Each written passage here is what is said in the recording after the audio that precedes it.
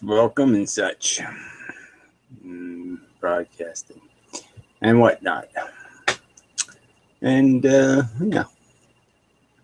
Another Saturday. Yeah. Not staying too late tonight. Gotta work tomorrow, blah, blah, blah, blah, blah, blah, blah, blah. So, I'm very tired. Did this town thing today, or you clean up shit. I'm all scratched up, tired. Anyway, but it's not your problem.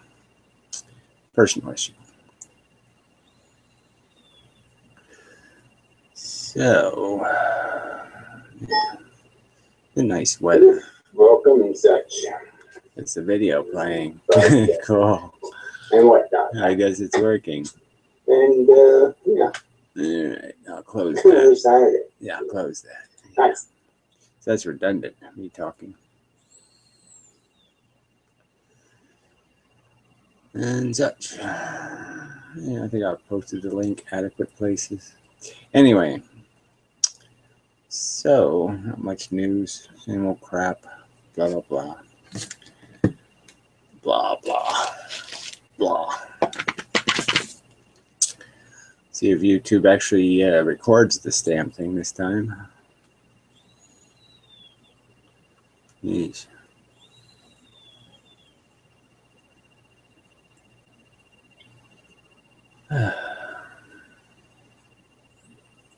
Hello, people.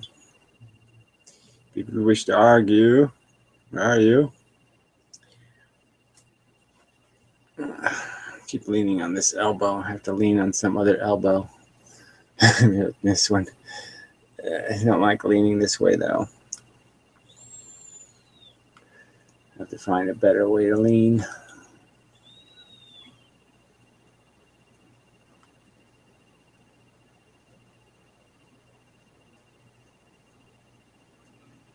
And such. Yeah, I don't know. Everything is just so. I would talk about something, but what's the point? Everybody's retarded. Even like I said, these are people who are too smart to be stupid, and there's just so many people that just keep defending bullshit. I mean, they have to rationalize their narrative in their head, and so they have to make up crap to fit it. But, you know, it's like with everything. I was just watching some other crazy people who have physics theories. They're just so whacked. And, you know, they just make this shit up, you know. You know, they get the part that, well, Einstein doesn't make much sense, but, you know, their alternative theory is just completely made up drivel. It doesn't make much sense. Wow, that's really exciting. What's up? Wow, that's really exciting. I know, man. Are you stoked? Yeah, well, right. The room's about 3 minutes old. There's nobody in it. You just waste your time doing that kind of a stupid troll. I'm not trolling. Yes, you are.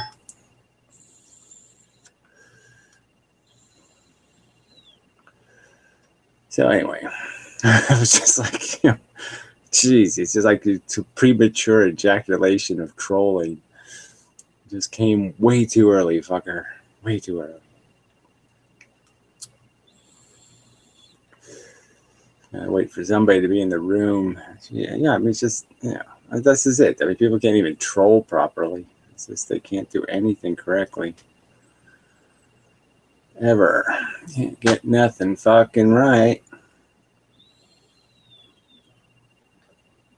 It all seems so damn simple to me. Anyway, it's just the place I'm in. Yeah, just happened to be the only person on Earth whose brain is working properly, apparently. Hey. Hey. How you doing, buddy? I don't know. How are you doing, buddy? I'm doing pretty good, man. How's that vapor shoot? It's vaping. Yeah, it's got nicotine in it, so yes. Is it flavored? No. Just nicotine? Yeah. Oh, that's cool. Yeah, that's what I use it for. It's not for the flavor. No, you just like to get that high, eh? whatever. I like to get my fix. Yep, Are you a drug addict or pretty much. just on cigarettes or like crack and? No, just pretty much cigarettes and hate. I'm probably a little hate. Yeah, What's but up? it's people suck. Oh, what happened? I don't know. There's like too many short gay pirates, and I just can't. I'm so sick of them. Was that a dig at my avatar? I suppose it's kind of what the fuck. What is that? He's a pirate drinking beer. Whatever. He's some sort of molested child. Maybe he might have been fucking molested for all I know. It's just a picture. I know. Well, it's just a picture of. It's kind of silly. That's all. Yeah, silly's okay sometimes, right, mate? Yeah. I don't know. I don't really relate to silly much. You don't relate to silly? No, I don't. I kind of wish it would get nuked and molested. I hate fucking silly, actually. Whoa. Okay, so no jokes. Well, unless they're really good. Have you heard? When was the last time you heard a good joke? I don't know. I like stand-up comedy, so I've heard some pretty good jokes. Ah, well, that's where we differ. Yes, I absolutely hate stand-up comedy. Oh. Yeah. Why is that? Because it's not funny. Doesn't? Yeah, that's it. Yeah, it's not funny. Cliches and whatnot. Yeah. Ha ha. Yeah. Airplane jokes. Yeah, whatever. Yeah, I'm just Fucking Howard Stern's butthole.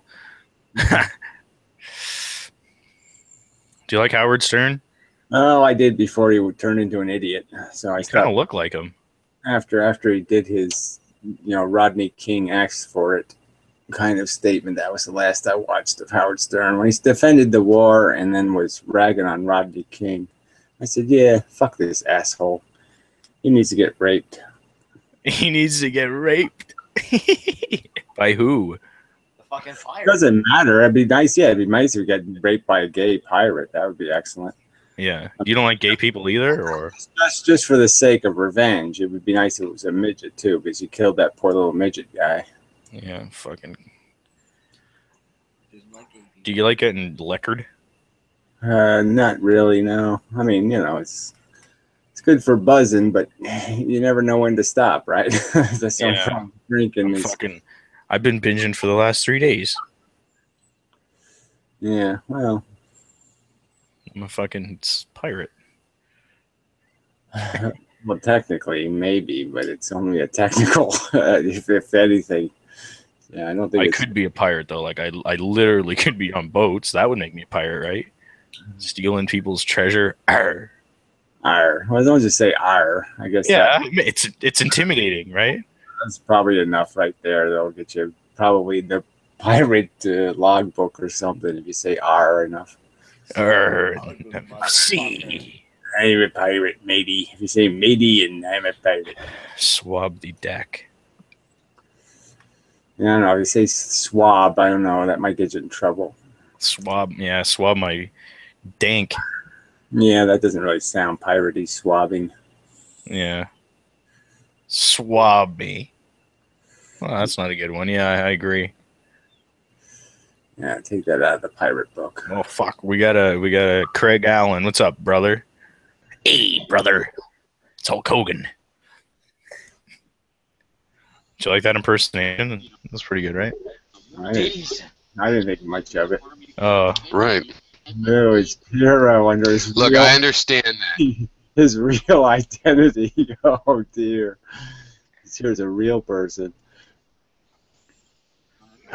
Oh, you guys are so cynical. Have a bit of a laugh once in a while. No, you can die of it, maybe. Yes, and then I can, bury you off the plank or something. Okay, so I'm going over to Gary's. Can you hear me, Gary? I'm in both rooms. Yeah, well, that's the That's Woohoo! kind of technology. I mean, Gary's online again. I'm sorry, You haven't. There's all like a bunch of. I don't know what we were talking about over here. Fucking I'm closing. scientists, or what is You this? can't do anything correctly, even a single room correctly yet. Now you're trying to do double rooms. All right, Why are good you night. twitching so much, bro? Good night, pure pirate guy. Good night, dude. All right, enough of him. Whoa, I hit something wrong there. Don't hit any extra buttons, Gary. What the hell I do? Okay, it's all right. No, nothing tragic. Yeah, maybe the pirate can go back in your room or something.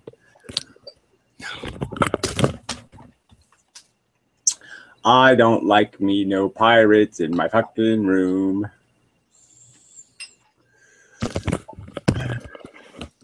So. Hello. What's up? Yeah, whatever. What's up? You and me.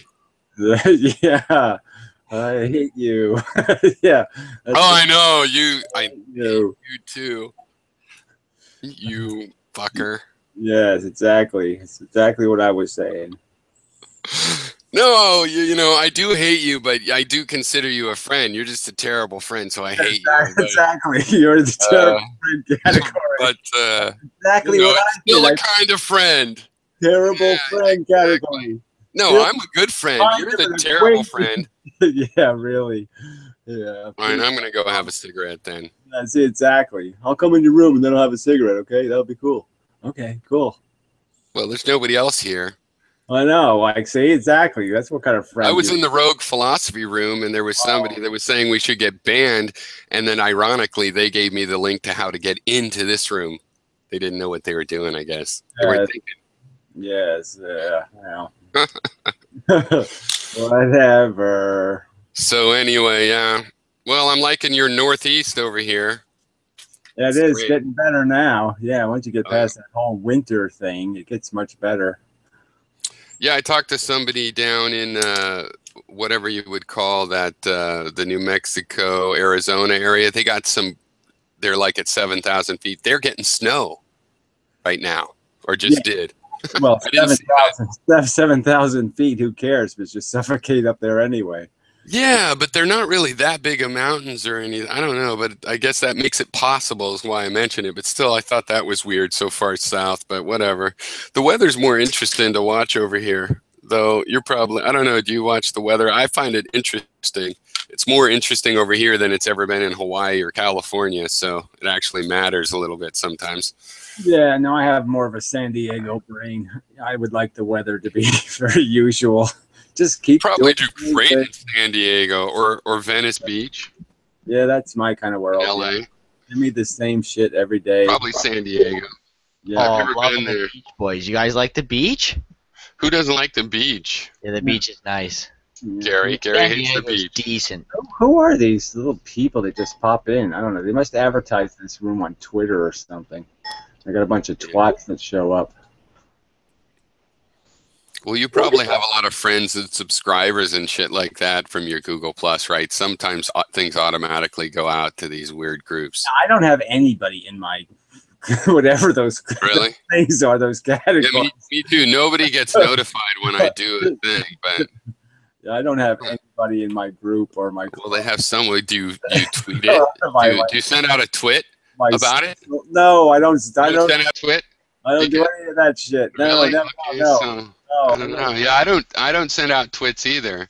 I understand a lot of people like twits. Yeah, I don't want to get herpes. It's a big thing. All the political candidates. Yeah, that makes it really cool then, right? Yeah. Well, yeah. I don't know. They do it. They do it. Whatever. Even the Republicans.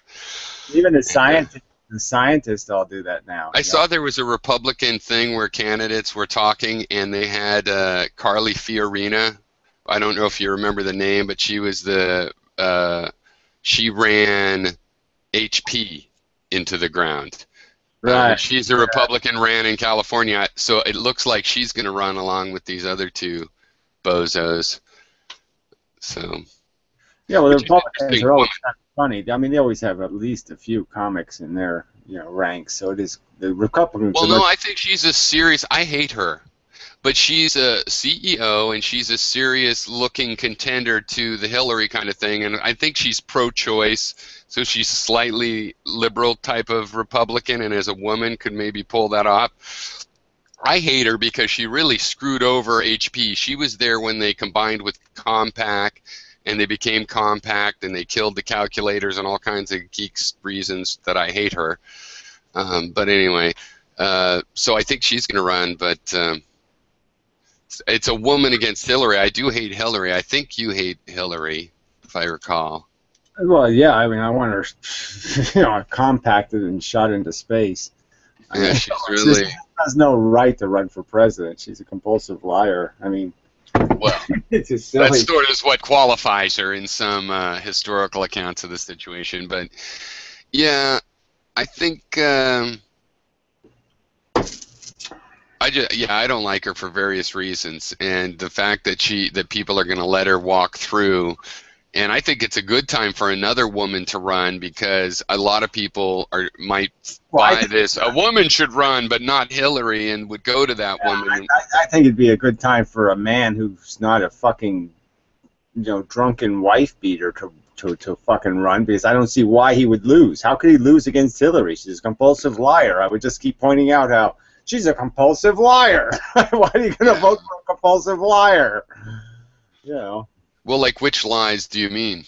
Well, I mean, all the time. That's how she lost to Obama. Do you remember? She lost to Obama, right? Mm-hmm. How did she lose to Obama? Because she told some fantasy story about how she was a Jedi in the war, and her plane was attacked by UFOs, and I mean, she makes up fucking preposterous stories. And then this whole embassy thing. Remember that whole embassy bullshit and all the lies she was telling?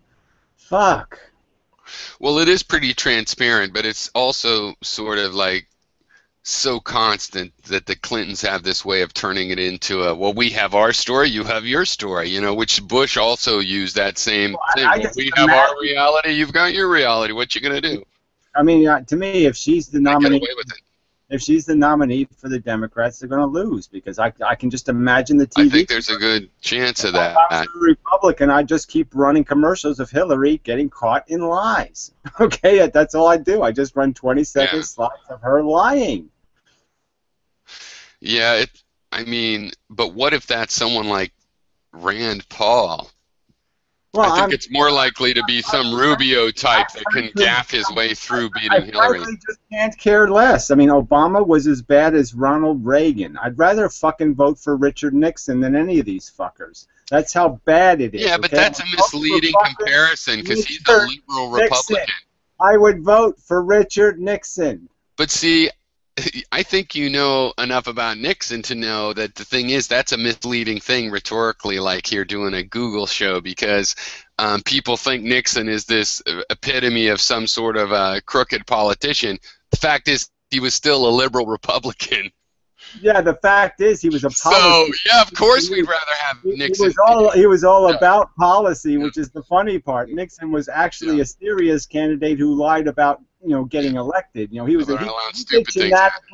he did shenanigans to get elected. He didn't do shenanigans. Yeah, no, he was an asshole in a lot of big ways with the Southern strategy and deciding to exploit racism, but on his own accord.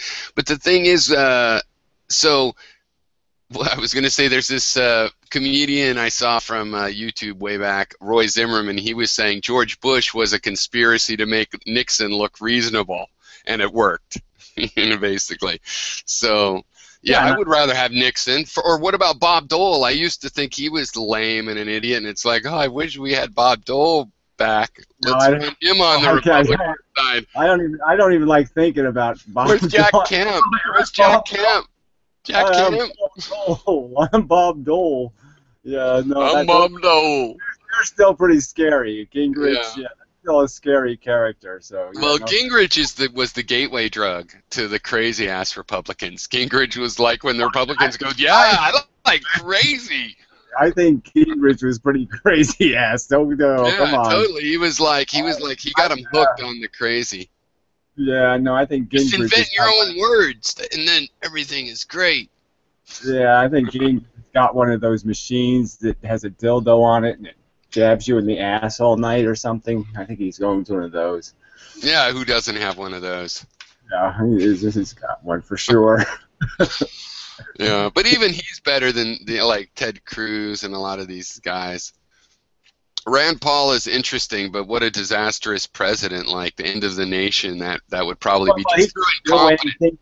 He couldn't get anything passed. He couldn't get anything ever No, and he's naive. And so yeah, has no legislative threat whatsoever, because he'll just say something stupid like, "You have to abolish the IRS." I think if the Democrats put up Hillary, then some semi-bland person like Rubio, who has the "hey, I'm a special class of person too, I'm Hispanic" angle with the stupid American public, basically, could beat Hillary if they put up someone like that. Now, if she lucks out and somehow Ted Cruz was her opponent, then she'll win in a landslide, But I doubt that it'll be like that. It'll probably be some bland.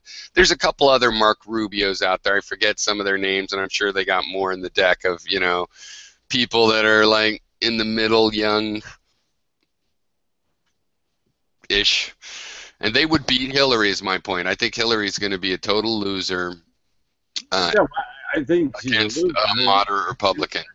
Doesn't matter. Like I said, to me, it's all a foregone conclusion. The Democrats have to go. They obviously have no interest in running a rational candidate. Well, are you saying it'd be better to have a Republican so things get? I've had plenty of we're communist gonna friends kill that the said, "I just want Democratic Party." Republicans." Yes, the Like, it's so Democratic bad. Party must die. The Democratic Party has proven it has lost the mission statement. It's owned by the special interest. It'll never serve any progressive interest ever, so fuck it. It hasn't given us a decent president since Jimmy the fuck Carter. Yeah. When I was in college, I designed a party called the Tea Party, but it was the letter T, and then these fuckers stole my name, but they spell it out TEA. So I'm like, fuck them. I will steal their name. And And Mr. T stole it too. Yeah. Yeah, exactly. Mr. T was going to be the spokesman. Anyway, the Tea Party for thinking, and I figure I can still steal their name back, and I'll be the letter T Party, and they'll be the TEA Party, and fuck them. This is exactly Nobody why drinks tea this is anymore. why the whole world is upside down, right? Is because the Tea Party, even by its name, is stupid. Because if you Yeah. really look up the tea tax, it was 1 penny on a pound of tea. Okay, it was actually British tea was cheaper than the American tea because the British tea company subsidized it. Right. In the fucking That's harbor. the beauty of it. It's such an tea- American the story. tea- Right, the tea in the harbor was the cheaper tea. Yeah. That's the joke of the Yes. fucking thing, is that it's not, it isn't even about the fucking tax. It was about the fact that the cunt Americans wanted their cut. They wanted to. And it's funny. We want to screw our own people. We don't want the damn British screwing them. We want to fuck them in the ass. I mean, it was just so. Well, you know how it is. You have your ideas like IRV and stuff. Well, I had this Tea Party thing that I pushed on people, and one of the things I found was, I didn't want the Tea Party event actually to be the metaphor for it. It was supposed to be ironic about it because there is this kind of weird aspect that people sort of sense and know. It's not a unambiguous thing to name your political party out of. And there's a little frat boy prank aspect to it, and pretending to be Indians and all of this stuff, though that was, nobody bought that as far as my understanding. It was just kind of like putting on costumes, right? But and so that was some of the pushback. It might be better to do it now with the Tea Party actually having come out, but anyway, so yeah, I agree, but I don't agree that it totally doesn't matter. I'm often at that point, but I think, it's like as much as I haven't liked Obama, come on, McCain, there is still a difference. Things can even be that much worse. No, it wouldn't be that much different. I really can't see it. Not that much, no. Okay, I give you that you'd be surprised how similar it was, yeah. Right, like McCain would have openly kept on torturing and spying on Americans and stuff, or maybe not openly, but he would have just done it and we would have expected it. So yeah, it might not have been that different. On the other hand, a deal with Iran, no. Not any kind of, even a pretend deal with Iran, whatever comes of that. He wouldn't have done that. So, you got these little things. Well, he wouldn't have done the Cuba thing either, but I mean, that is right. just, those are two things that actually matter. Those are things that, well, I don't even know if they matter. Well, matter might be the wrong word, but I like them. I'm surprised by them. it. It's the problem, right? It might be too late is the problem. So. Oh, yeah, absolutely. But it's those kind of things where you'd think Carter would have done it or whatever, so it's like, or like the time Clinton came, one of these Democrats was supposed to do it, and you just thought, well, like you say, they're just the same, really, so they don't do that. So he did pull off that. I'm not sure about the Iranian deal, that it isn't something that won't just fall apart. But even so, just as a symbol or a passing thing, it's better than what I've come to expect. And the Cuba thing looks actually good. And I've heard actually kind of that I know some people who have families that are in businesses that have gone back to Cuba in the last few years. Seed things, they said 20 or 30 guys. That's what I'm saying. I I don't know if that's what I'm saying. Why it's too late is that the Cubans might just end up doing a Russia, and end up just selling it back to the Batistaites. You know what I mean? They might. Well, what I'm saying is there's businesses evidently that have already been going there and getting early positions in the last year or two. That means it's going to happen. That's what I'm just saying. If that happens, then look, I'm not worried that they're going to nationalize those businesses when they succeed a little. I'm worried they're going to co-opt Cuba and ruin what Cuba has pulled off, because there's certain aspects of what Cuba has done that is good. That's what I'm saying. If they start letting fucking Holiday Inn move in or something, it's over. Okay, that's all I'm saying. Yeah. If they do the China thing, where but like bed and breakfast, B&B, Airbnb or whatever.com, that does where you rent a room. It's not really a B&B, but you can rent a room and you can be as B&B as you want as a host, but they're pretty much in your house for cheap. They just started, I didn't see if they started, but they announced they're going to start doing it. And if it's that kind of economy, I'm hoping that if there's too many casinos or something try to move down there, not that they'd allow casinos, but you know what I mean, these resort 5-star Hilton or something that suck the money out, like in Hawaii, if they would reject it. If they take foreign investment, they're just going to end up back with the wrong capitalist model again. That's all I'm saying. So as soon as it's all up to that, but it's sort of in their hands. As soon as they take the foreign money and sell out the future, they're going to end up just like I said, like China. I mean, China, everybody thinks it's very prosperous. Well, no, where do you think we're getting all our money from? We're still taking a huge cut out of China's profits. Yeah, no, I think exactly. But even for this to be a question is sort of, we're in the same age group. I think that I assume, it's pretty surprising. So maybe he's going to do a couple things at the end that are actually interesting. But yeah, they're not as huge as like not supporting the bankers or. Yeah, not doing something with the revenue problem, Yeah, I think that's a reasonable thing, but that's like at the bottom of a list of 5 or 10 for me. I really don't like the continuing torture, the continuing wars where we were supposed to let the locals deal with it, and spying on Americans. The trillions of dollars of debt is trust me. That'll get you tortured in the future. Well, yeah, but you know what? If we had trillions of dollars of debt... Trillions of dollars are hard to pay back, okay? It's trillions of dollars to the richest people in the world. It's not trillions of dollars to you and me. It's not us lending each other money. Right. It's the richest 1% who've gotten preposterously rich under Obama. He made the richest people in the world preposterously richer. Well, we borrowed money from rich people to give rich people money back they lost. Yes, we created debt money and gave it to rich people. But as a hypothetical, imagine this. We didn't borrow it from them. We gave it to them.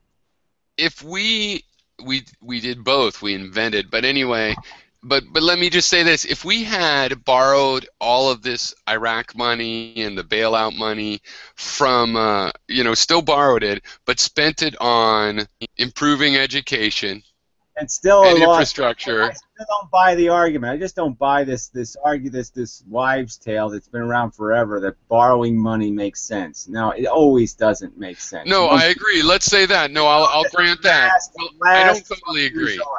I think sometimes it does, but I'll agree for the sake of argument. Sometimes it's just so rare that it's just not worth. It's not worth playing with. It's only a good idea 1% of the time. No, I agree. I think you're better off building up a resource, and when it reaches a critical mass, you apply it to some project. I think that's the long-term way we should do things. So let's say that that's granted. Still, if we had done it and spent money on these infrastructure and we just would have built more preposterous crap on top of that infrastructure that would have sucked it dry, right? So if we had better infrastructure, we'd just build more sewers to connect to it and more toilets. I granted it would still be misspent, But if it was, hypothetically, if it was aptly spent, you go, well, this is a big debt, we shouldn't have done it, but you would actually have a resource that helped you pay it back to a certain degree. You would really Well, be yeah, able to educate kids. If you poured $1 trillion over I'm 10 just years saying, on kids, they if you would did, educate better, you know, it yes, would just happen. Manhattan Project style things, Hoover Dams. All right, if you're going to spend the money on something, a big idea. So if they would have spent all the money on trying to do the fusion thing and blah blah blah, you know, and if they tried to do something big, then you'd say, yeah, there's a payoff that's possibly worth it. But yeah, you got to do the Hoover Dam thing. That's what you spend Right. borrowed money on Hoover Dams. You don't spend borrowed Well, money. that's interesting.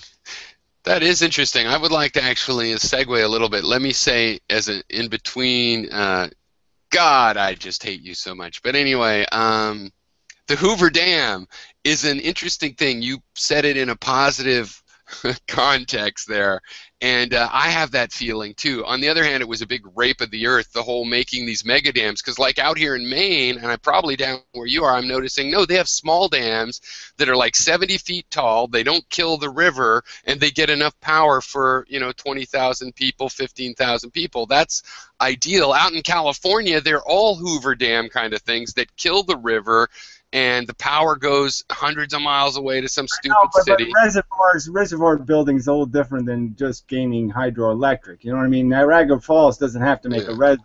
Okay, it's taking advantage of a natural, you know, circumstance. So that's the difference.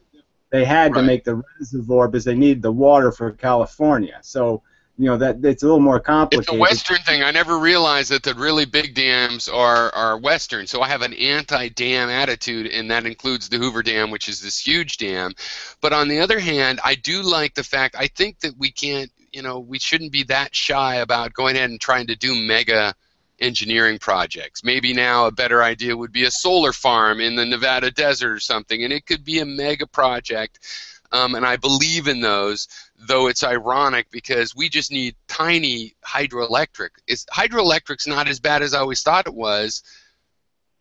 Well, it's really good long term. I mean, you know, all you got to do is, you know, you got 40 years on the turbines. I mean, it's really a great, you know what I'm saying? It goes. Yeah, and it's right in the middle of town in Maine. The river goes through town historically, so the power factory's right in town. That means you have to keep it fairly clean, right? You can't just have toxic oil spills because you don't give a shit. Whereas these gas and coal power plants are always hidden out NIMBY in the woods somewhere.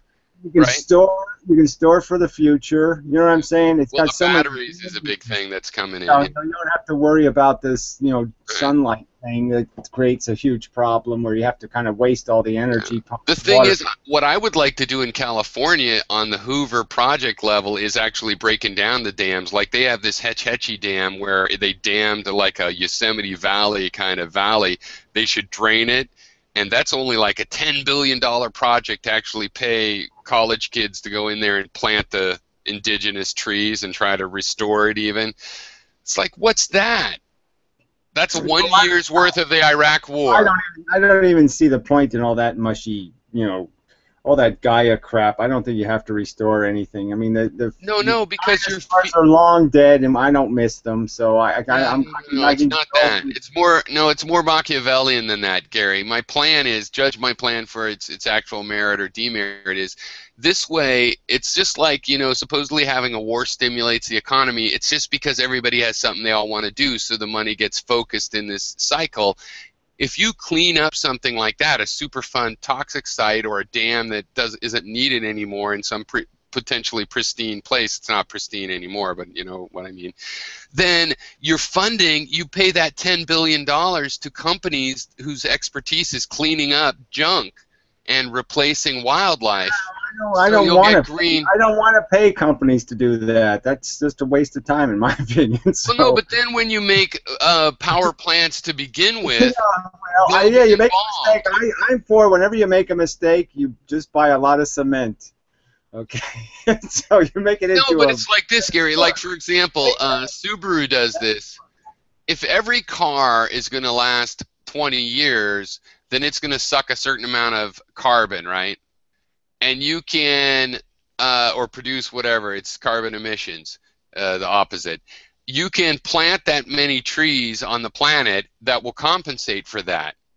And we just need systems where companies do that. You build a car that's going to have 100 trees worth of stuff over the next 50 or 20 years, rather. You plant 50 trees, right? It's just math is what I'm saying. It's not rocket science. Well, I know, but I just don't think it's practical until you close the borders and say that there's certain land you can't develop, and you have to make a lot of different kinds of rules. But I mean, I'm just saying, if you're going to spend $1 on it, then you spend a dollar. You spend $1 in Africa, where they're cutting down, rainforest twice as fast as they're cutting it down in South America. Yeah, no. I'm thinking about something that would be like a longer steady state. We're like in this crisis world now. There's definitely, I agree, there's bigger priorities as to how to spend our dollars fixing things. Definitely.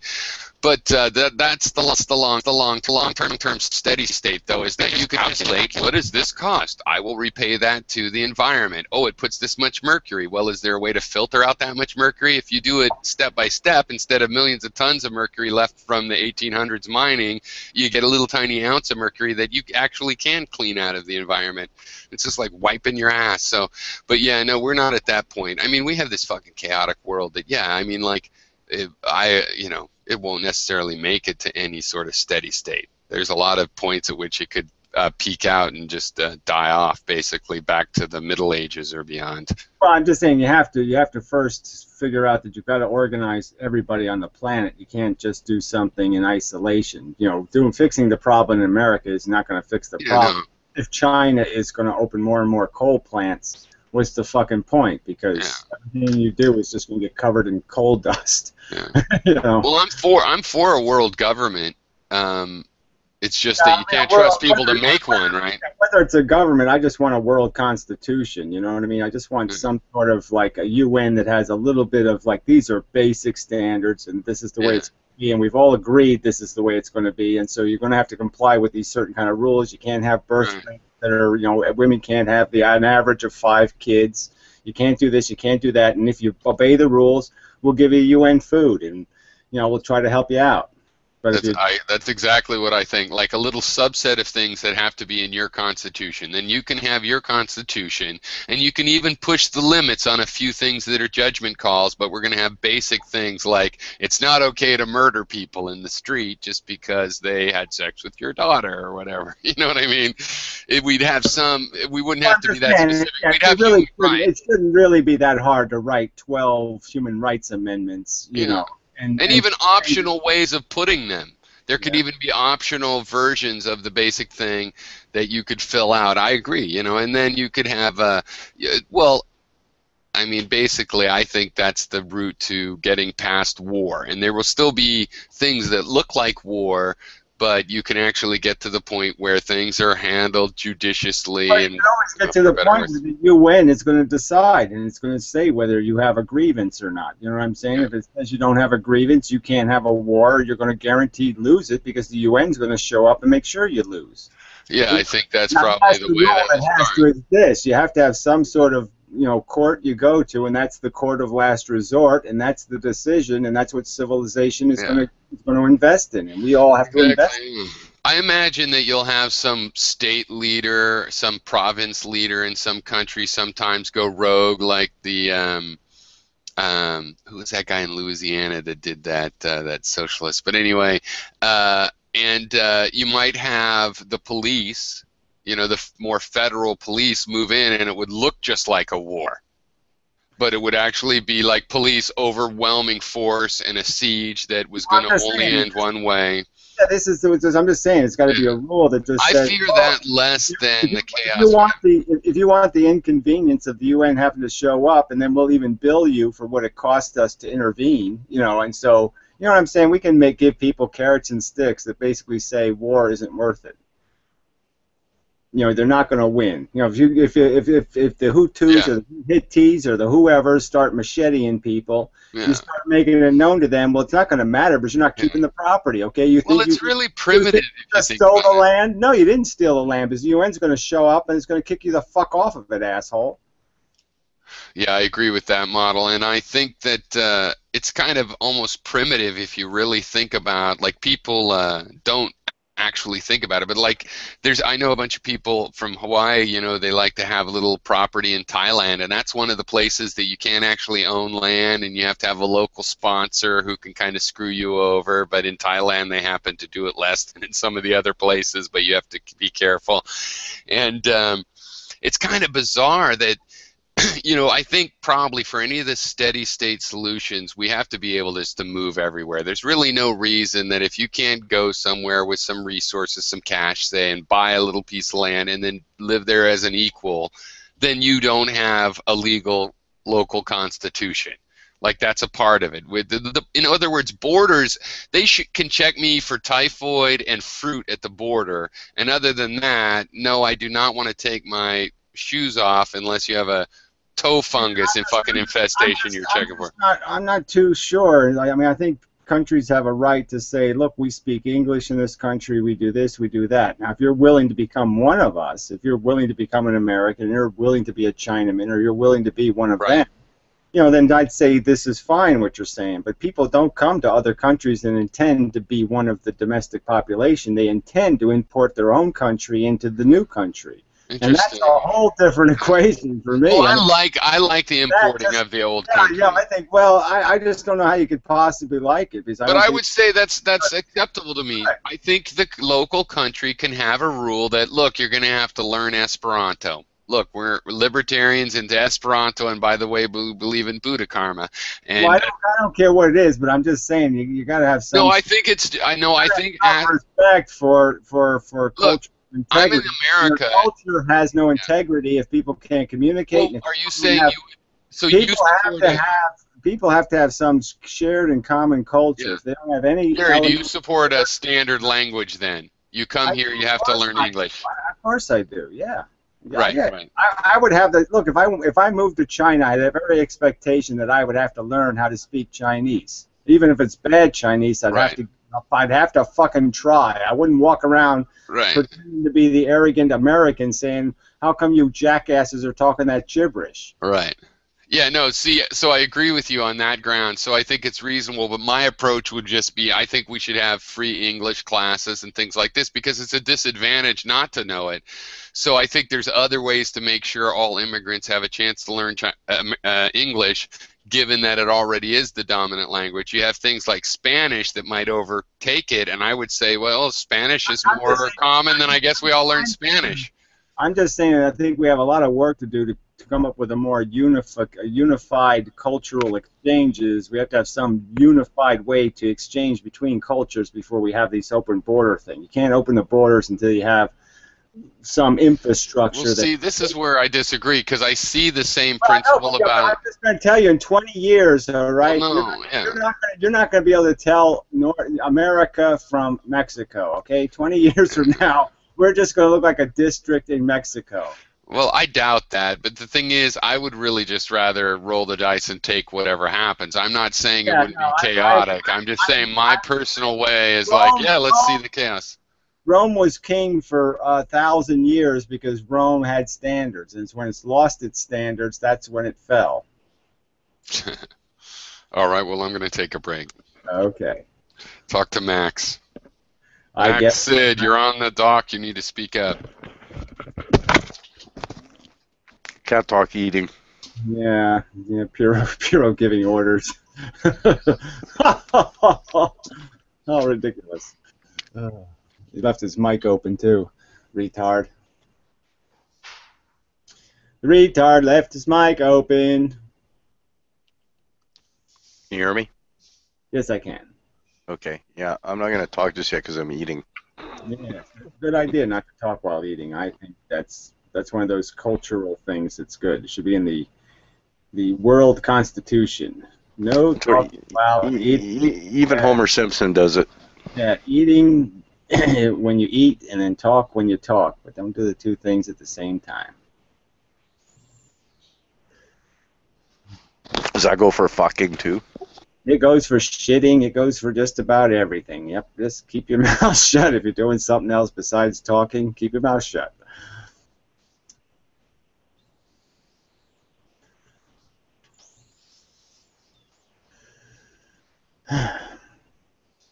So, it's one of my rules.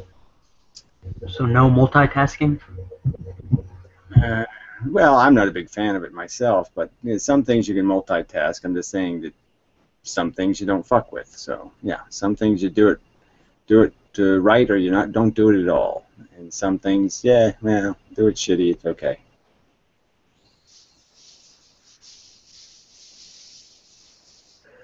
I mean, like you can piss while you're shitting. You can do a lot of. There's certain kind of multitasking that probably works. There's no such thing as multitasking. Well, there certainly isn't for me, generally speaking. I have to admit, I'm not much of a multitasker. Well, what? I guess you can listen to the radio and beat off, you know. I mean, that's two things at once. Yeah, they are. Well, I don't know. Radio. I don't know. I don't know if I've ever done like radio porn.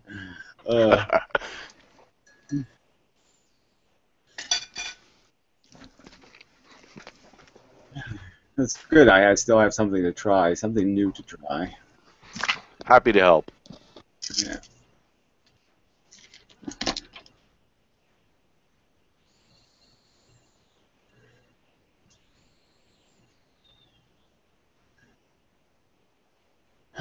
No, peace and quiet is nice.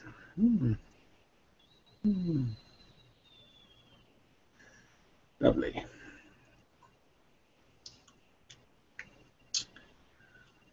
So, where are the usual folk? Ugh.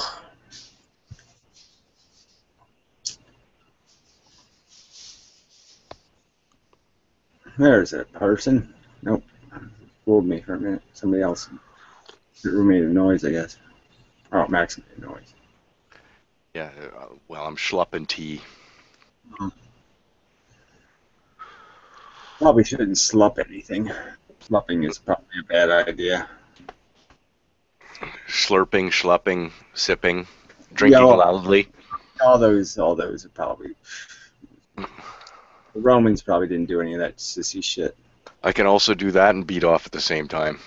Yeah, well, the Romans probably didn't do that either. So it was interesting listening to the crazy ideas about how we're gonna save the planet.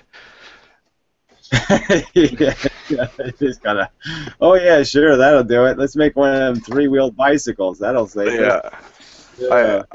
It's my opinion that, like, okay, so if there is peak oil, which is a reasonable supposition. I mean, it is a finite planet, as they say.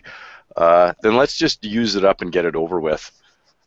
Well, I mean, they will. Obviously, we'll just do whatever we have to do. If we have to burn chickens, we'll burn chickens. You know what I mean? They'll just find some silly way to compensate, and we'll just pay more for it. And obviously, people will pay more for everything. They don't seem to care.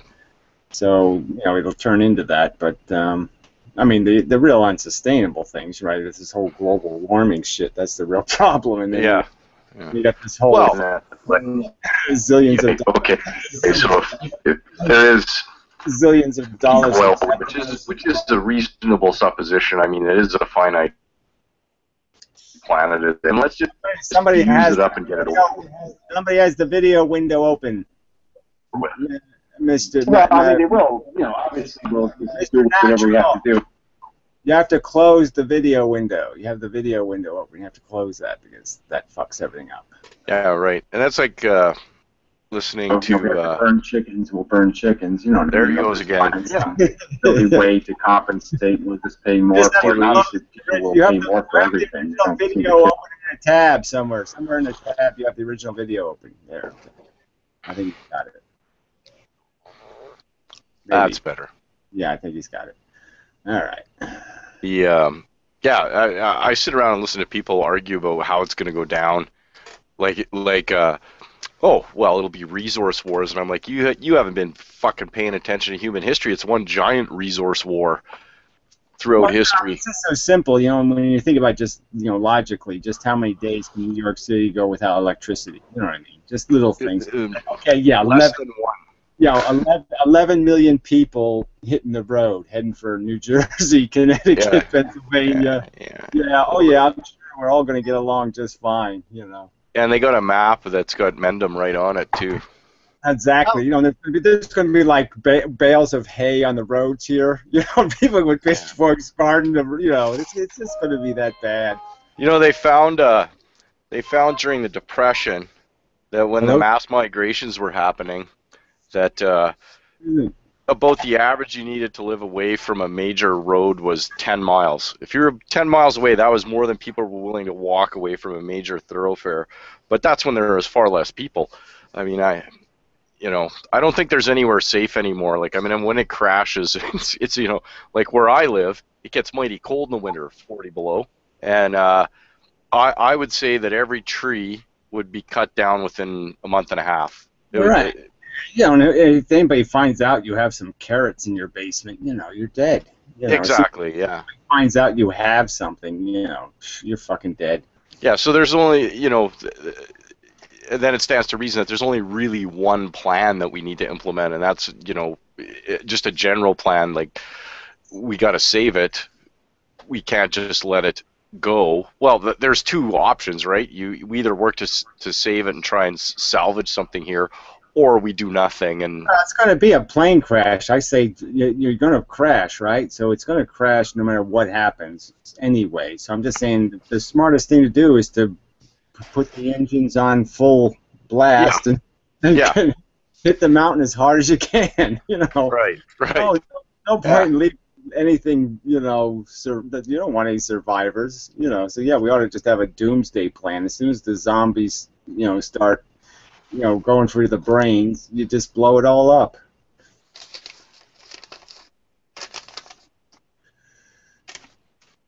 But yeah, there's no saving it. There's, you know, civilization is going to fall apart long, but it just doesn't have enough time. We just don't have enough time to grow up. You know what I mean? Well, there's too many. There's no time to learn lessons and do all this shit. You've had all this history to learn. We haven't learned any lessons. Well, we don't know. Well, technically, we learned them all. We just didn't pay attention, right? I mean, it's not like we don't know what to do. We do. Well, I'm just saying we're still fighting violent wars, you know, as like solutions to problems. So I'm just saying we obviously can't let it go. And if we can't let that go, that's not going to work in, you know. You take that back, or I'm going to punch you. Yeah, once I have my nuclear laser, you know, how's this going to work? You know. Yeah. Well, I have a Corbomite device. I can almost kill you with an iPod now, right? I mean, it's almost good enough technology for me to kill you from 10 feet away. Yeah. Well, you know, that's what the NSA claims it can do with your phone. Yeah. Well, I'm just saying, we just don't realize how, you know, this isn't going to be. The technology is not going to be your friend in the future. No. Going to kill your ass. They've got battlefield drones now. I mean, it's only a matter of time, right? You know, and the fucking Terminator knocks on your door and says, "Where's the rent?" Yeah, and regular people are going to have them. You know what I mean? I can make one. You know? Well, I've already got guys in my neighborhood flying drones over my house. You know what I mean? Like, so we're already, you know, so close to being annihilated. Wait till nanotechnology goes anywhere, right? Yeah. I'll just be able to make a bunch of nanoticks to go suck your blood. You know, my little nanoticks just kill you in the night. You won't even know what happened. They don't even have to be that small, Gary. I mean, I saw the mosquito drone. I mean, you know, it's got a camera, but I mean, you know, it could also be, you know, what, a drop of curare. You know, exactly. I mean, my neck. Yeah, exactly. It's just going to be so easy. Yeah, the assassination business is going to be booming in the next 50 years, is my prediction. Because it's going to be so easy to do and impossible to get caught.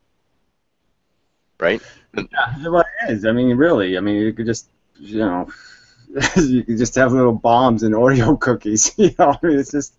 And they'll market it as a great thing. You know, a drone society is a polite society. You know, it's I can see it already. Yeah, you can't afford to piss anybody off. Yeah.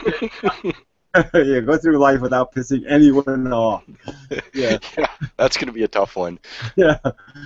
You'll have to walk up to everybody telling them, I love you, I really love you, I love you desperately, I want to suck your dick, I really love you, I love you. Don't kill me. You know.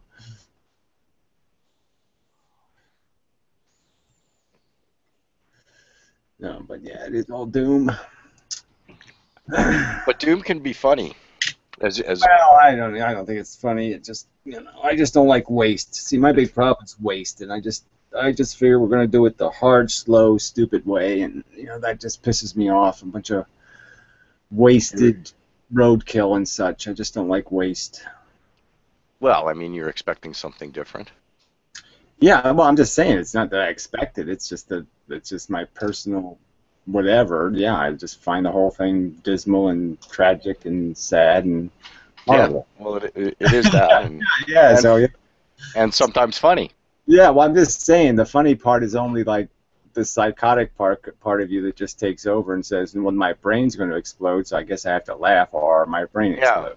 Well, the really interesting stuff's not the funny ha-ha. It's more the funny peculiar. You know what I mean? Like, wow, Well, that's really... Yeah, there is the bright side that we just fucking deserve it. We have really, when you think about most humans on planet Earth still believe in angels and fairies and hobgoblins, and fucking whatever, magic stars and leprechauns and. Wait a minute. There's no fairies? Yeah, exactly. It's so bad. We just think about that. We just say, "Oh, we just so deserve to get raped. We so deserve to get raped by reality because we have been denying it forever."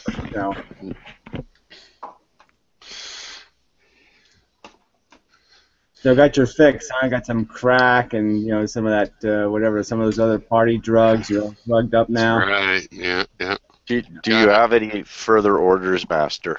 yeah. Now shut up and listen to me drone on about everything. I'm gonna drone some now. All right, can do, master. Yes, Piro. Even Piro is like, okay, fine, I'll listen to your bullshit. I miss it. It's been a month or two. Oh, please, more bullshit. He has his own kind of drone. We are. Can I put my bullshit in between your bullshit? We are equally attracted to pleasure and bullshit. Sometimes bullshit's pleasurable. I object that you make a distinction between those two. Fair enough. Fuck you. Yeah, all pleasures are bullshit. That's the truth. That's right. Oh no, I played right into that. Yes, you did. I'll set him up. You knock him out of the park. Well, I went and got. I'll tell you the drugs I took. I've got a cup of coffee and some nicotine. So here comes the slow slider. I'm powered up. So I'm getting real cigarettes. I'm getting a pack of real cigarettes tomorrow. So I'm gonna have real. I've been smoking some real cigarettes. Less than my full-on rate, but not near trying to quit at all lately. But yeah, it's a problem. It's a problem. Nicotine thing. I had to up my dose. It wasn't doing it for me. So instead of going down, I'm going up, which is bad.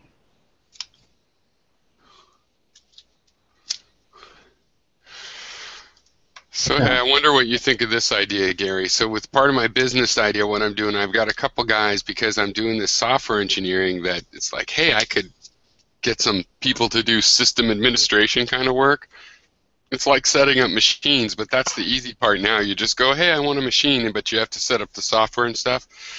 And there's this great site called Newegg. Actually, you should check it out if you ever want to build a machine. You can buy machines and parts now, like $500 gets you a machine that's probably $1,100, and you could definitely build a machine for just a couple $100 if you want, especially if you already have a monitor for it. There's this site called eBay, where you can buy. But you're getting used machines, right? Yeah, well, like who cares? Well, because for $500, I wonder what you're getting. I've checked that out too. That's good. But I want to set these guys up with a brand new machine that's exactly what I want. It's really cheap now to build machines again. For a while it got more expensive to build your own machine rather than just buy a gateway or something. But now it's cheaper again, like by a factor of 1/3. You get what you pay for. No, with regular parts, the same parts that they're putting in the Dells.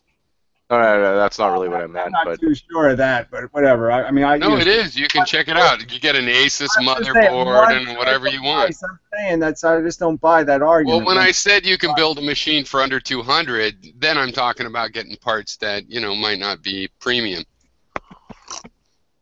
But for $500, no, you get what Dell or someone is selling for, $1,000, $1,200. I understand. I'm just saying, yeah, I already know how to buy it on eBay for even less. So that's all I'm just saying. Is Yeah, but it's used. motherboard. I can buy a motherboard on eBay. I can buy. Well, you RAM can on- buy a motherboard, but you need to buy a new CPU and stuff. It's ridiculous. Don't Well, want to buy old equipment.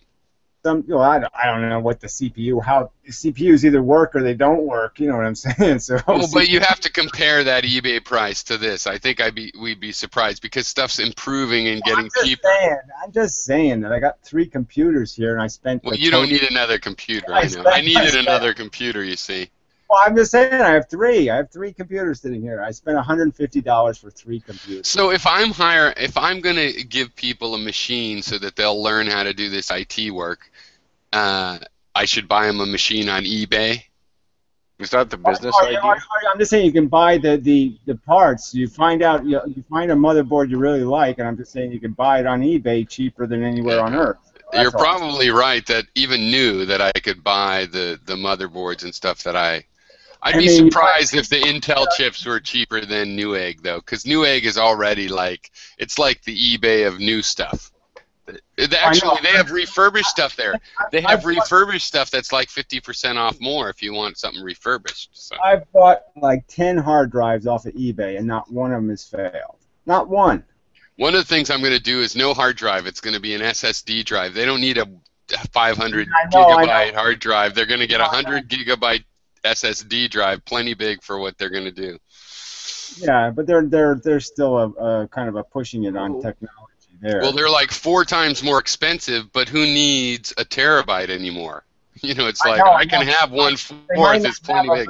They might not have a very good lifespan. Is the point, though? They might not last. Yeah. Well, yeah, we'll see. The specs cover that, and there's like millions of hours, but we'll see. Did I miss the business idea? I was kind of curious, or you mentioned it. Well, the business idea is this. I work as a software engineer, and I charge twice as much as I should for the IT work, like doing IT work on the cloud, AWS or Amazon or whatever.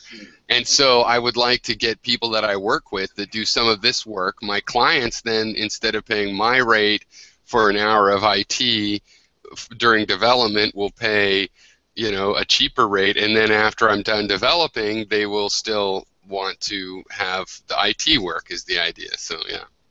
Right.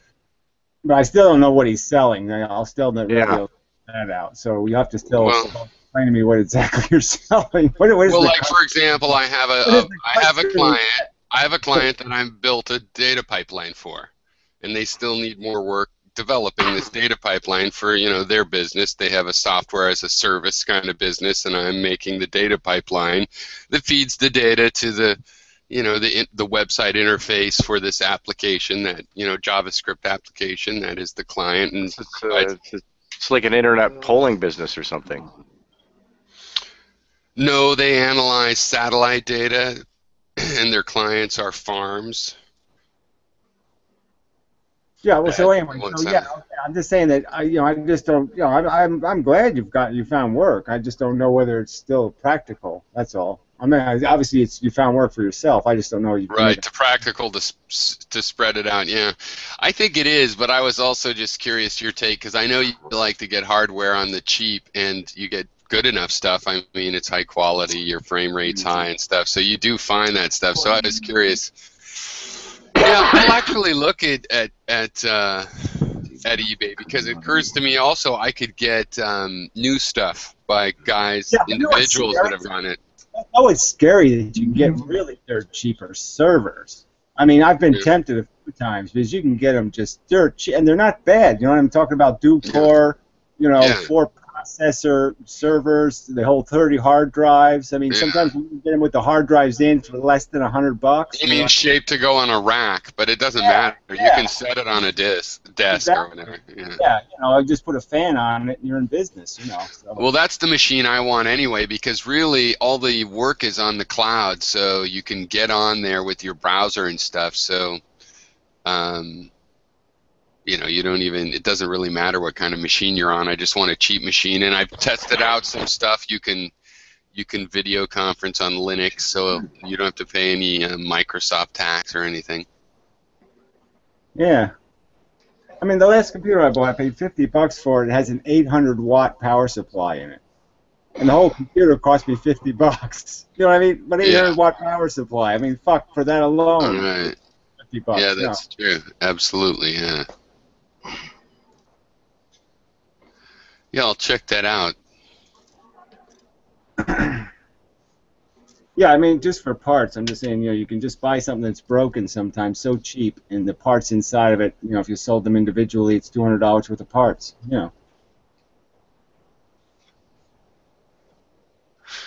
Yeah, especially things like power supplies and stuff that actually are just as good as they ever were when they were made, if you have 800 watts.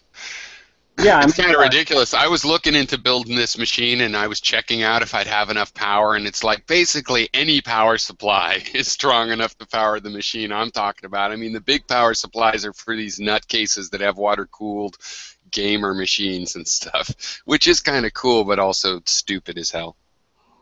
Yeah, no, I guess it's just really about the video cards. You need some watts. For a good video card, you need a couple hundred watts just for the video card when it's running hot. So right. Right. But even I looked at having a second video card. If you just want 4 monitors or something, not a big deal.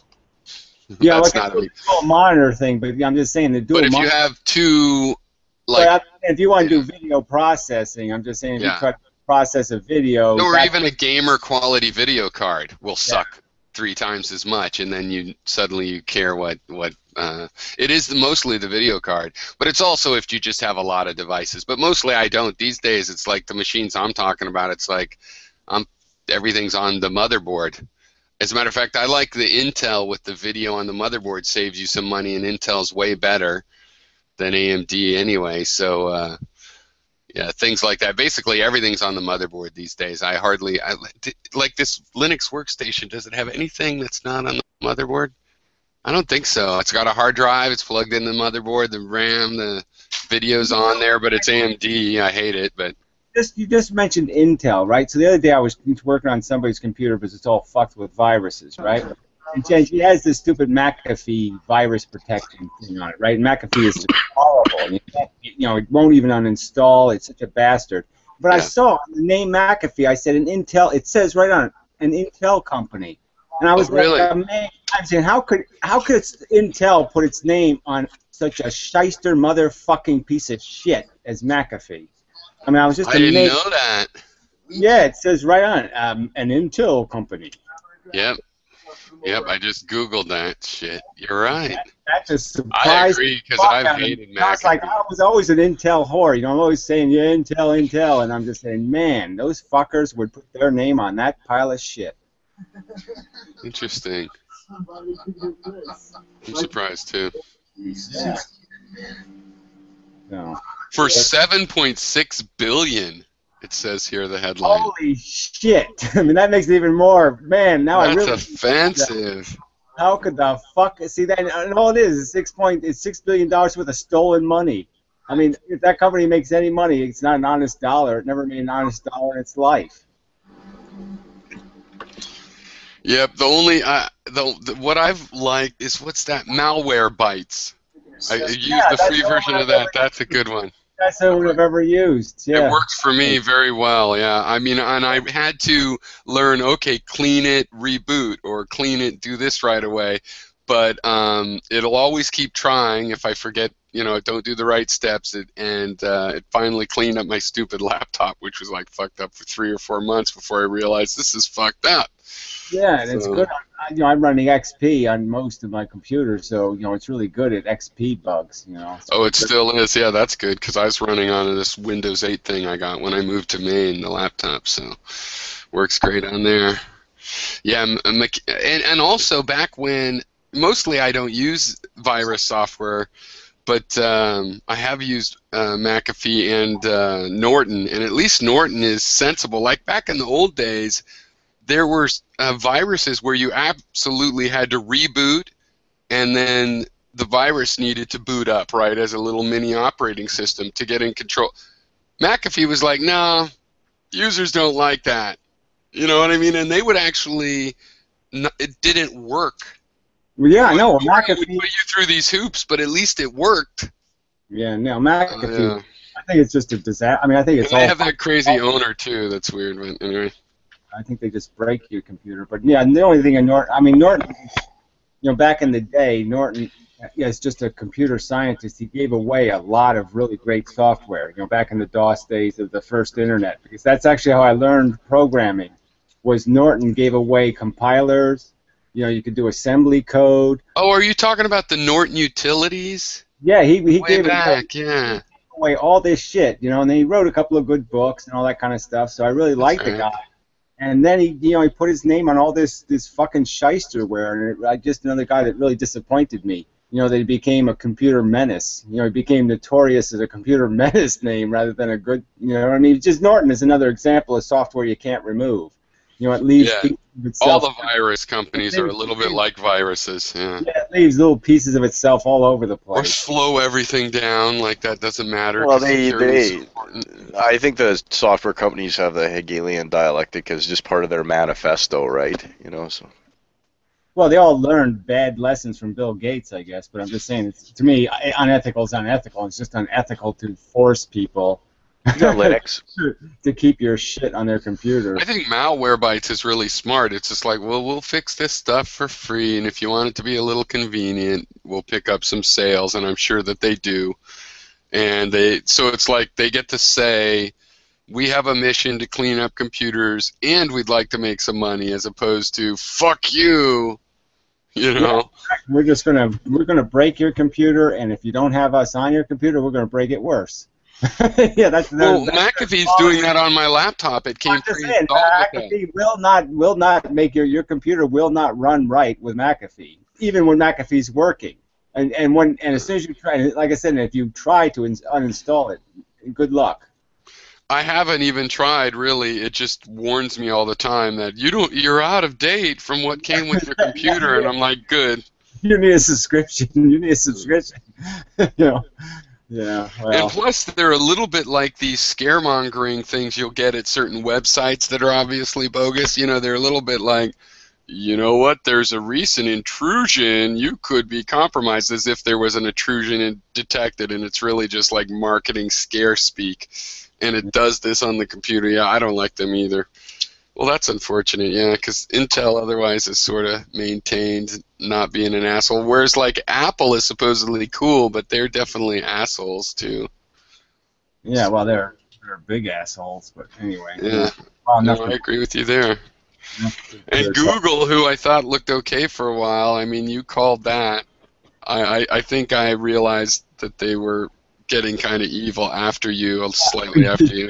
Yes, they were evil from the very beginning. I called. No, just a couple of innocent liberal Stanford kids. No. Yeah, we'll just give it away for free. Yeah, it was the IPO made them evil. We're honest hippies, and we just want to make a better world for everybody.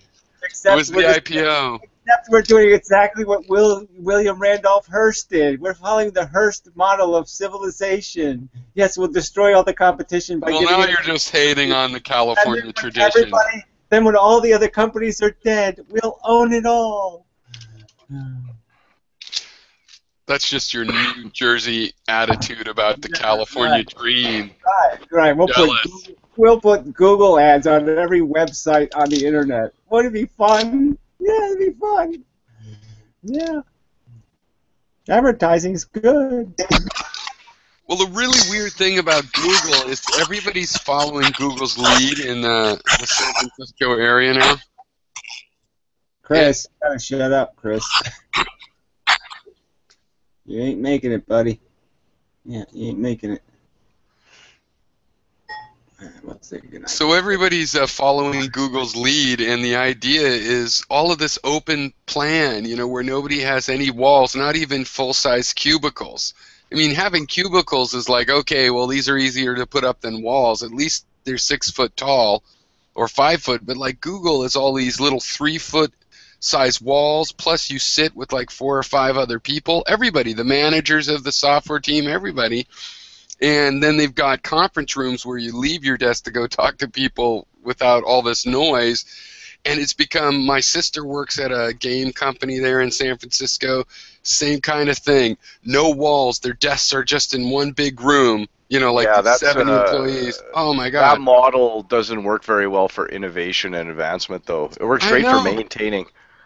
Innovation does not come out of cubicle farms or large Or offices. just how about the that's fact pretty... all this geek work requires some people with Aspergery, Yeah, sensitivities, all that noise and the visual just fucking chaos. It's crazy.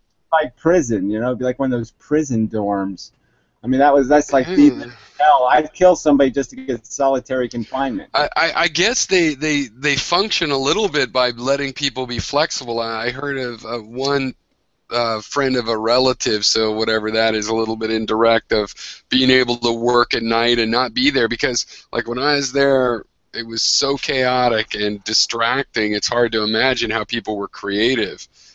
It's ironical to me that America, the land of the independent livelihood, I mean, pretty much that nation was founded on people wanting an independent livelihood, is the birthplace of the cubicle farm. It's like, yeah, right, because the cookie cutter.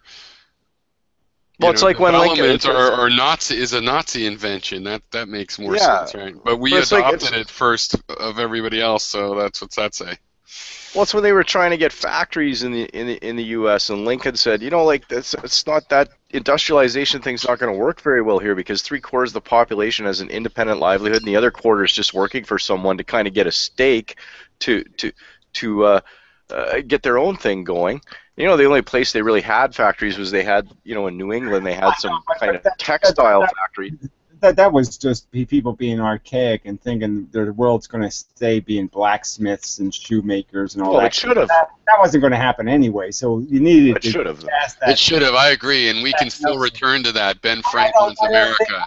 I don't think you can. I don't think it's practical. I mean, no, you gotta do mass production. Is so fucking efficient. I mean, a giant farm is so much more efficient than a bunch of little farms. I mean, it's just huge. Oh, I beg to differ, Mr. President. That's not what the current data says. Well, you show me this current data then. Oh, I'd be happy to. I'll send it to you. We'll see who wrote it. We'll see who wrote it. The people doing it, that's who wrote it. Yeah, right, I don't think we're right at this point, but I think we're right at the edge. Farmers, right, who are just raping the fuck out of the ignorant consumer, right? No, that's probably who wrote it.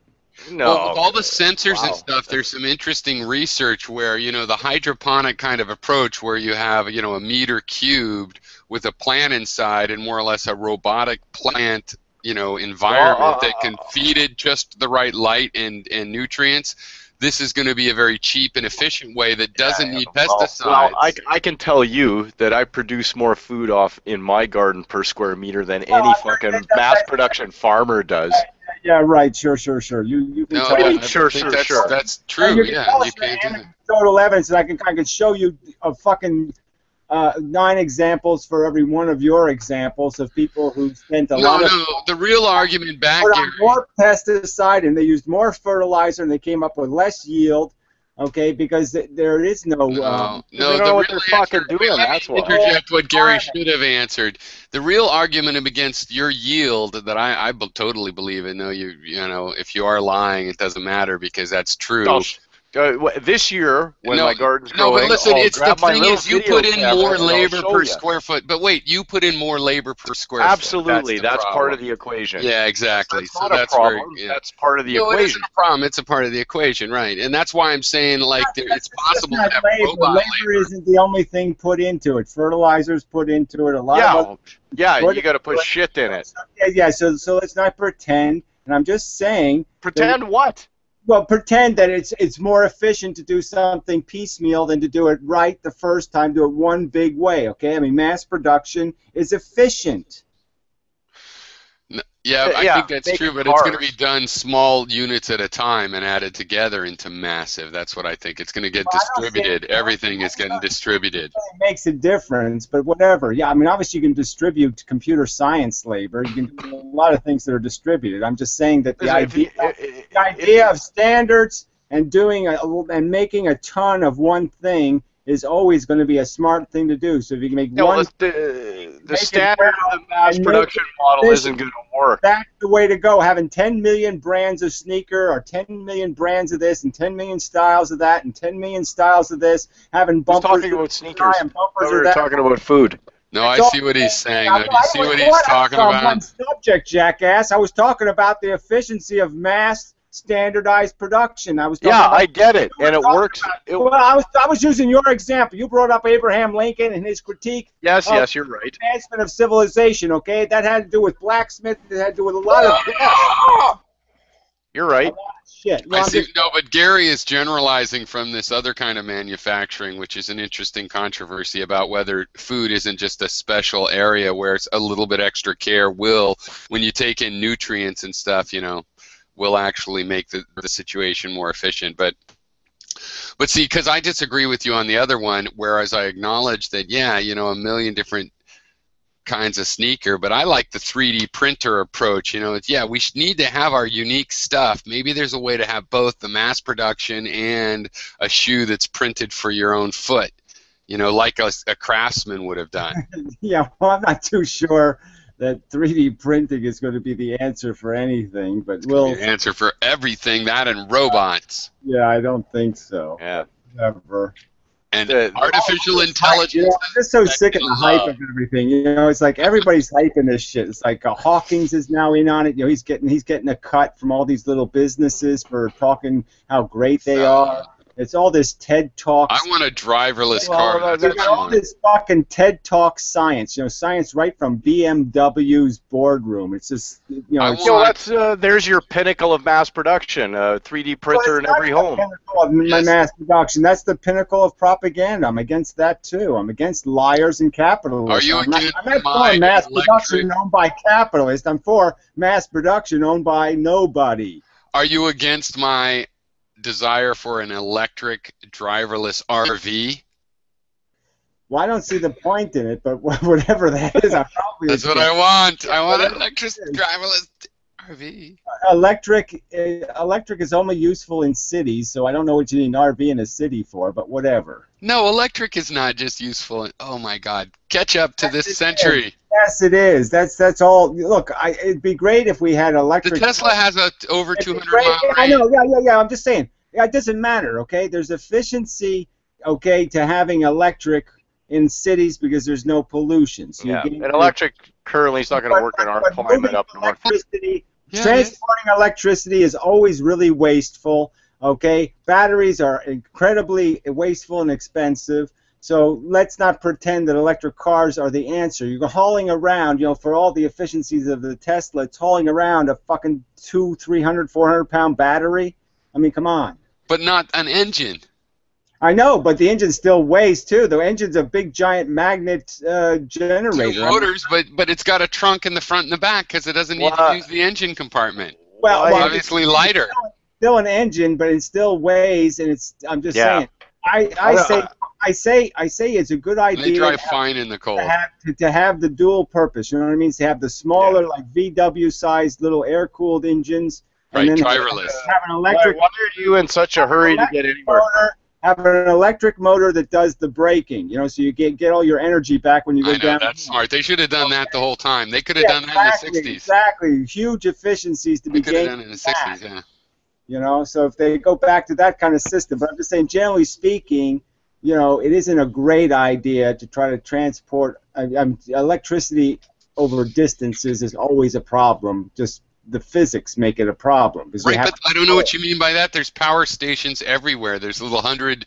I know, but just go look up how much energy you lose per mile you have to in electricity, and look. Well, I don't know why you're arguing over. Look how much electricity a battery that's got a huge capacity. Look how much it leaks. Yeah. Well, what's the difference, electric or gas? You're going to be riding a bicycle in 30 years anyway. It's a pointless argument to me. Well, I mean, in a way. Why do you say that? What do you mean? That's unfair. But wait a minute, though. There's a certain thing to recognize about how valuable this technology is, because the point is how much energy we all individually need to use is so much more reduced. You know what I'm saying? That's definitely it. And everything else we can do on so little wattage. So a lot of what we need is so efficient now that if we really maximized it, I mean, frankly, you know, we could run on 10% of what we use. Sure, Well, yeah. in People have electricity, in electricity, you get to start doing things like maybe those solar panels won't charge your whole car, but even if it helped 20%, these are huge savings overall compared to our, our addiction. This fucking Android I have, right? You know, I got it running all the time. It's 11 fucking watts. 11 watts. All right? I mean, it's fucking amazing. It's a goddamn, it's more a computer than I had 5-6 years ago, and it's fucking 11 watts. It'd make a pretty dim light bulb. Yeah, well, I'm using broken ones actually for lights. We'll sleep when it's dark. You know, the LEDs are pretty good. There's part of our energy issue anyway. The obvious one, right, is, well, what are you doing up at night anyway? Because we have electricity, so now we have a 24-hour society. I think that's a good thing for these 10-watt pads, is to point out that they actually do put off more light, like in flashlight mode, with a white screen than a 10-watt bulb. You wouldn't see shit on a 10-watt bulb. The LCD screens are... Okay, there you go, okay. Exactly my point. Yeah. But it is also a lot of energy for something that's supposed to be just like a watch. Well, yeah, I'm just saying 11 watts when you think about how much computing capacity it has. Like I said, I got my Skype running on, I got this different stuff, and it does all this shit, and it's 11 fucking watts. I mean, come on, you can't lose. Oh, I thought you were complaining that was too much, and I was trying to say that's not 11 that bad. Watts. Yeah, no, for a computer. 11 watts compared to the 400 watts my computer's sucking up. When you used to have a 486 probably at some point that heated up your room. Yeah, well, I'm just saying, So, I mean, I'm just saying it's a lot of technology for 11 watts. I'm saying it's a lot of capacity to communicate and do shit for 11 watts. 11 watts is probably less than my old phone was using when I wasn't even using it. You know what I mean? The old phone lines were always pumping 12 volts into your phone. My old phone was probably using more than this thing. Yeah. It could carry a lot more if lightning hit, though. I don't know what that. Or whatever. Your phone could carry more. Well, you never had I had a relative killed by a lightning strike through the phone line. Oh, really? That's what everybody always tries to make you about. That's one of those urban legendy things where you hear about it, but you don't really know. I've never known anybody, but I know it's true. Yeah, absolutely. I've read the stories of it. Yeah, I'd have to see the tech specs on it myself, personally, because I don't know. Well, it's just a little bit of a freak thing, because a lightning bolt enough to harm you is going to burn out that and not make it to you. But the way electricity pulses is it can burn the wire out at the same time that it makes it to you. Yes, but it still has to see you as a better ground than all the other grounds it could jump to. You know what I mean? Yeah. I mean, it's a little bit of a freak accident of where does it strike. Yeah, it's like your phone has to be right on the side. Your phone has to be on the wall right next to the line comes into the house or something. No, and the bulb for some weird reason. If the wire travels any distance to get to your phone, the lightning's going to take that. No, it's something like, it has to hit the pole that's going to your house, kind of a thing. Yeah, that's exactly what happened. Or right nearby. Really close. Really close. Yeah, in your neighborhood. I'm just saying you can't have a very long distance line going to the phone because there's just too many grounds between you and the external hookup on your phone. So if the light going to my exterior hookup, it can't go very far because it's going to ground somewhere else. It ain't going to choose me as a ground. My dad got electrocuted he was, living off grid. He had a generator, and he went out in a lightning storm to put gas in the generator. And then right as he was like a centimeter from the generator, he saw it arc over to his pinky, and he got blown back This is when he got gray hair. Like literally, he just had gray hair after it, and it threw him back. And he was kind of lucky because there's gasoline and stuff around. He never went. From then on, it's like if the generator ever went out in a storm, it's like, well, power's out. But the closest I came. but that's a common thing for that to happen because he's near an electrical appliance that has its own magnetic field. So it's stupid, actually. You have a magnetic field. Closest I came was I was fishing. I was fishing in Yellowstone Lake, and the lake got hit. Hair went up. It was already humid, right? My hair, everything just. Were you in the lake? Yeah, I was. Because I've always wondered about that. I've always heard different things about whether it was dangerous or not, and I always thought, well, it would probably be able to distribute a lot. Yeah, it has to go across the surface. I guess just because of the surface tension, there's a bunch of ions. You felt the static electricity. On the surface of the water, I think there's a bunch of ions. So you must shoot right across the surface because it went right through us. You could just feel the. You could. Like in a circle wave out from where it struck the water. Yeah. But I was surprised to learn that there's, fascinating. Literally tens of thousands of lightning strikes a day on the planet. Like I think it's even higher than that. Yeah. They count them from space. That's one of my Tesla things. That's one of those things like Piero was talking about. What we should be investing in. That's one of the things I think we should be investing in, is ways of creating the flux capacitor. Of movie fame and capturing lightning bolts because a lot of energy in lightning bolts. Wasn't Tesla talking about low orbital collectors for solar energy too? He talked about everything. He talked about. You know what? You can have energy collection from a satellite, but just because it's cutting through, crossing through the magnetic field as well. That can basically wind a clock, right? NASA did that, right? Because they were going to use that to instead of solar panels on the space station, they were going to just so they put this 5-10 mile copper wire out, with a little weight on it. Right. Yeah, but that didn't work too well. Well, it worked, but it shorted. They didn't figure out. It creates too much. They can't control it. It created so much electricity that it kind of burned out the joint. Because it was flexible. That's a really good idea, actually. Can you imagine these little satellites could just have a wire? You wouldn't even have to see them. They'd fly around. If they fell down, big deal, a wire, how much danger, and yet I think they could get a huge amount of energy because you could have a wire. These days, it'd be no big deal with ordinary industrial techniques to have a 3 or 4 mile long wire. They do that anyway from wells and shit. So, you could easily have probably a 10-mile one, and it would be interesting. It still costs you, $5 million to send it into space, though. Right. But with power stations, they're not that cheap to begin with, and there's a lot of problems. How do you get the energy back down? And if you're going to beam it and this kind of shit, so I don't know. I like some other power energy sources better. Well, have you seen the solar steam plant in Spain, where they've got the array is all pointing up at a tower, and in the tower there's a cast iron boiler. Yes, they started that in Arizona, and I don't know why they don't go with that technology instead of the photovoltaic because it's much smarter. It's just mirrors, cheap mirrors. You just reflect the heat to the water tower. You heat the water. You run the turbine. It's like a brilliant system. I don't know why they don't. You can distill water too. You could distill water that way for free if you're using it to make energy. Yeah, it's a byproduct is you get some distilled water. Well, it's not going to be much water. I hadn't heard about that, but I knew that technology. But it's pretty cool. And solar hot water is the only solar technology that has a really cheap payback. You know what I mean? I'm just saying it's the most efficient of all the solar options, and nobody's investing in it. And I'm like, why the fuck are they building all these fucking photovoltaics and putting them on houses? My dad was off grid. 50% of the value of the photovoltaic is destroyed by putting it on a roof. I mean, the roof is the stupidest place to put these damn things. Yeah, you should always have solar panels. They should be in an array.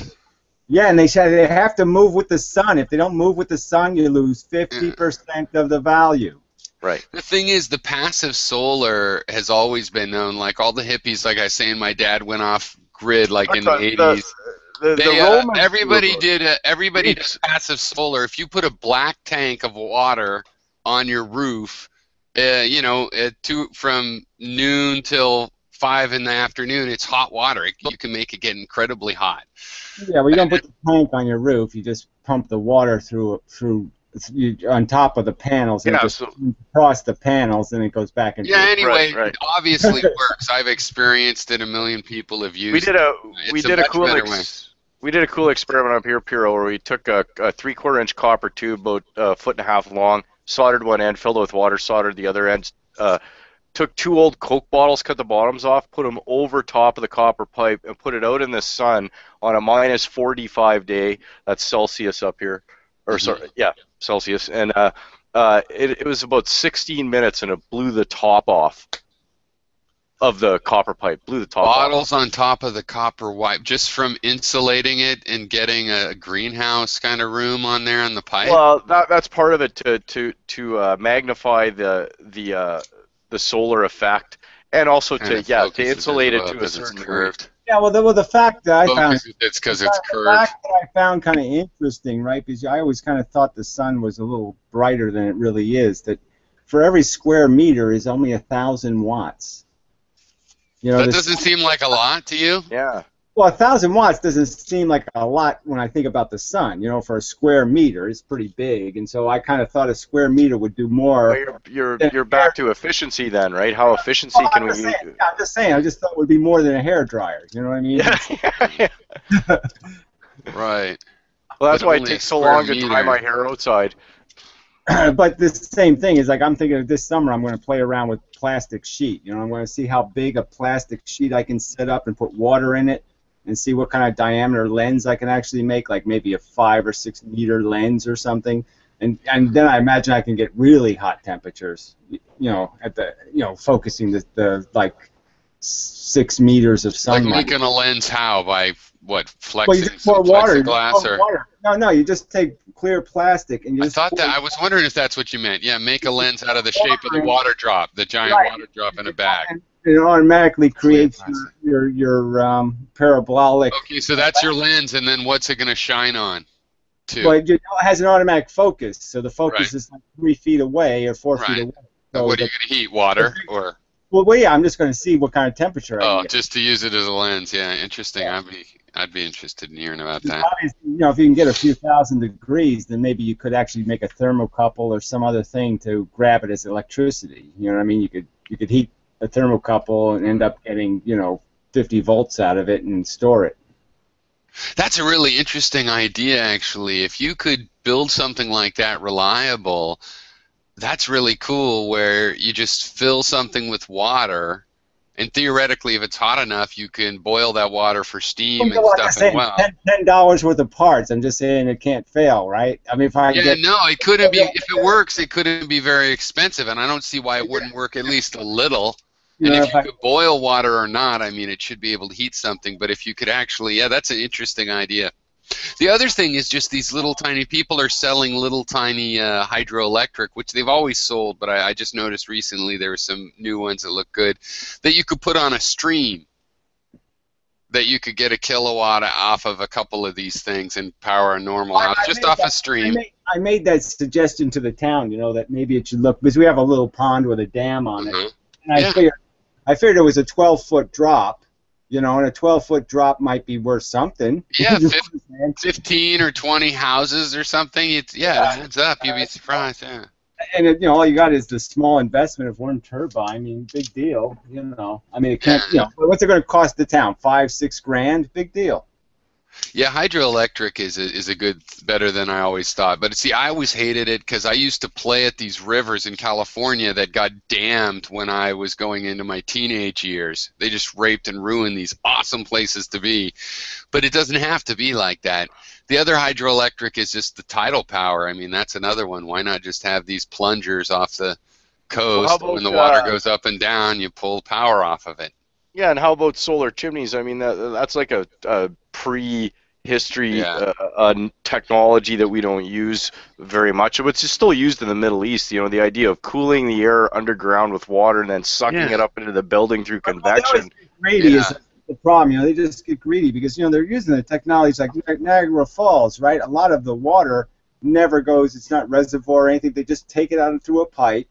and just the pipe goes down the length of the drop, and it runs a turbine at the bottom. So there's like no environmental impact whatsoever, because you're not taking all the water, you're just taking 10% of the water and putting it back in. You're not fucking the ecology much at all. You might make the water at the bottom a little bit warmer. It's a minor, toxin. A little bit warmer water. The small price to pay for megawatts you're going to get out of it. I can tell you that we got some politicians up here that are looking at California and licking their lips because we got some big rivers up here, and they're just wondering how fast they can build a pipeline. I never thought I'd see the day when they were considering piping water from northern Canada to California. Oh yeah, I would. I'm from California. That doesn't surprise me at all. It's like Chinatown. It's like Chinatown, Jack, or whatever. I wonder what the real cost of that is. But how that solar chimney or all of those ideas? That's another big one where the difference in temperature below ground or below the surface of the ocean and the temperature above it, whether it's all cold or all hot, the fact that they're different, that's all reliable energy wherever you are. Yeah. And in the ground, but especially again in the ocean, you have a very constant, predictable temperature differentiation. You have a cord 2 miles deep. You can get electricity. I think you're still better off grabbing it from gravity. You know what I mean? That thermal. Well, but the solar chimney idea is pretty good. You just build this thing. You get cold air from the cave in a convection pattern that you just design. And how much space does that take? I know, but I just don't think convection gets you the same kind of power. So I'm just. I never looked into how much those produce.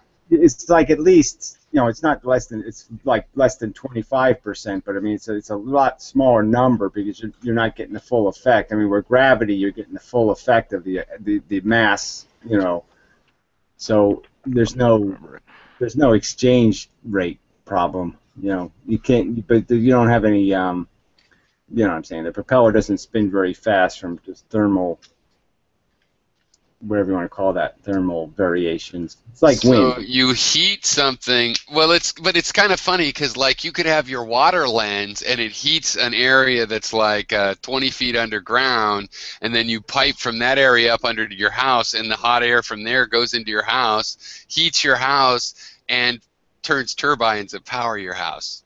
That's what you're talking about, right? I just looked up some of these designs. Yeah. Yeah. Well, it depends. They got modern ones, Max. Yeah. Yeah, it'd be even better if you could. Yeah, you heat the water at the coldest location, and then you take the turbine off the thermal. The thing is, if you have the water lens, it's also slowly getting warm, just from the proximity, and so you could have a lens that is filling up and emptying of water, right? So it's heating your water more slowly than it's heating maybe water underneath. Yeah, and the thing that blows my mind is why can't we redirect some of the energy in the school system, the millions of children that are in there that are innovative thinkers and they haven't been spoiled yet by too many years in the system, just to the ideas like this, like, oh, hey, maybe we can work on, maybe you kids can have prizes. And we could stab them with zinc and copper. Prizes. Why don't we abolish football and take all the money wasted on football and pay people for solving problems? Have prizes, name a problem, have $1 million prize for the best solution. That's the only idea of yours I didn't have before I met you that I like, I think. That's my main one, the only idea that I didn't have before I met you that I didn't know about. Paying kids for school. Paying kids to go to school. Paying kids to school. I got good grades and everything, and I always hated these rich kids that got paid for their C's, and if they got an A, they got paid even better. But I'm like, fuck you, a working class kid. I didn't get paid for good grades. But now that I've grown up and smarter, absolutely, obviously, and it's not that great the parents do it, but it would be great if the school system had these kinds of rewards for grades and passing tests. That's a good No. You got to get rid of grades and tests, and you get more into the reward thing like Gary's talking about. Well, grades are not, The fucking teachers. Grades are great. Teachers are useless. Yeah, so the grade is just how well do you do on the test. You have more than one passing grade, and you might get paid or compensated. Or I think that's bullshit. All these people who are against tests, I don't understand. You think it should just be pass-fail? You don't think tests always evaluate. I mean, I hated taking tests. I'll admit it, like everybody else. But the fucking tests were right. when I fucked up on a test, it's because I didn't know the fucking answers. I mean, Yeah, tests well, are the great. paradigm's wrong in my book. I mean, the goal should be everybody gets it 100% right. That's got to be the fucking goal. Not because The I'll goal tell you, has got to be that right has got to mean something. yeah, Right. well, of course, Right but that can't you pass because you showed up and because you tried. That's not fucking no. That's it requires a complete revamp. I mean, listen, if we're gonna revamp the school system, then let's do a complete job of it and get rid of this fucking redonkulous idea of standardized testing. And go into the thing where I don't know how the fuck you can how can you not have it? You have a bar exam for a reason. You have to have a standardized test to judge competency. They're just having that Common Core test here, and it's kind of controversial, and they let the kids opt out. And I think I'm not against it in general, but these stupid companies that have the stupid companies that have the contracts, it's all fucked up, and they don't share the data, and it's the Yoda thing. Either do or do not. There is no try. Listen, either know how to hold the hammer correctly, or you don't. When I took the SATs, I said this is a pretty fair test. I mean, it's asking me a lot of questions. I got to do different kinds of questions, and I had to take it a second time in my senior year because I just didn't do as well as I should have. And so but I said it was a fair test, and I fucked up. I mean, I just didn't know what I needed to know, and so I had to do some work and then take it again. But yeah, I mean, no, it was a pretty broad test. When I analyzed it, I said, yeah, okay, it's asking me basic things. I have to know how to do my fucking math. I have to know how to do this. I have to be able to read and comprehend, and I have to, Yeah.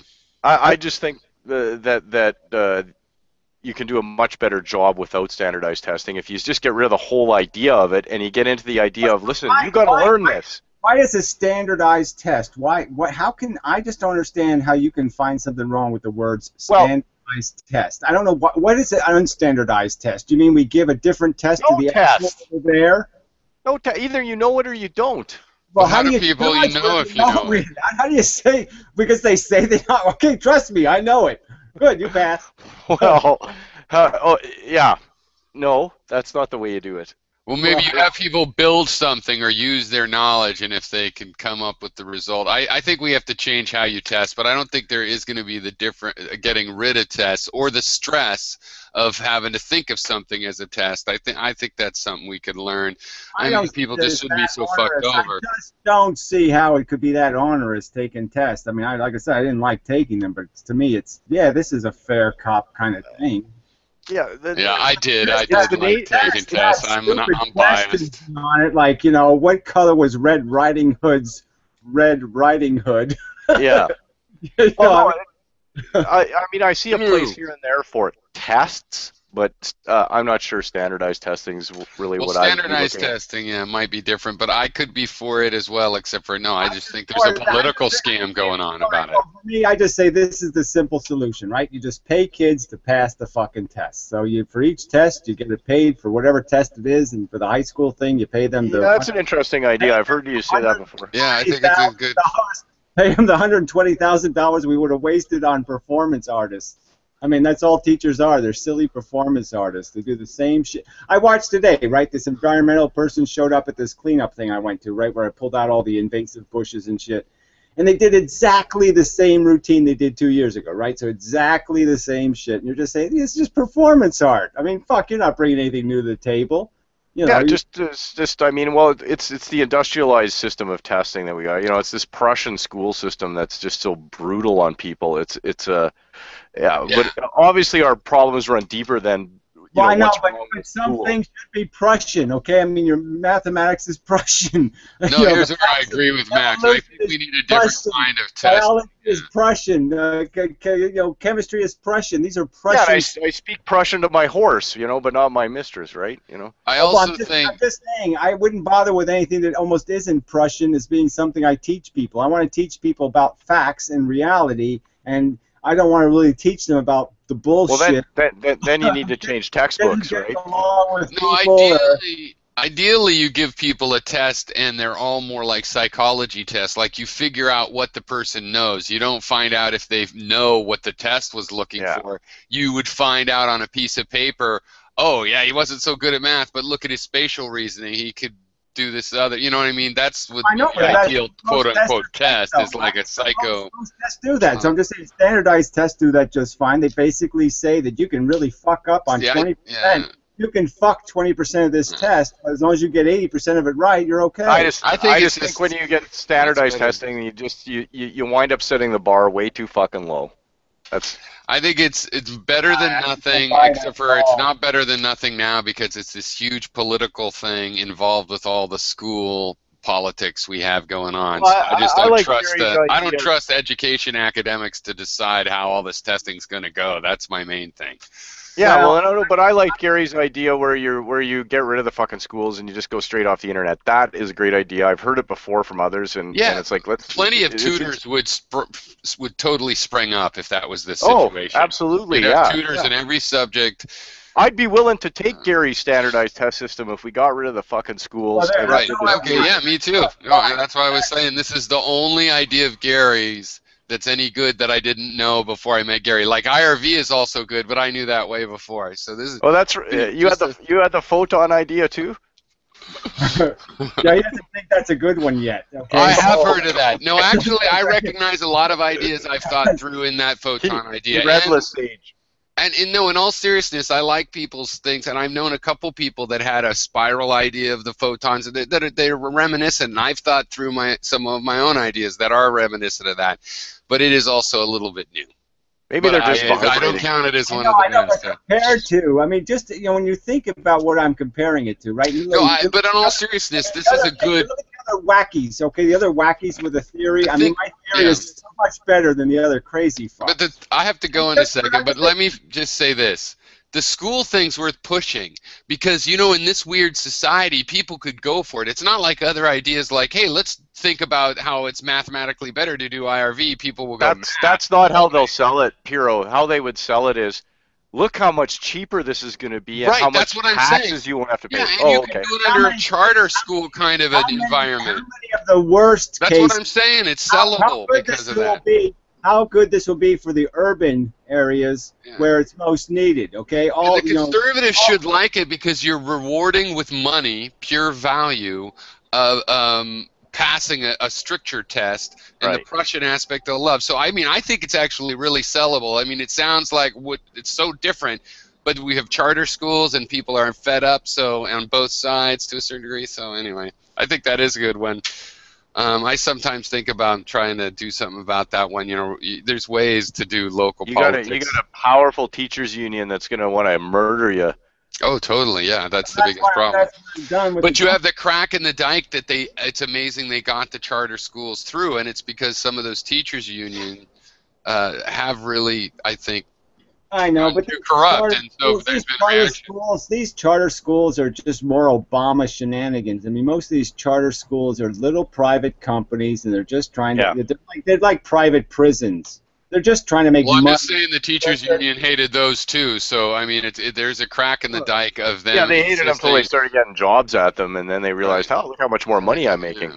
So you're right that they're probably going to hate a teacherless environment even more, except for maybe they could become tutors and make just as good a living. Well, the good probably, if ones they're any will good. become tutors. Yeah, exactly. So let's get the good Won't ones be- on our side. Obviously, they won't be able to make just as good a living for whatever there are, 4.5 million. No, just the good ones. Yeah, exactly. So that's going to be the game. It'll be like, you're not really going to want to get into teaching because you really have to be exceptional to make any money. Well, if you look who's a good tutor when you have the money to hire a tutor now, it's like a bright student from the local college in a good department in what he's tutoring. That's usually good enough to teach your 10-year-old math or whatever. Yeah, So, I mean, you don't really need a full-time professional. I know, but we almost don't Somebody need part-time. tutoring. We almost don't need tutoring because tutoring could be done just piecemeal on the internet like it is I right think so, now yeah. with the whatever academy guy. You could just break it in I a wouldn't segment. like a tutor. Yeah, I'd And rather then have the You internet. find out where your weakness is and just get Yeah, one there's only weakness, or you can just I only see one problem with the whole idea, and that's like, so I believe that they would do school much faster, and you can't have these little fuckers wandering around in the city for That's 8 hours interesting. out of the day. I'll bet they would. Yeah, I know, think but you're That's just solved by having the little fuckers be managed by their parents. So you Or have, make them go all the way through college, and they'll finish that by 18 or whatever. Just fill it up with a little bit more. Yeah, that's an interesting point. But what did Lewis Black oh, wait. say? He had a similar idea. He says, just give them a knife and they can whittle. And they can whittle and sell their crafts at the fair. well, yeah, you could do like Gandhi, right? And they could just sew blankets all day. That's right, yeah. Solution. Yeah, everybody should That was the Little Red Schoolhouse. Everybody should weave every day. Take the weaver on the bus with you and weave. Yes, So when the weave. fishing industry died here in Canada and Newfoundland, the government's idea was to train all the women to be hairdressers. So I just want to say I don't think this at all would kill educators. It would probably help revive them. We would have teachers, maybe less tutors and people that have YouTube channels that teach. I think they're archaic. The whole preservation network of the internet and computer. The whole idea that the database is getting deeper and deeper and deeper. They're like blacksmiths. They're time to go. They're done. But like today, I listened in on this hangout. There's this high school teacher, and he has a YouTube channel and now some books and whatnot. And because of that kid, there were these high school kids across the country that had asked, to be tutored. So there was like 30 of these advanced placement kids that got a special session with this internet teacher who himself is just a high school teacher at he's a good one, he's the kind you would like or whatever, or maybe hate, but he's so into it and stuff.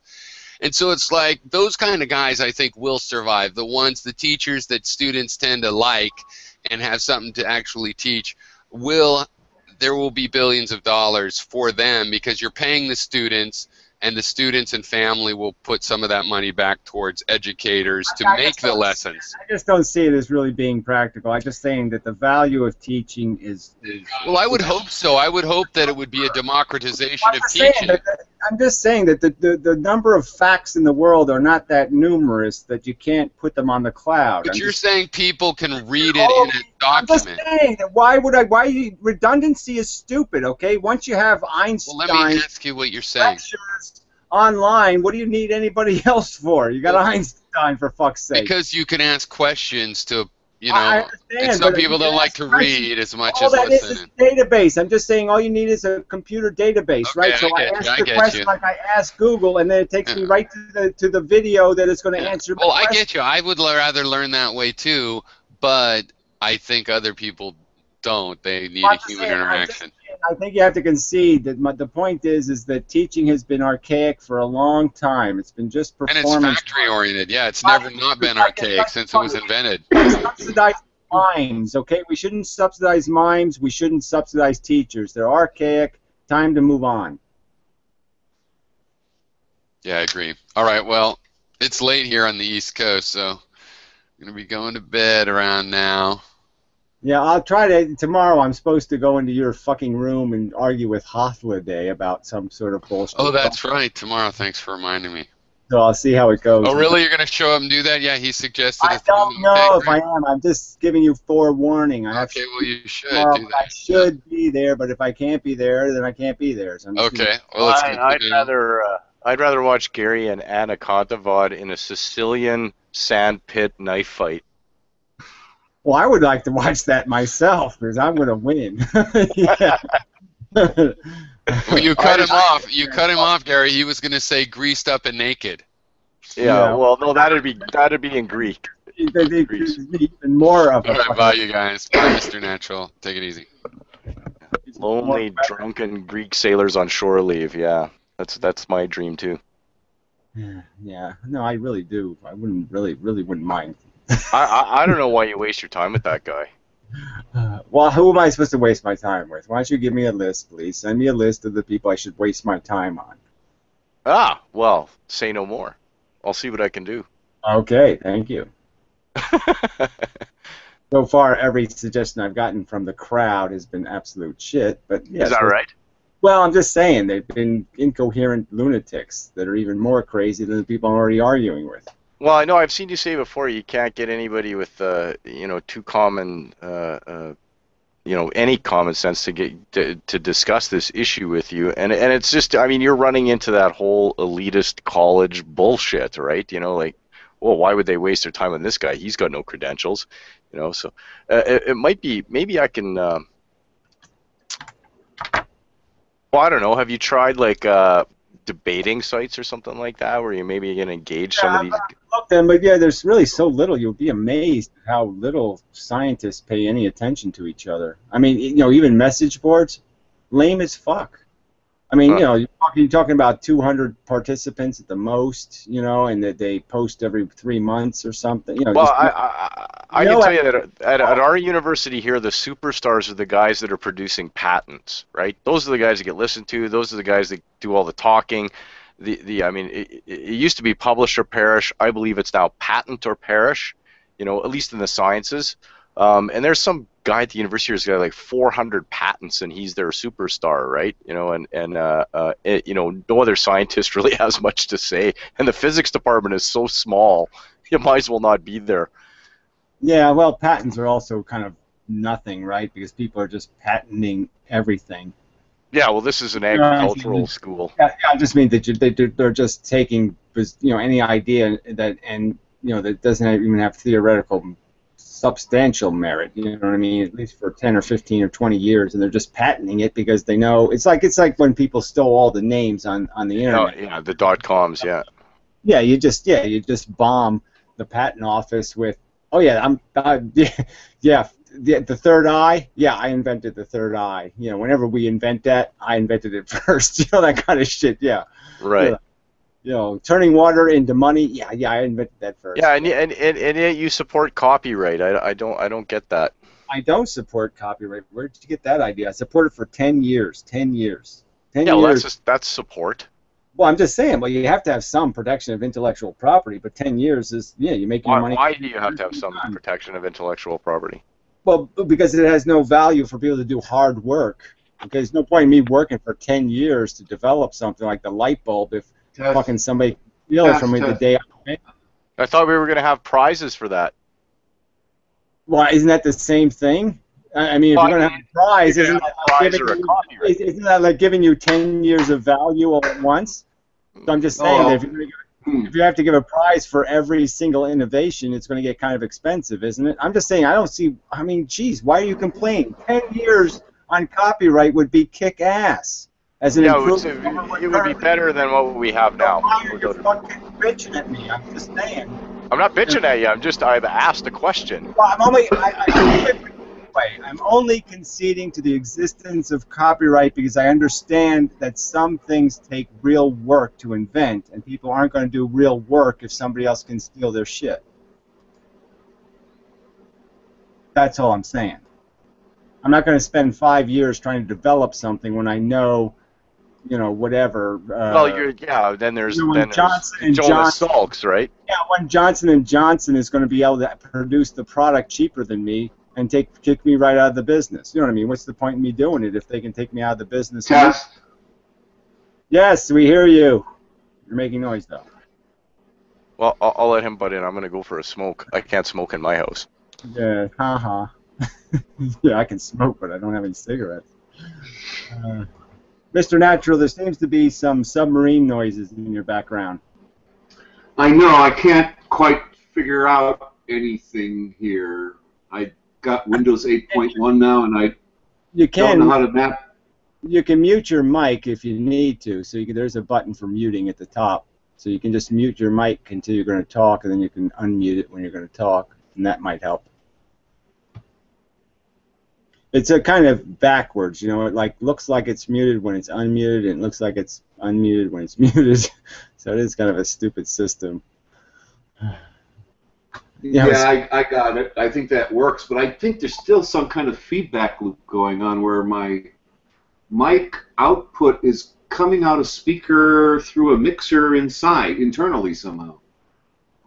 Do I sound like I'm in a cavern? Yeah, you sound a little echoey, but like I said, that, you know, I don't know, with your mic muted, it might turn off. I don't know. Yeah. Okay. Yeah. So when it's red, it's muted. When it's white, it's not. Well, at least they fixed that. It used to be really unintuitive. So it would have a line through it when it was on, and it would have a no line when it was off, which is like, yeah, that's exactly backwards, Google. You know. Well, that's computer thinking for you. Reverse Polish notation, where everything's backwards. Yeah, I mean, it's, it's cause all kinds of trouble when the ladies are going to the men's room. Hey Gary, can you hear me? Not for me. Yeah.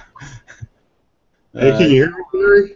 I can sort of hear you, but you're a little garbled. Okay, I'll try to straight. Are you familiar with the MGTOW movement, MGTOW? No, Men Going Their Own Way movement? I hate acronyms, and your mic is really garbly, but whatever. Okay, let me try to fix it here. The MGTOW movement, Men Going Their Own Way movement. It's a big movement. Well, it's obviously not of any interest to me. It might as well be the men with very small penis movement. Well, it is in sort of a way. It's kind of an offshoot of the men's rights movement. Well, I'm just saying, yeah. So I pretty much think they're just petty losers and whiny bitches. So are you familiar with Karen Strawn? It's like gay rednecks or something, right? I don't know. What do you want me to say? They're just like really a strange personality has to join such a movement. That's all I'm saying. How about that girl? What's her name? She's girl by something. Karen Strawn. She's on YouTube. Karen Strawn. STRAU. Who cares? I don't care. I don't do names anyway. My bad. My bad, dude. I just check it. I'm not afraid of women, okay? I mean, I know some of you sissy guys are, but yeah, women don't scare me too much. Well, they don't scare me too much either, but, I came across this MGTOW movement and didn't realize that there was such a large movement of men who decided to forego women for various reasons. And yeah, good luck to them. It's all the better for me, right? So great, fantastic. I kind of say, I mean, I'm 59. I've been getting hit on a lot more lately. I have no pity. I'm just saying, I don't have any pity. The women are not. I mean, women are impossible to understand how exactly they work, but they're really not that hard to manage. You know what I'm saying? I mean, they really. The worst they do is they'll throw a hairdryer at you now and then or something. I mean, they're just not that big a threat to your life. Well, yeah, that's true. Unless, there was a young girl, 21-year-old girl in the Cincinnati area, and her lawyer boyfriend was breaking up with her, and he happened to, I don't know why he had his gun on the table, but she shot him in the face. And then afterwards said she gave him the nose job he always wanted. Yeah, well, I mean, there's women who have cut men's penises off. So what? I mean, there's crazy people do crazy shit every fucking day. It really shouldn't surprise you. There's 400 million people in America, and every day some little percentage of those people go wacky and do silly shit, and it really shouldn't make the news. You know what I mean? What the silliest person in America did today really shouldn't be of any interest to us. We shouldn't pay any attention to what the silliest people in the world do. Have you ever had a stalker, girlfriend, ex-girlfriend? No, I've never, no. I'm just saying, all this shit that people are worried about, I'm just saying, compared to how many women are raped and can't do anything about it because they didn't collect a bunch of evidence of the crime, compared to those two things, what happens more often? Women get raped without any justice, or men get threatened by wacky women? Which one happens more often, you think? I think it's the men, Well, then you're silly. You're silly. No, I mean, I think it's like you said, rape. You're silly. It's just silly to think. If that's what you think, you're silly. Well, I am kind of silly, but I was at a strip bar last night. You really have men that you know personally. You know some men. Every woman I've met personally and heard her. Almost every one of them, without exception, okay, has a rape story. Okay, either almost raped or raped. Every one. And I haven't met one guy yet, okay, who's even come close to having his dick cut off by a woman. Not even close. Well, not literally, maybe figuratively. Well, I'm just saying, cut off by what? Because the woman says something like, get a job or quit being a drunk? Oh, gee, she was just so oppressive. She kept telling me I can't be a lazy drunk. Well, then speaking of that, that's why the prohibition came in, because the women thought that, you know, if they got rid of alcohol, that their men wouldn't be drunk. Then they'd actually get what they were supposed to get out of the deal, which was somebody responsible to take care of business so they could raise their kids without being in poverty and shit, because, yeah, their husband was a fucking useless fucking whore and drunk. There would be a better world if people, frankly, didn't drink. It'd be a better world if people didn't gamble. This is just the truth, okay? I mean, yeah, you want your freedom and all that shit, but alcohol really doesn't do the human race any good, you know? It's not a plus. It's not like, oh, we're so much better because we have alcohol. No, that's not the truth. Yeah, that's probably true. You know, I had to worry about driving home last night. I'm just saying. These are. How do you have fun without alcohol? Vices. They're called vices for a reason. You know, they're just really not great things. Okay, Gary, let me change the subject a little bit. How are you on, like, opiates? I think it's all fine when it's time to play, but I don't want somebody on opiates driving a truck that is coming the other way when I'm on the road. Yeah. Okay, so like people, well, you may not be aware, but there's a lot of people who are on pain management, and they pop, you know, 5, 6, 7, 8. Yeah, well, I'm saying I am not too thrilled with that. That's right. I don't think that's being a responsible human. I mean, being a responsible human, knowing that I'm too fucked up to do something, and you say I'm not going to do it because I'm too fucked up. That doesn't take too much brain. Yeah, but you build up tolerance, you know, and no, you build up arrogance. You don't build up tolerance. You build up arrogance that tells you I'm super cool and I can handle it and I'm better than everybody else and I am okay. And yeah, it's just a big fucking lie because you're an arrogant fuck. I'll take oxycodone and I barely get a buzz on a 10 milligram oxycodone. Well, that's probably because you've taken plenty of oxycodons then. So, but yeah, fine, whatever. Look, frankly, I'm just saying these are all things that really responsible humans already should know all this shit. We've known shit's been addictive for a long time. We know you got to be careful what you do. You know you got to do certain things, go off it. You got to, you can't take it for 6 months. You got to take it for 3 months, and then you got to go off it, and then you go back on it, and then you go off it. These are like things you automatically know about life on Earth. Is you're gonna have to. But you know different things when you're drinking. Like when you're drinking, your brain's pretty sure you drive better than when you're sober. I know, but see, once you've done that a few times and know, oh, I was full of shit, then the thing in your head that even when you're completely drunk, you still know it. You know what I mean? Sure, yeah, I don't buy that defense that I was drunk and didn't know what I was doing. You still remember reality. You remember who your mother is. You know what I'm saying? Even when you're really drunk, you still can remember things, and there's no way you can just pretend to forget that you know. Oh yeah, no, I'm all for the I lock 'em in the box. I remember me saying never again. You know, I mean, I have those moments when I'm drunk and I say, I remember I said I wasn't going to do that again. You know?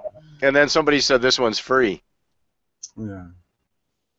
Well, I'm just saying that people make excuses for being lazy, and I'm just saying, fuck that. No, right? I agree. Let's just call it what it is. Let's just call it being lazy and being a convenientist. Let's not call it anything else. Let's just call it being an asshole, okay? People are assholes. They ought to just admit, yes, I was a fucking asshole. Instead of, pretending I couldn't help it. The asshole cosmos made me an asshole. No, your brain had asshole written in it, and you decided, yeah, let's go with that. It's easier. I am Max's overriding urge. Well, I'm just saying, I'm just sick of people blaming the universe for them being an asshole. Dude, I think we should take that right out of the law, is this whole idea that I was on barbiturates or I was on alcohol, I didn't know what I was doing. Horse shit, Just admit you were an asshole. Just admit that you were a shitty fucking crappy piece of software running. Your bad decision doesn't equate to a good defense. Yeah. I mean, it's just bullshit not to admit you just were lazy. Well, Gary, speaking of assholes, there was a case in Milwaukee about a week ago where this guy was driving and he hit a 2-year-old. And he got out of the van to assist the 2-year-old he ran over, and then somebody came over to help another person, and a third person came and shot the van driver who ran over the 2-year-old, accidentally shot. It ended up like 3 people were killed. This was in Milwaukee. I don't know if anybody else has seen it. So somebody tried to render help. Whatever. Didn't I just say these aren't real news stories and they don't mean anything? Because some aberrant, crazy shit happens, you're going to make a fucking argument that this is something meaningful to life on planet Earth, generally speaking. I mean, if one crocodile is born tomorrow with 2 heads, does that mean all the crocodiles are going to have 2 heads pretty soon and they're all going to be the attack of the 2-headed crocodiles? I mean, this is just bullshit. Human beings are assholes. Sometimes the assholes go double asshole. I don't really give a fuck. It doesn't mean anything. You know, it was a man. A man did it. You know, it was, you know, I'm against it on both sides. I don't want feminists blaming every man for the behavior of every other man or whatever. But I don't want fucking, it's just stupid to keep saying, that's the fucking poster child for the problem, and when it's not even close to being a poster child. Well, I think it's all a big cosmic joke, just a big cosmic joke, and jokes are supposed to be funny, okay? And this just it's an unfunny joke. It's a big cosmic unfunny joke, you know. And I've gotten to the point now, I'm an natalist, that I don't even condemn people killing people. I don't place any value judgments. No value judgments at all. I don't pass them immediately, so it doesn't scare me that somebody did something wacky. Well, okay, maybe it was a good whack. You know, I mean, some people do need to get whacked, but I'm just saying that generally speaking, yeah, I'm not for futile efforts.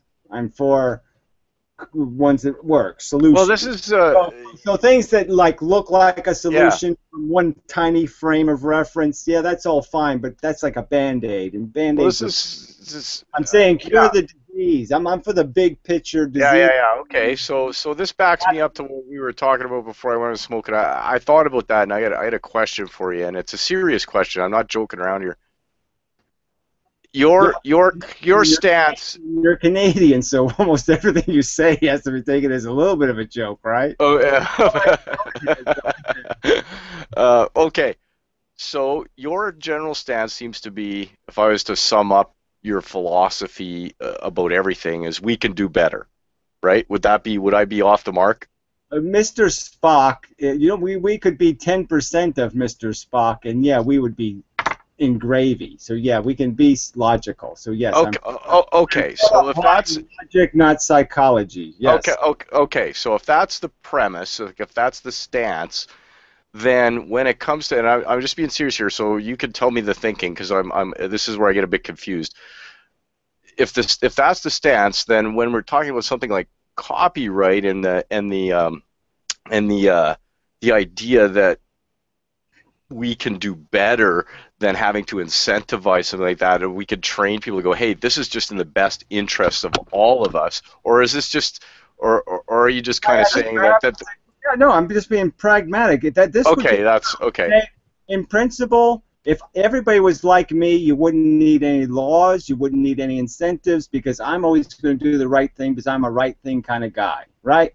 Right. If somebody calls me up and says their foot's on fire, I'm going to go over and try to put their foot out. Okay, right. It's just going to happen. All right. So that's just the way it is. I don't need incentives to do. So you have to temper. You have to temper the idea with pragmatism. The average person is still a fucking. They're much more of a monkey. See, I'm only a monkey when the girls show up. Okay. Yes, I turn into a monkey. Okay. So, but otherwise, you know, if there's no girls around, I am a pretty civil-minded individual. That's right, and we've come to expect that out of Americans. Well, I just expect that. I'm just saying that logic is all win, psychology is all lose. Okay, our psychology is a monkey psychology. Our intellect is the only thing decent or graceful about us. So yeah, let's go with the intelligent part whenever possible or practical.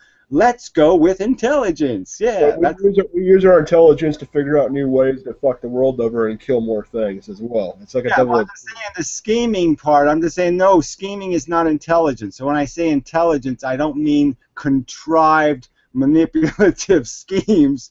I mean intelligence connected to the true answer, the best solution, that kind of intelligence. But Honest. coming up with that answer and then trusting that humanity's not going to reach the mark, right? That's the pragmatism.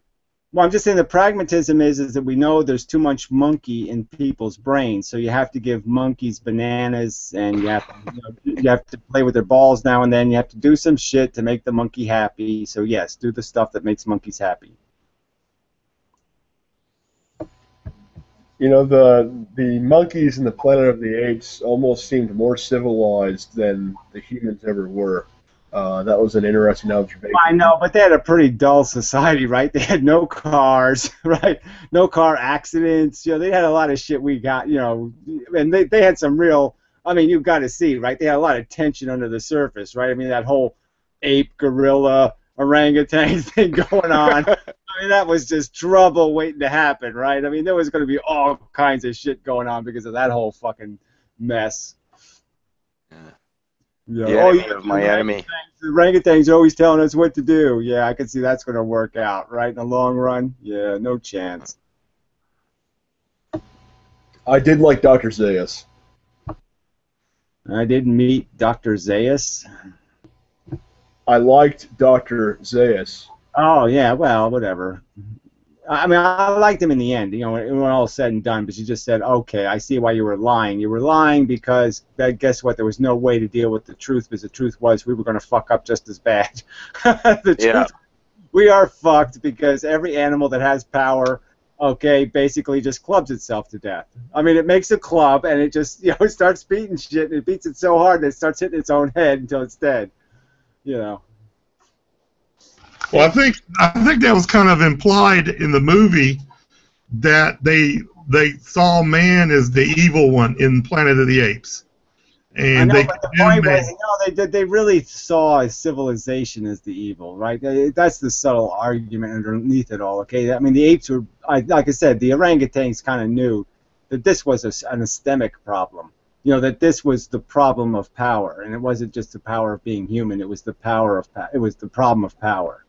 Well, speaking of that, the very beginning with Charlton Heston in the spacecraft, and he is giving a monologue about leaving Earth, and he kind of goes on about brother killing brother and all this, and he's I don't know if you recall that. You kind of resemble Charlton Heston yourself, but he has I would call it a kind of semi-antinatalist or at least pessimistic monologue in a lot of the movie.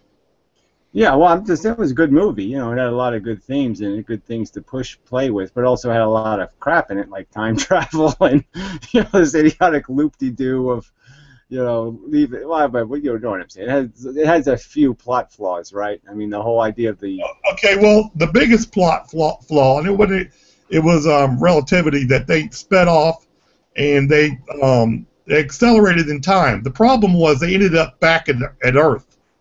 Okay, so they went off, you know, in a spacecraft at light speed, and then they came to a planet, but that planet happened to be Earth. So But that's actually possible. I mean, that's actually possible because their metabolism would slow down, so they were basically cryogenic. You know, when you go into space and you come back. Yes, that's correct. But they were going someplace, and they ended up back to where they started. They didn't know that they were on Earth till at the very end, they came across the archaeological dig, and they pulled out the baby doll. And I know, but they should have occurred to them they were back on Earth long before that. But anyway, this is really not. Yeah. Especially since they had a really hot-looking Charlton Heston got a hot-looking. He did okay, so he didn't really need the one that. What a wacky cosmic coincidence that the apes spoke English. Yeah, well, I mean, the whole thing was right. I mean, it seems like it would be obvious to you really early on, but when you're in the bushes with the other humanoids, you know that there's humans on this planet. Oh, okay. They must be home. You know, I mean, he really should have figured that out. Okay, I know that you believe that there isn't the universe is devoid of other type beings. I know that to be the case. However, I happen to think that they're probably on a lot of planets the higher beings would probably look a lot like us, for the mere fact that 2 eyes, 1 head, 2 arms, 2 legs seems to work so well. We Yeah, I seem know, to have. but four would work just as 4 eyes would work pretty damn well too. So to say that this is the only mechanism that would work well is kind of. I'm not saying it's the only mechanism. I'm saying How long have spiders been on Earth? Okay, I mean, kick-ass little machine, right? They got 8 eyes, you know. Well, I'm saying it's a mechanism that seems to repeat. He's on the phone. Since he's on the phone, I'm not really on the phone. It's bathtub guy calling me again. Well, okay, I thought it was your girl, man. Thought your girl We already was calling. covered the eating and beating off thing anyway. So. Yeah. Okay. Whatever. Whatever. I just don't. I'm just saying it's silly to speculate about I think it's silly to start speculating about what the form of life dominating some other planet would be when we've seen what dominated this planet, and it's all circumstantial depending on what else is. You know what I'm saying? Look what Tyrannosauruses dominated this planet. Okay, they had 2 eyes and all this kind of crap, but it was a fucking monster. All right, and bugs and if it wasn't for the mammals going back into the ocean, what is the king of the ocean? All right, name what's the king of the ocean? Oh, a shark. Yeah, okay, yeah, sharks are really cool, right? They're fun. No. Killer whale would probably be Killer whale. Well, I'm just saying the odds are whatever's on another planet is a real shithead. Okay, whatever's king of the other planet, it's a shithead. The T-Rex could have evolved though into Look, he could have done better than us, all right? If we gave dinosaurs bigger brains, you know what I'm saying? If they got intelligence first, then T-Rex would be doing exactly what we're doing. You'd be sitting in a room. God damn, our design sucks. We're fucking monkeys. We're assholes. Look at how we're tearing other animals apart. We got a lot of issues. We got to fix this shit. This is fun. We need longer arms. God damn it. This is what the fuck good is this shit? You know, we're up right now. We can't have this little arm shit. I can't type on the computer. Yeah, not T-Rex. Raptor is what I meant to say. But yeah, same problem though. Short arms. Yeah, I'm with you on that. Yeah. And the feet are way too big. The arms too small, feet too big. It's a real, Okay, well, I also know that you, Gary, that you hate Michio Kaku, the Japanese scientist. Yeah, I don't know. He's not really Japanese. He's not really Japanese, but he is an American. Well, but he claims he comes out with that the more likely, and I'm not sure if it was Michio Kaku who came out with it, but claims that if we did have an alien contact, it wouldn't be a biological being, but it would be robots. It would be machines that would be sent out, and then they would make more machines, and pretty soon the whole galaxy would be filled.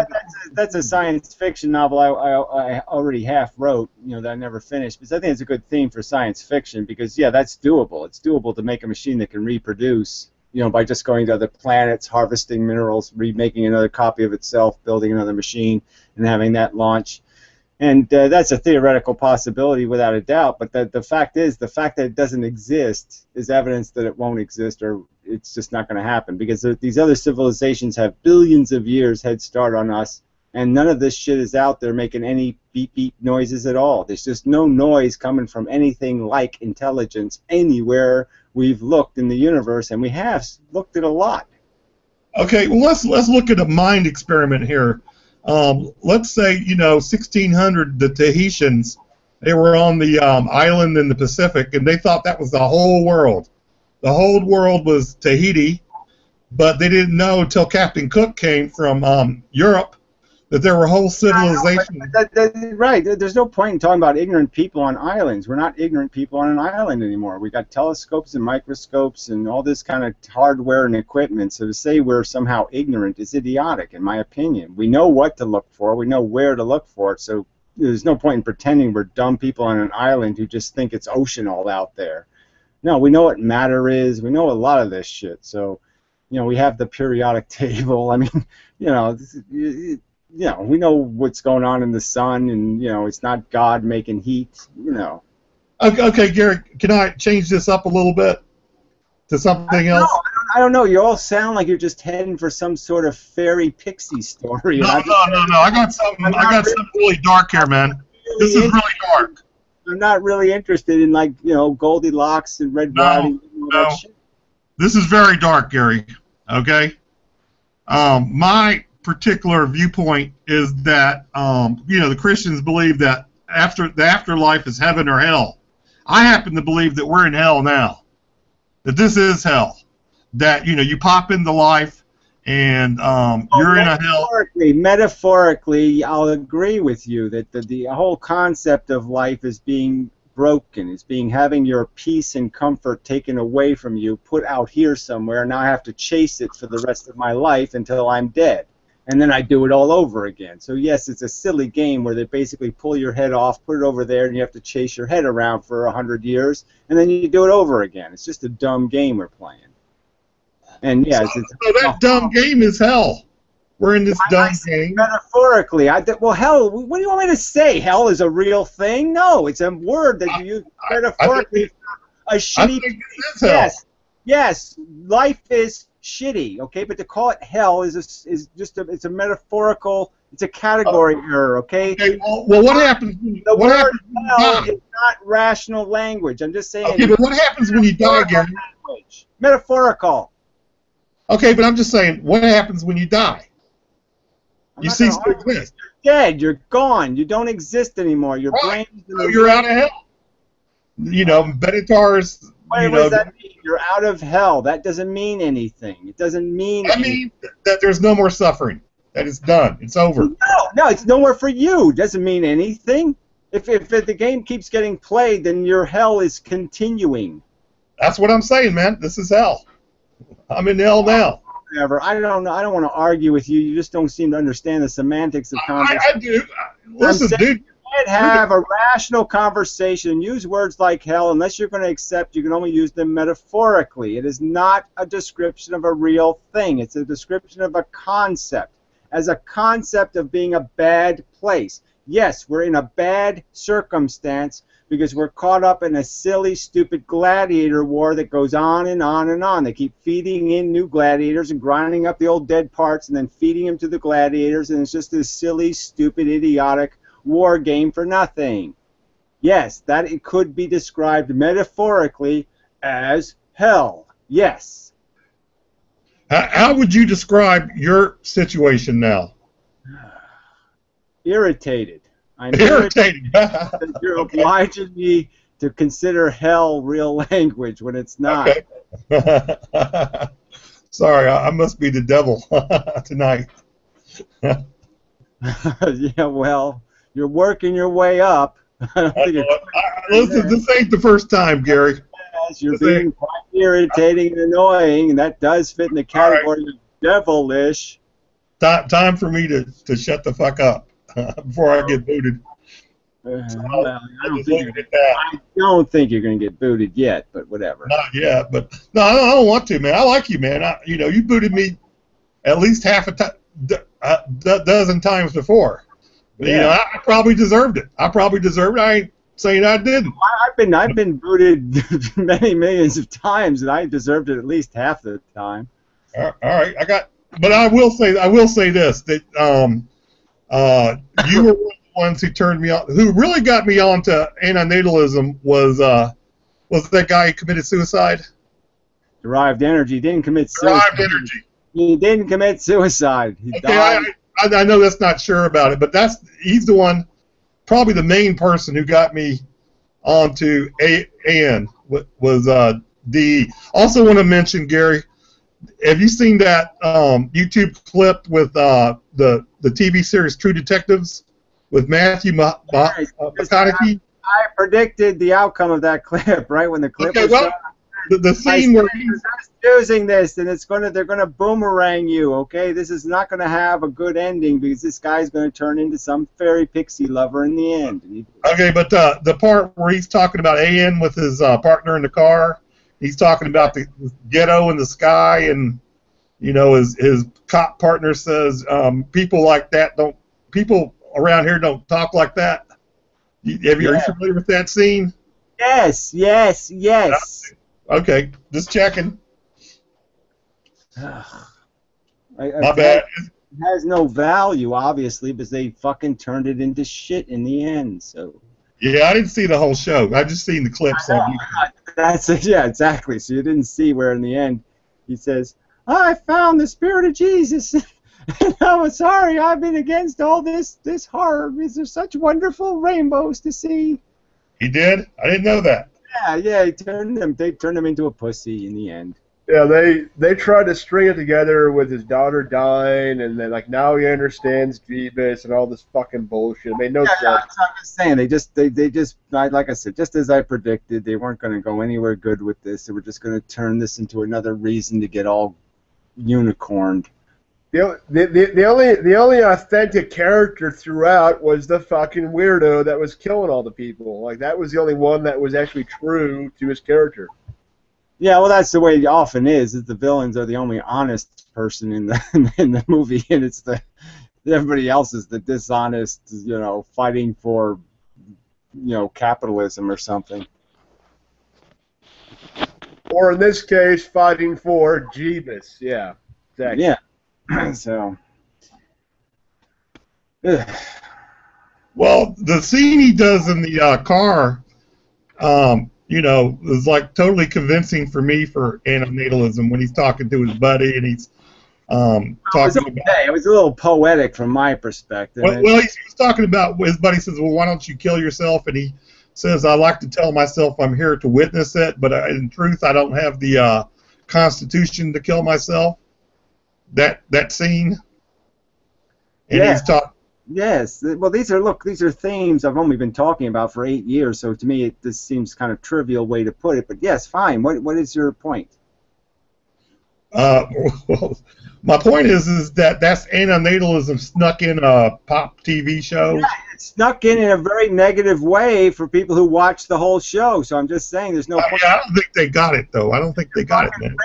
In the ass in the end, then what fucking good is it? Okay, if you rape the fucking beautiful woman in the movie, then it's all tragic and sad, right? So yeah, it's all pretty sad. Huh? Did you say Matthew McConaughey? Talking about raping the subject was. Oh, okay. My bad. My bad, man. All right. The most I've seen was they have 5 or 6 clips from the show. On YouTube. That, right, and you're just wanting to have a whole conversation about it, and you don't even know the context of the show, so I'm just saying that's I'm surprised and disappointed that I'm just trying to explain to you it wasn't the great moment in antinatalism history, okay? It really wasn't a great moment in antinatalist history. We need to have moments that are better than that, because that wasn't a great moment. That dude there in the middle, he looks like D. Who cares? Just saying, man. Samuel. Who cares? Well, Samuel looks like he looks like Derived Energy. He looks like that Harvest guy. Are you saying Samuel looks like the villain from True Detective? I'm saying that he looks like a YouTuber named Derived Energy. No, I'm Inventive Harvest.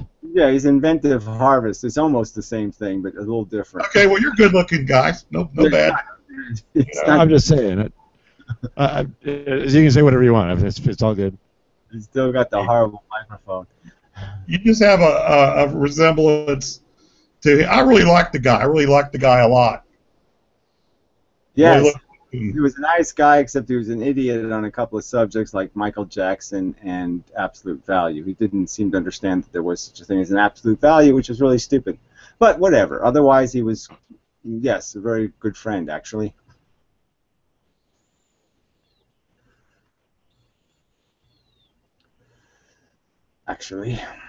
Plus, he was an English bloke. I'm trying to recall his actual name. It was a very English name. Yeah. Nathaniel. No. It was, I have it on the tip of my brain. It almost had like a movie star quality. Kirk. His first name was Kirk. Yeah. Kirk Neville. That's it. Yeah, Neville. That was a good last name. Yeah. So being English and being an antinatalist and being somewhat cool, was very attractive to me. Well, that's really interesting, but not so much. Not so much. Okay, I got another thing that's somewhat interesting. That's not so much. My old lady, my wife, it's not counting my girlfriends. She said, I don't like Gary. I said, you don't understand Gary. You don't understand him. You have to understand him. But she's not at this pay grade, man. Yeah, I'm an acquired taste, I suppose, right? You either like me or you hate me, so it's okay. Yeah, like liver. Exactly. Yeah. yeah, like liver. yeah. When I was working in the lab, this doctor in the pathology lab, he fried up some liver for some medical student, and this was in the post room. Put some onions in it. It was actual real liver, not human liver, but he was trying to gross them out as a joke, kind of a sick joke. Yeah, well, I guess pathology is kind of got to have a little bit of humor in there now and then. The rest of it's kind of just bloody and gutty. So yeah, it is, man, and very depressing. I don't know how people, pathologists do it, or even morticians. I couldn't do it. Working with the dead day after day after day. Yeah, well, I wouldn't want to work with the sick even more. So I'd rather work with the dead than the sick. So. Give me the dead any day. Yeah. Well, in the sense that the dead I wouldn't have any problem, if not cutting them up. But yeah, you're right. They don't give you any lip. They're not sitting there suffering and stuff. I mean, all that suffering shit would get me down. I couldn't watch people suffer every day. The Milgram experiment proved you'll do whatever the fucking boss tells you. Well, yeah. I don't think I will. Well, most people would. I'm just saying. You just were saying I will, and I don't think so. No, I think there's a certain amount that wouldn't. Yeah, they did. Did you see the new Milgram experiment they did? I don't really care, but no. Oh well, can I actually see it somewhere? I'd like to just see it instead of having Yeah, you could. I mean, just Google it, right? You'll come up with the current version of it. It was a larger. Stupid. That's all I'm saying. It's probably stupid because they probably have a bunch of people just play acting. No, it was. I think it was quite fascinating. It was a larger test group, and they explained the results. I mean, the results were similar, but the reason for the results, like they went a little deeper into it. So, like for instance, the people who wouldn't push the button tended to be the people who didn't do very well in school because obviously those people had a problem with authority. So yeah, you'd figure the smarter ones, quote unquote, would be the ones not to push the button. Turns out that that's not, but everything's relative, right? Hierarchy tests are always kind of messy, you know what I'm saying? Because you always got psychology going in, and it's no way you can have really a good control. It was a standardized test. Hard to have a controlled experiment. Yeah, but it was fast. Standardized doesn't mean anything if there's. I was kidding. I was just throwing. I know. I'm just explaining in context. Just because you said it, I have to respond to it. So I'm just saying that standard requires there to be standards to the acquisition of knowledge. Yes. Also. So if you're going to have an inconsistency, then standards don't mean anything. Right. So inventive harvest guy, you got anything on your mind?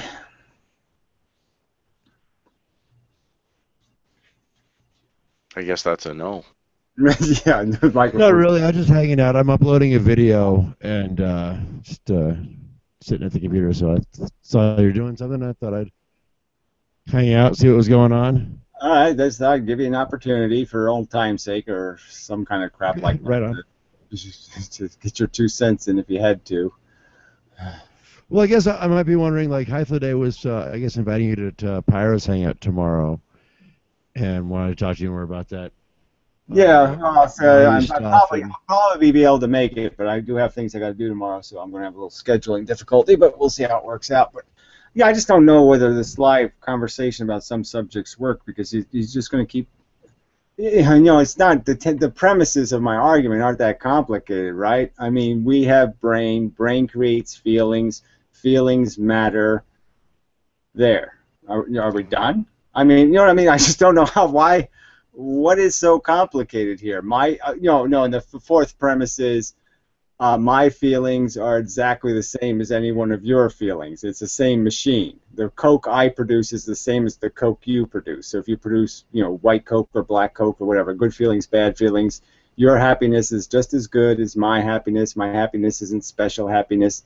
Your sadness or pain isn't worse than mine. It's the same sad, whatever, sad, distressed, horrified, terrified, afraid. These are all things you feel. I feel them. The feelings themselves are the same. So why should I be a bigot and say somehow my sensations are important? Your sensations, because I'm a subjectivist, don't mean anything to me if I don't like you. I mean, that's just bullshit. Whether I like you or not is irrelevant.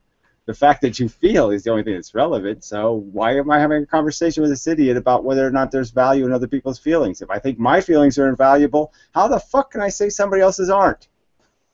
You guys have had this conversation for quite a while now, so I don't think anything is going to change tomorrow, right? I don't know. Hathaway's moved up to visual aids now. I'm interested to see what kind of cupcake he's going to bring to the game tomorrow. Yeah, well, you should have one that's got frosting on it at least, and some, Yeah, I think that was a muffin, not really. Yeah. I'm just not too hopeful of anything, useful happening. But who knows? We'll see what happens. I'd rather do the physics thing, but I'll take whatever I can get. I'd rather you did that too. That fascinates the shit out of me. Yeah, I have to open a room just for that purpose once a week or something. Just do science conversations because. I'm still working on this elusive Gannon professor. I will track him down, but just to advance the idea. This week I just looked at all the other wacky theories of gravity. Just a YouTube search on gravity theory. And it was just so funny because people have these. It's just so funny because I'm just saying, oh, I'm just like one of these wacky guys, with a theory, but their theories all suck. It's just so funny how bad they suck. I mean, their theory doesn't explain. It's like they're using gravity to explain their theory of gravity, and you're just like, hey, fuckhead, you can't have gravity if you're supposed to be explaining gravity. You can't explain it by having gravity move the gravity. You fucking idiot. Gravity can't make the gravity happen. Oh, it's just funny. Yeah, well, everyone's a poet, right? I don't know what that means, but yeah. It means everybody thinks they know. Okay, well, yeah, everybody thinks they know and they don't know shit.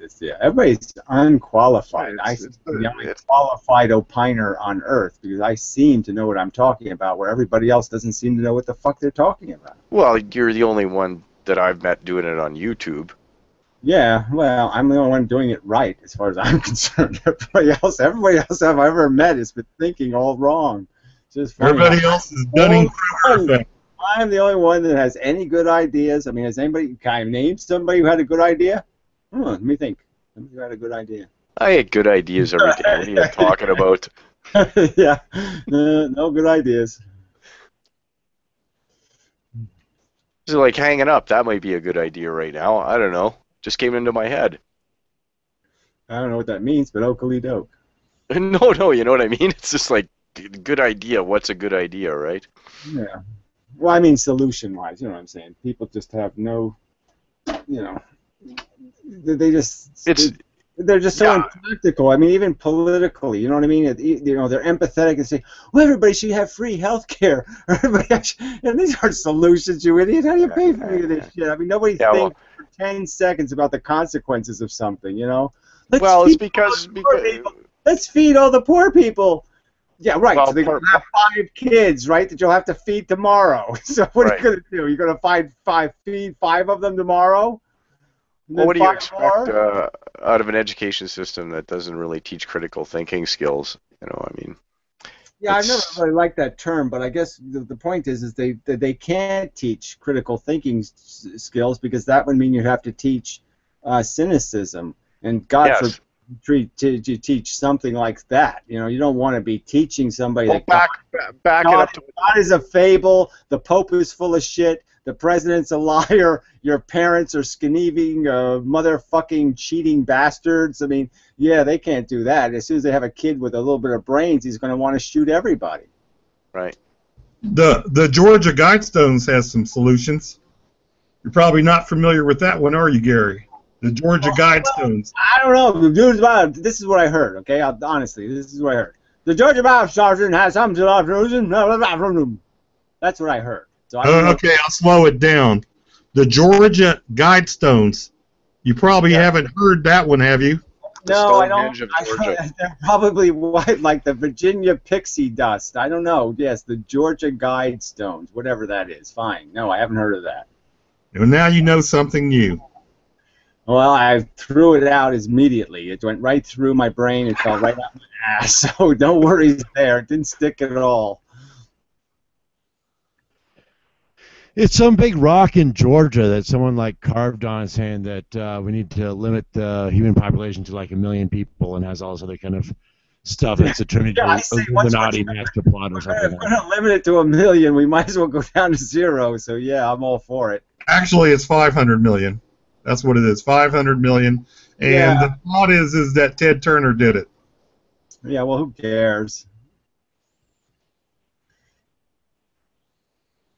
Ted Turner, obviously, probably. I mean, he's invested in the. He owns like more land than any other rich fuck on earth or something. I mean, he apparently owns property everywhere. All the non-taxable property. He owns a bunch of tree farms and dirt farms and rock farms, pond farms.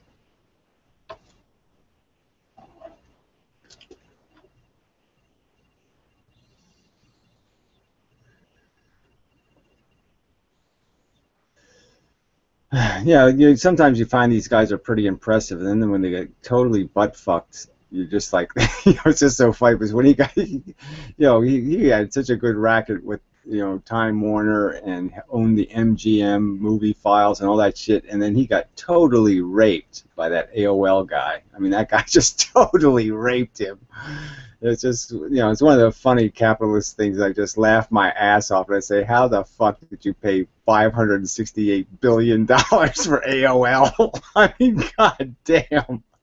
I could have told you it wasn't worth $500. I mean, dial-up internet? I mean, fuck, you couldn't figure out that wasn't going to work anymore?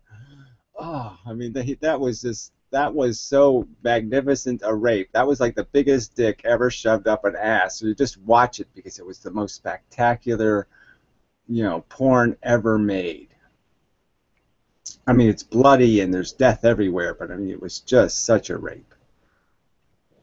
Yeah, that creative destruction is one of the good things about the market. There's good things about it and bad things about it, but the fact that bad ideas just get crushed. You're just saying that, right? This guy is supposed to. You think these guys are smart, right? I mean, Ted Turner. Everybody thinks, oh, what a smart businessman! Look what he's done. He took a stupid baseball team and made it into an empire, and blah blah blah blah blah. And you're saying, and this was just such evidence that he doesn't know what the fuck he's doing, because nobody who knew anything about anything could have made that tragic a mistake. It was just such a stupid mistake. It's like.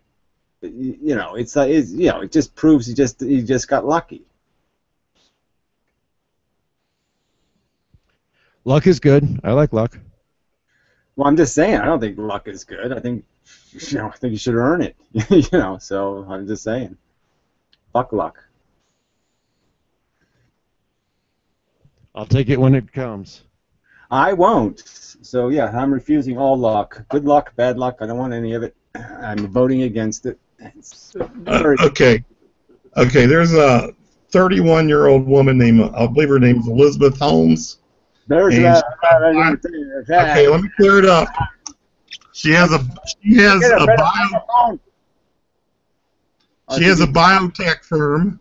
Could you move your microphone a little bit further away from your mouth? Okay. Right here. Okay.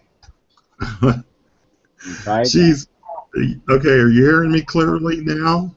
It's a little better. That's right. Talk like that. You're winning All now. right. 31 years old, Elizabeth Holmes, I believe her name is. She's a billionaire, but I don't think she's really sold anything yet. She's got a biotech firm selling. The idea is they're going to have some blood test that's going to be done in Walgreens. So you can walk in Walgreens and you'll just get your own blood test. It doesn't even use a needle. And this woman's a really hot-looking blonde, but she looks like she's got a man in her. I don't know if anybody's seen her. Has anybody else seen her, Elizabeth Holmes? I think you're being irrelevant, so we just get to your. Yeah, but well, the point is that I don't think she earned it. She hasn't sold anything yet. But she's good. Nobody, most of the people haven't earned it, so that's a stupid thing to say anyway. You think the Google guys, right? One of their wives owns one of the biggest biotech companies in the United States. Did she earn it? No, her husband bought it for her. So what the fuck? Who cares? Well, you got a point there. Most capitalists didn't earn anything. You know, most CEOs never earned anything. It's all who you know. It's not what you know. Okay, well, 31 years old. She's got $1 billion. You're just going on about this. Okay, I'll let it go. I hate anecdotal evidences of things. I like things on bigger picture with lots of players in them, not just anecdotal evidences and things. So I really don't want to rag on some. I don't want to just rag on some dumb woman. Okay, I have lots of dumb men to rag on too, who didn't earn it. Did Steve Forbes earn it? Is Steve Forbes like a brilliant guy? Really got no. Okay, let's change it up here then. Let's change it up. You know, everybody thinks that the elitists, you know, are such dicks, but I think that any of us who gets $1 billion will be just like them. I think if you can say you don't have character, but I know I do have character. Okay, so the day I get $1 billion is the day the world improves. All the pussy you can get, Gary. My wallet doesn't get fatter; the world gets better. Okay, because I'm going to invest like Edison or somebody else. I'm going to invest what I believe in, which is progress and solutions and all that shit. So, give me $10 million. Give me $1 billion, and I'm not going to piss it away because I know what it's made out of. Some people know what money's made out of. I know that money is made out of people's labor. That every single value of every single dollar, the real value of it is the labor that made the value. It's labor, labor, labor. People's blood, sweat, and tears. Time away from their family. In risky circumstances. My father paid a price for his employment. He spent 2 years in a hospital because he got boiled in 800-degree acid, and had to have skin grafts all over his body. That was the price he paid for his employment. That's the value of money. The value of money is people have to go into risky circumstances. They have to do hard-ass shit work. They have to break their back doing it, and that's the reality. That's what money's worth, and I know that, and knowing that means I can never waste it.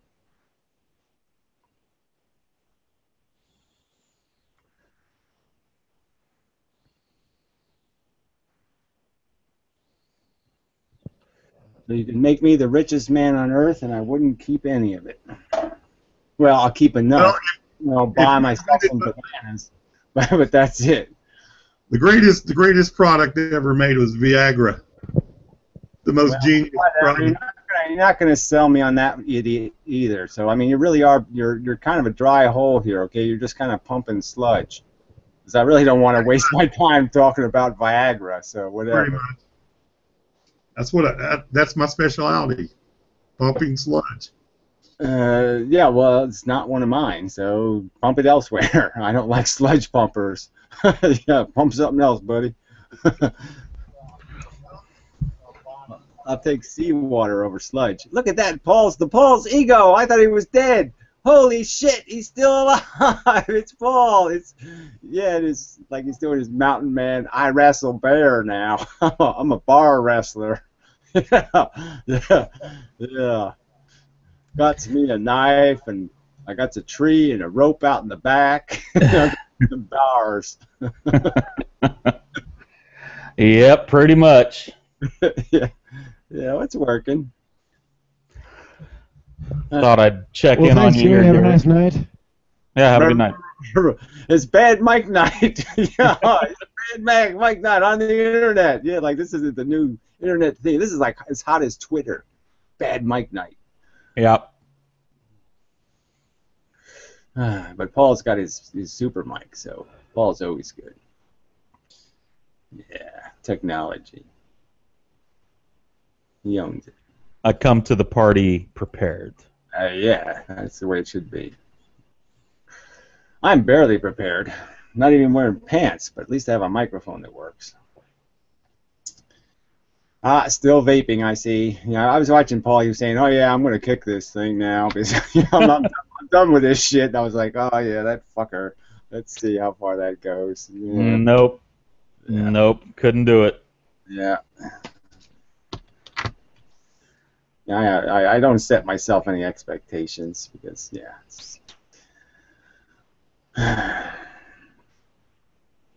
you can only hope, but you can't do it out loud. Right.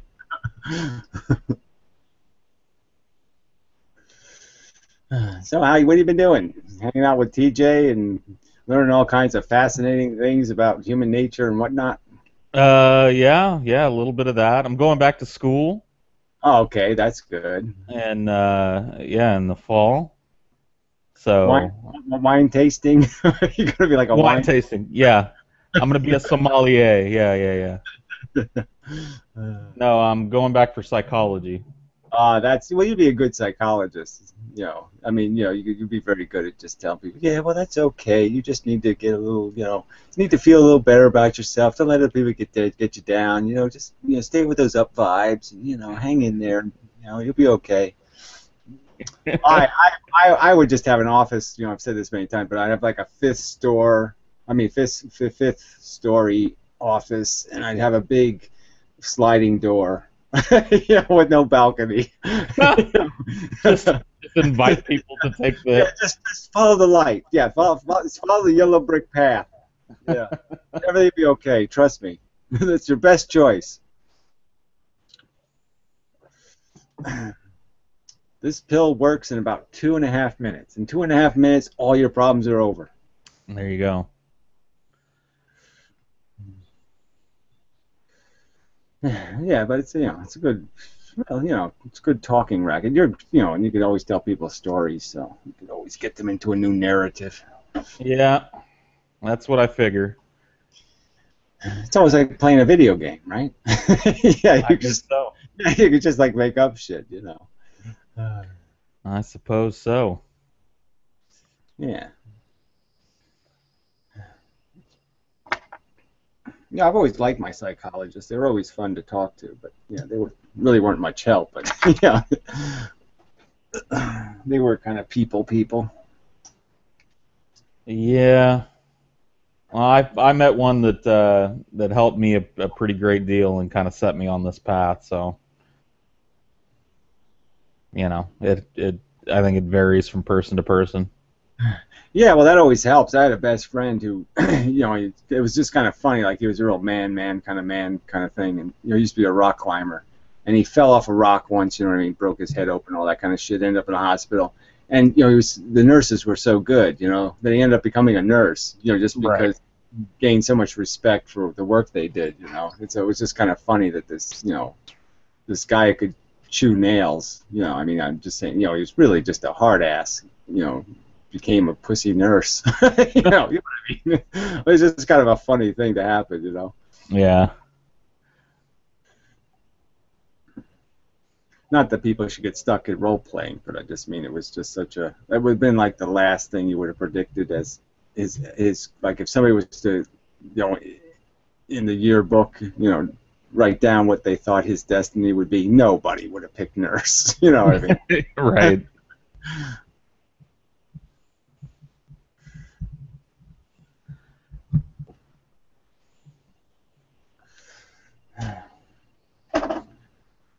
So, let's see what else is news. So, what are you figuring? 2 years of college or something like that? No. I'm looking at 4 years for a bachelor's. Yeah, so it's like night school? No, I'm quitting my job. Oh, okay. I'm quitting my job and taking out student loans and doing the dumb thing. Cool. Yeah, another train wreck to watch. Yeah. Yeah, great. More fun for me. Watch the bottom fall out of Paul's life. It's really the way to go, right? Because everybody's in the same boat, right? So they can't sink all the boats, right? So you just figure they'll have to have an answer for this eventually, right? So I They'll won't. pass. Yeah, they'll pass on me. Yeah, they'll have to be a solution. So you figure might as well be like everybody else. I mean, I might as well get a student loan just for the fun of it, right? Yeah, I'll just get one just for the hell of it, just so I have like I'm like everybody else then. Yeah. Yeah. Well, that's really bold. So very good, excellent. I like people doing something insanely reckless. Insanely reckless and irresponsible. Well, it's sort of responsible if it works out, right? So right. Yeah. So I it's good intentioned. Crazy but good intentioned. Mm-hmm.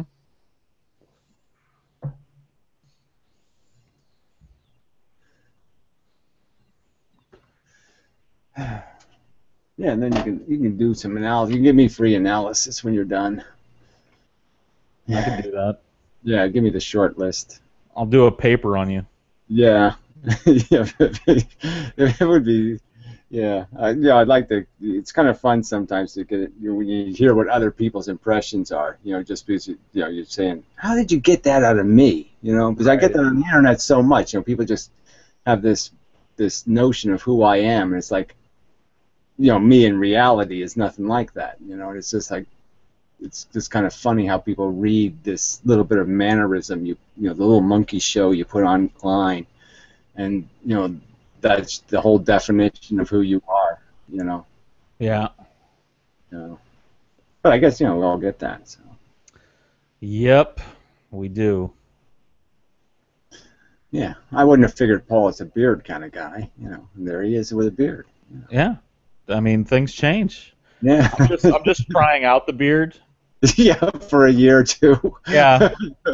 I figure, if there's ever going to be a chance for me to feel like, Mr. Natural over there, then you got to grow into it. I guess that's the plan, right? Yeah. Yeah. Once you, for a while, you just kind of say, yeah, well, now I've grown into this, so yeah, I can ride this for a while. Yeah. Yeah, I think like that too. Like I always thought I could never go bald or something. Like I would it's just to be too radical for me. But then I say, now I'm so much more comfortable with the idea. Like you get to a certain point where you just, you think all your life something was valuable, and then, all of a sudden it's like, what the fuck? What was I thinking? Was it out of my mind? It's shit. It's useless crap. Why am I worried about that? There's so much bigger things to worry about. Right.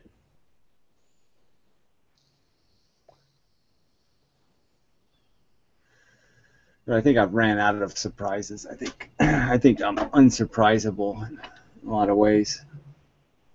In terms of psychological possibilities, you know what I mean? It's like I think I've seen this game do all the whatever wacky shit's gonna pop out. You know what I mean? So now it's just like playing the levels, and you already know what's. Yeah, I already know what it's the same kind of something bad jumps out behind the tree, and then there's 7 of those things, and they come, and then they try to get you to fall in the hole, but I won't fall for that, and you just, you got to figure it out.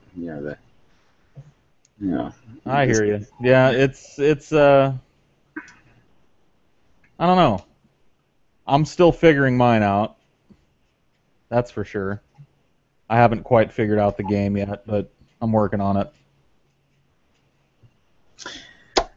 Yeah, I'd like to say I am, but I just really I'm not. I have projects, you know what I mean? It's like I'm invested in little projects. I have my physics project, and I do a little this, and I argue for that, and I do a few things that I think are socially responsible and this and that, but I'm just so underinvested in the whole idea of like, oh, I got a plan for a month ahead. Yeah, no, I'm not. A month? No way. I won't be here in a month. Right. It's I really, I'm just totally uninvested in any. It's like I couldn't get any passion to like plant fruit trees or something.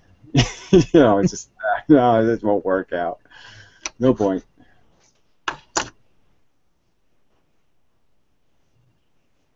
So, trying to think of an interesting Paul's ego subject, but I still every now and then I still think that maybe he'll do another episode of the skooma addict thing, but Yeah, I'm kind of done with that game, I think. Yeah, all used up. Yep. Did have limited potential.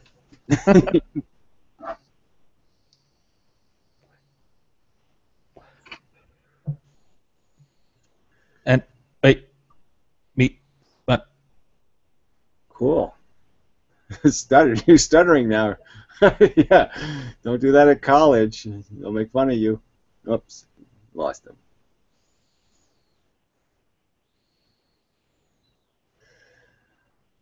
So anyway.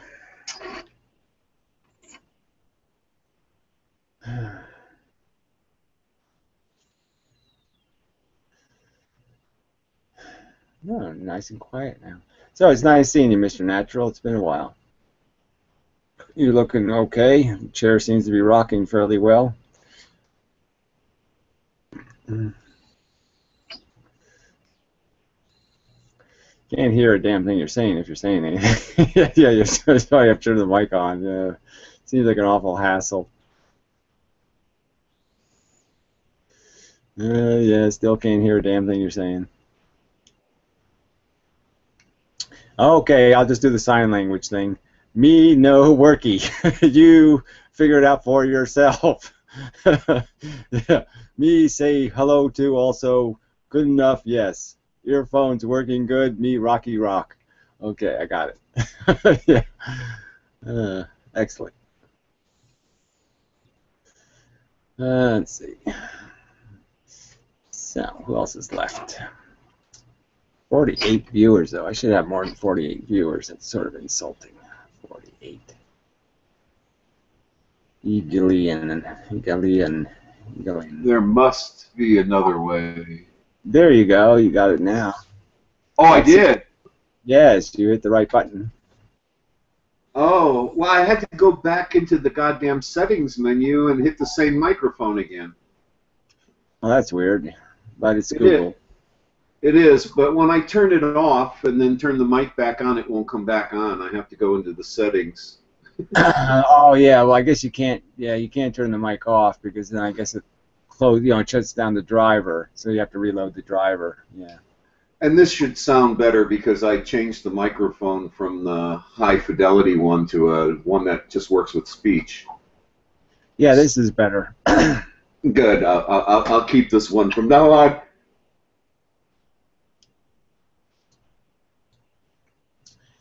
Ooh, now my computer froze. There we go. It's better now. This thing's still a little too complex for me to figure out. Too many buttons. Yeah, well, the whole technology thing, it's, everything runs a little buggy lately. I don't know what it is, but there's something going on. The whole internet seems buggy. Because no matter what computer I'm on, it still have some sort of bug, It's kind of weird that I think the browsers are working too hard or something. Could just be a Firefox thing, because Firefox is a memory hog. So I just think it's, Well, that's true. I'm in Firefox right now. I think it works better with Google. I mean, with Chrome. Doesn't it work better with Chrome? Yeah, well, I won't use Chrome, just because I'm anti-Google. But you would think that it has to work better with Chrome since it's both Google products, you know what I mean? So, it obviously should work better. But, yeah, it's just that, Chrome, generally speaking, they fixed, the Mozilla the footprint, so it's not quite as big a memory hog on Chrome as it is on Firefox. Firefox still stores all the pages in hard memory, and really, unless you got 6 gigs of memory or something, it's just, it's a hog.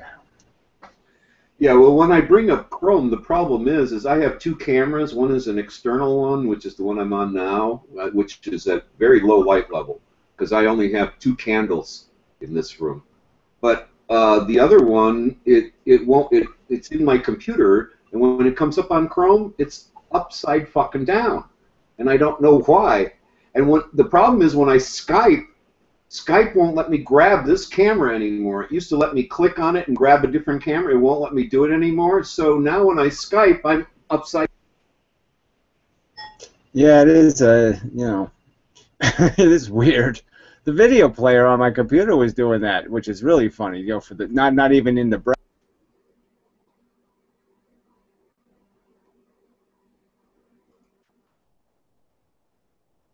now this guy's fucking around again. We got this guy in here screwing around with things. He just turned off your mic, Mendham, and in my browser somehow. Yeah, well, I'm okay now. Yeah, I don't know who did that. What? Val, you had your chance to sit at the bar and have your sitting around the cocktail, conversation with Gary. Now it's time for the big boys to have some talks, okay? Yeah, well, people are weird. Well, people are, drunk. Yeah, people are drunk and stupid. Especially at night. That's true. It's like 1 o'clock in the morning here. Oh, I'm being called out as a pseudoscientist. Wow, cool.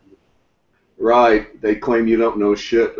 Yeah, Wow. professional physics. I don't know professional physics. Wow. Wow, he's a real physicist. Ooh. Yeah. Well, Yeah, if I asked the real physicist what shit yeah, was made of, he probably couldn't tell us. Yeah, why'd you tell me the real physicist explanation for how the nothing in space is doing something? How does the nothing make the something do something?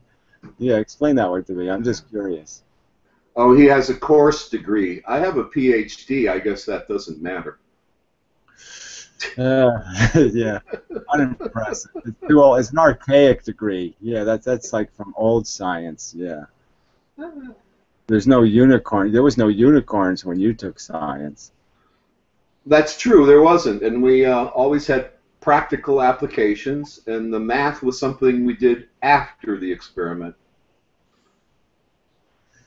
Yeah, well, the math is kind of funny. I don't know whether you noticed this, so I'll talk a little bit about something a little obscure since nobody's in the room paying attention anyway. But, I was looking in on this one slit experiment just because there is diffraction with a single slit, right? And it's Right. 1/8 is intense. So it's the same diffraction pattern, it's just 1/8 is intense, right?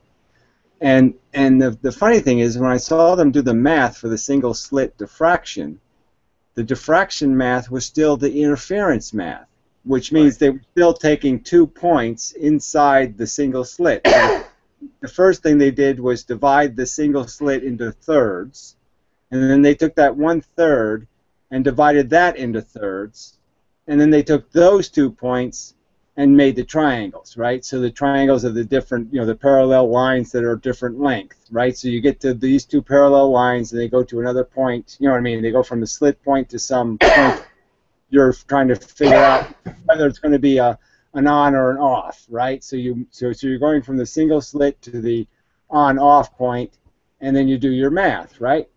Well, it seems like, wow, isn't that a setup, right? Because it's completely arbitrary that they chose 1/3, completely arbitrary that they chose 1/3 of 1/3, right? A second dividing into 3, and here they are taking 2 points as if there was 2 waves.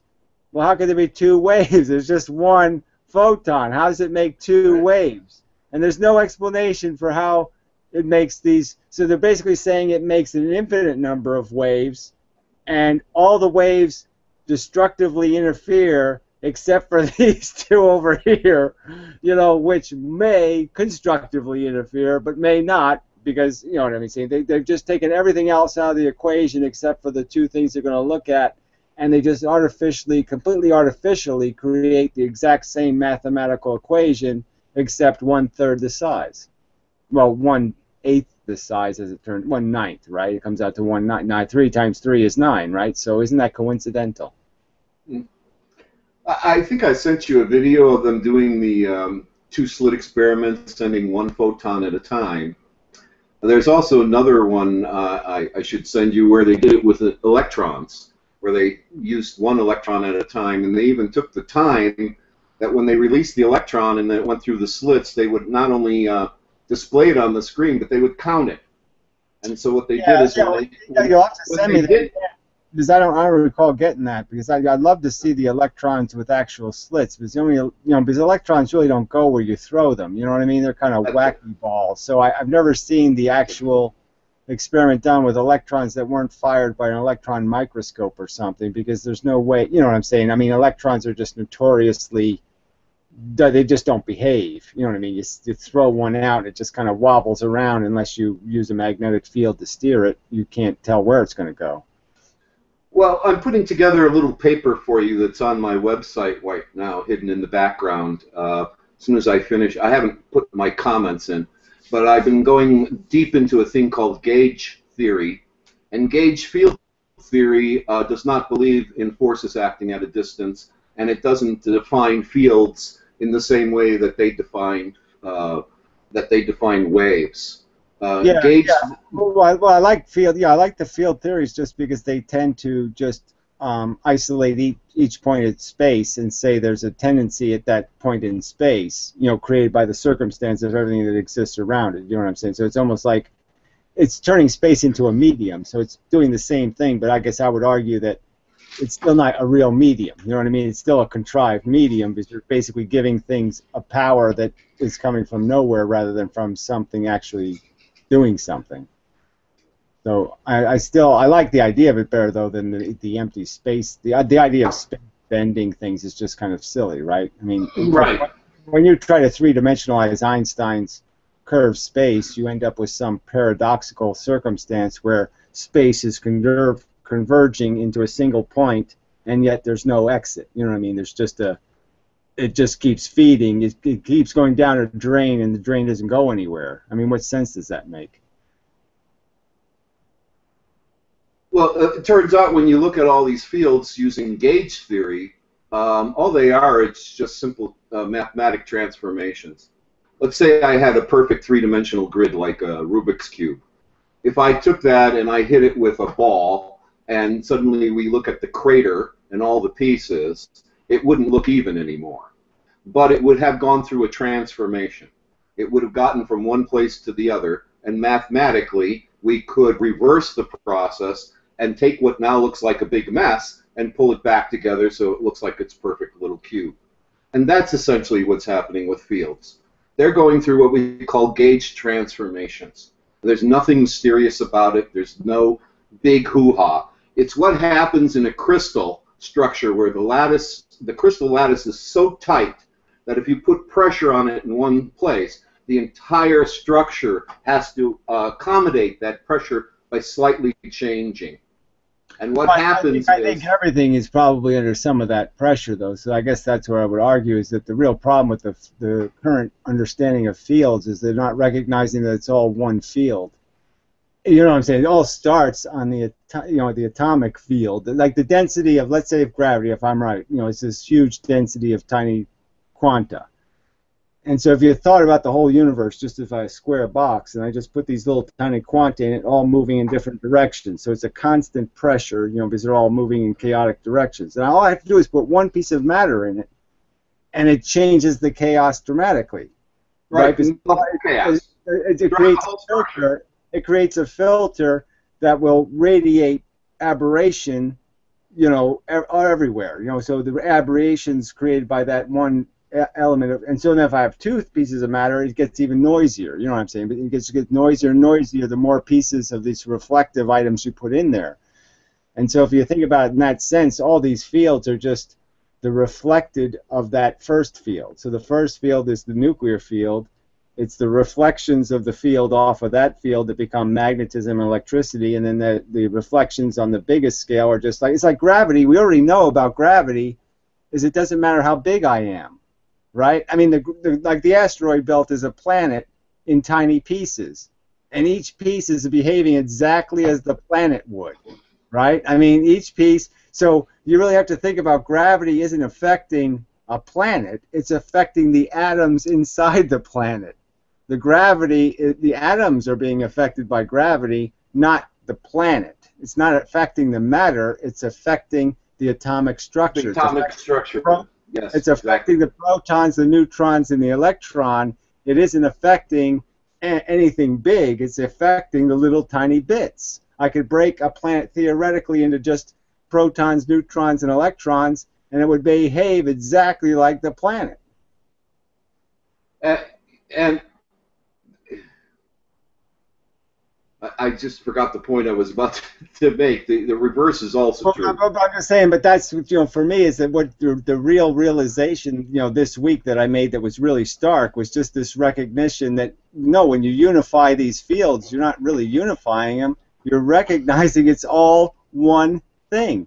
All of this communication that takes place is all one mechanism. It's all this. Exactly. They're different aspects or perspectives of the same thing. Yeah, well, all of it's affecting atoms. It's all affecting nuclear particles. None of it is affecting anything bigger. It's affecting just nuclear particles. It's just an illusion that there's something else in play because these other things are a collection of these nuclear particles. But the forces are actually like a magnet. A magnet isn't about the magnet. It's about the nuclear particles inside the net magnet. That's what's create the magnetism is the nuclear particles, not any other particle. Exactly, and the way in which they're relating to each other, the network or the framework or the lattice structure that they create becomes their overall form, and you can't affect one part without affecting the whole part. And they work together, like you say, like a school of fish. They have to work together. You can't have one fish going in another direction and the others not cooperate. And all the other manifestations are just groupings of schools of fish. You know what I'm saying? I mean, it's like us being made out of cells. We're not really alive. Our cells are alive. That's the irony of it. We're made of living things. We're not really technically a living thing in the sense that we don't have a DNA molecule. Our cell has a DNA molecule. It's just kind of a trick. But, I mean, it's the same trick that is happening on physics. So what I'm really coming to the conclusion is that all physics is nuclear physics. There is no material physics. There's just nuclear physics. I mean, all things that happen, all acceleration, all momentum, all exchanges of heat, transfer, all of these are nuclear phenomena. They're all exchanges between the atoms are exchanging nuclear parts, subatomic parts. There is no exchange of anything bigger than that. You know what I'm saying? In a sense, it's all nuclear in the sense that it's all nuclear that causes the motion. There's no motion without the fish moving. The school doesn't really move. The fish moves, right? So you have to kind of think in that sense that all physics goes to the fish. The schools are nice, pretty blobs, but the schools don't mean anything. The individual fish do all the work. Like if a school of fish hit you, it would be irrelevant that there's a school of fish. It would just matter that the fish were hitting you. The individual fish have to do the work. The fact that there's a school is irrelevant. It's just about how many fish hit you. Right. So, anyway, but that's that's what just got so clear this week for me was just the idea that it's not really a unification. It's just a recognition that it's all one force. It's all one kind of energy being transferred in different ways. That's right. It's pressure, and the pressure is, as you say, everything's pushed. There is no pull. It's all direction. It's all direction. There's no suck. There's only push. And the other thing I think people forget when you're talking about Einstein's E equals mc squared, they forget about the c squared part. If anything can only go as fast as light, why is it c fucking squared?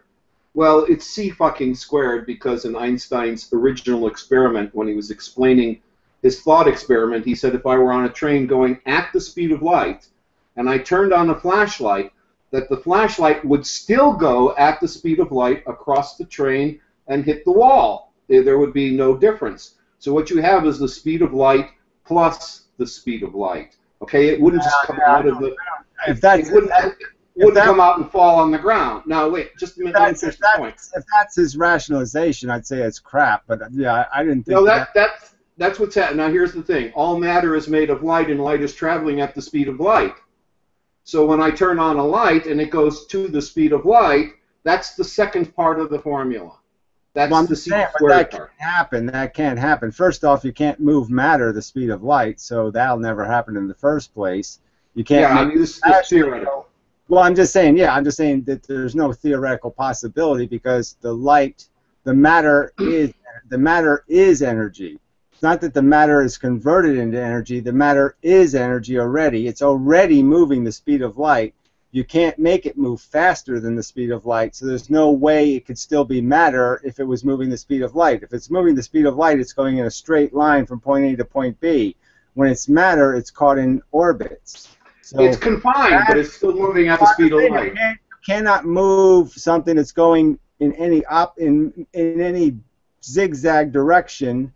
Okay, that can't make light because it's going faster than the speed of light. If it's traveling more distance than a straight line, it can't be a photon. It can't function as a photon. You can't see it as a photon. I mean, you can't move matter, you can't accelerate matter past the survivable state of it's like the school of fish analogy. They can't do a pattern. They can't do a pattern if they're moving the speed of light in one direction. If they're moving the speed of light in one direction, they're no longer a school of fish. They're just a mob of fish moving in one direction. That's what I'm saying. The speed of light, if you take matter and try to move it towards the speed of light, you can only bring it to the speed of light because it is already light confined or knotted in one position. Right, but I'm just saying it wouldn't be matter. So that's where we get the light squared.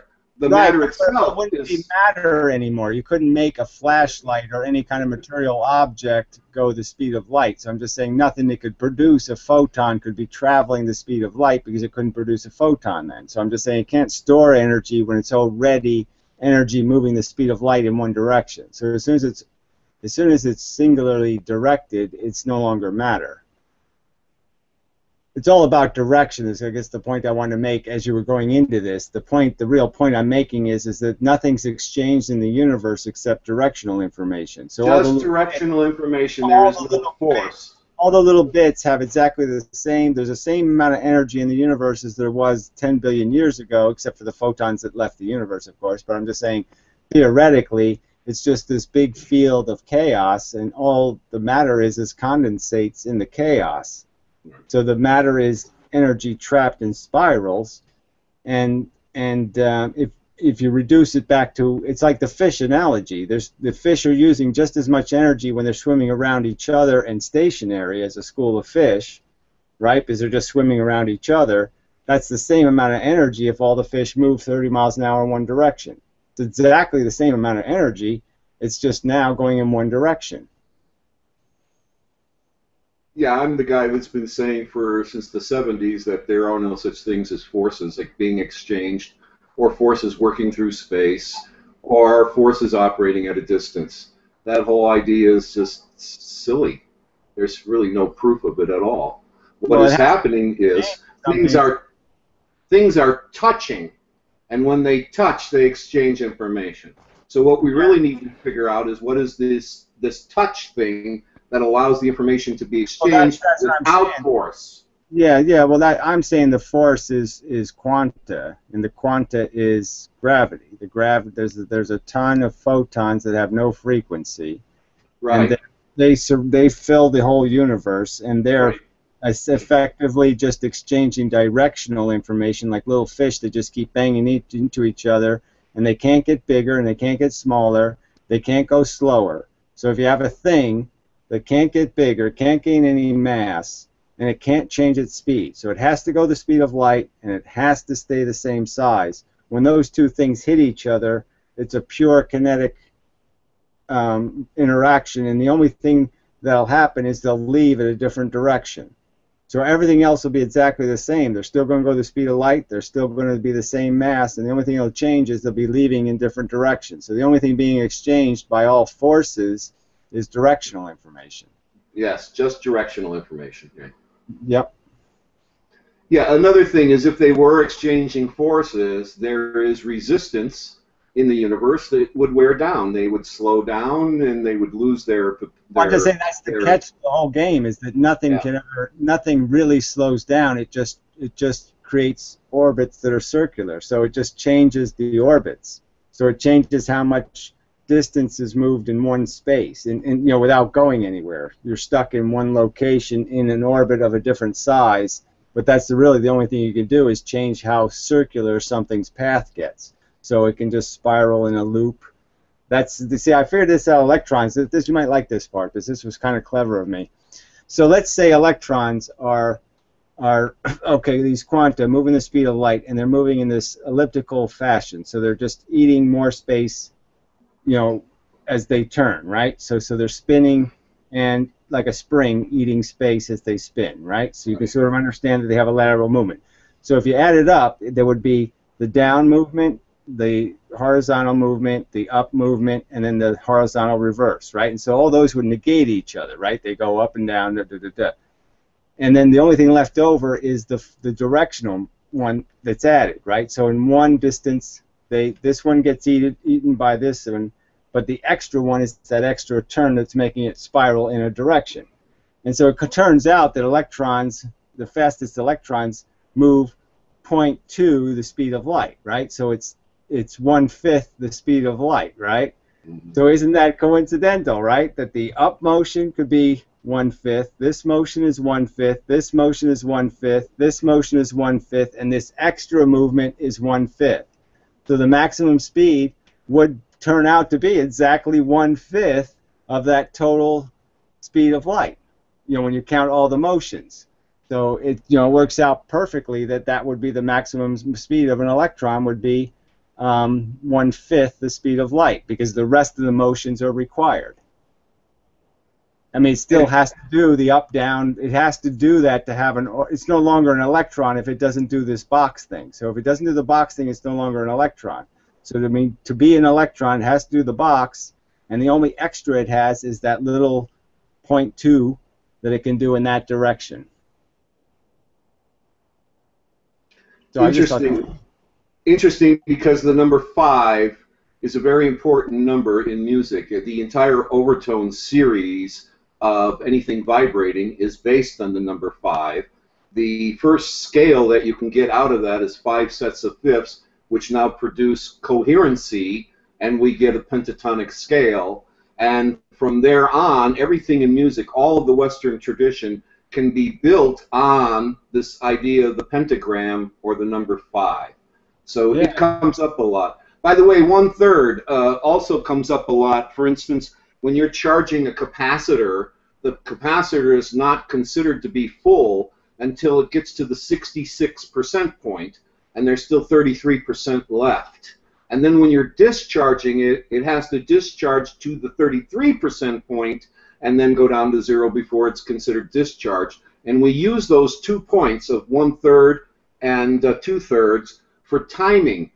RC circuits, a capacitor and resistor put together, the RC timing is based on the fact that the capacitor charges and discharges using this logarithmic curve. It doesn't happen every half. Yeah, it really has to do with how it does one thing highly efficiently, and then it gets very inefficient at the below 1/3 and above 1/3. It gains all kinds of resistance to filling that last bit of capacity. So it's the middle capacity is like a free lunch, and That's the two right. points are really expensive to either deplete or to fill. It becomes very difficult to do those two endpoints, and it's only the middle where you have that, you know, the energy is easily it goes in free and it comes out free, but it gets expensive at the two endpoints. And the same thing happens with a water tank. If you fill a water tank 2/3 full, it now has enough pressure to keep a nice even pressure for your shower. But if it's 1/3 full, you start losing pressure. How long it takes to get that last bit of water out? You know, it's so much slower because the pressure gets so low that you know the water just dribbles out instead of flowing out. You know, so it is kind of funny how it's the same kind of idea. And if you're pumping the water in from the bottom, you get the fill point. Now you're fighting all that extra pressure to try to fill it. So that last 30% fill is very expensive because that's the highest gravity water you'll have to pump. That's what Exactly.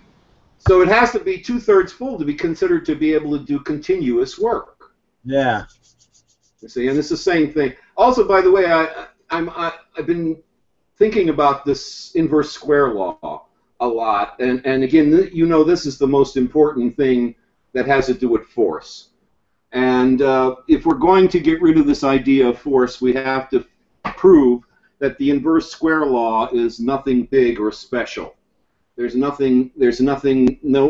no big fucking deal.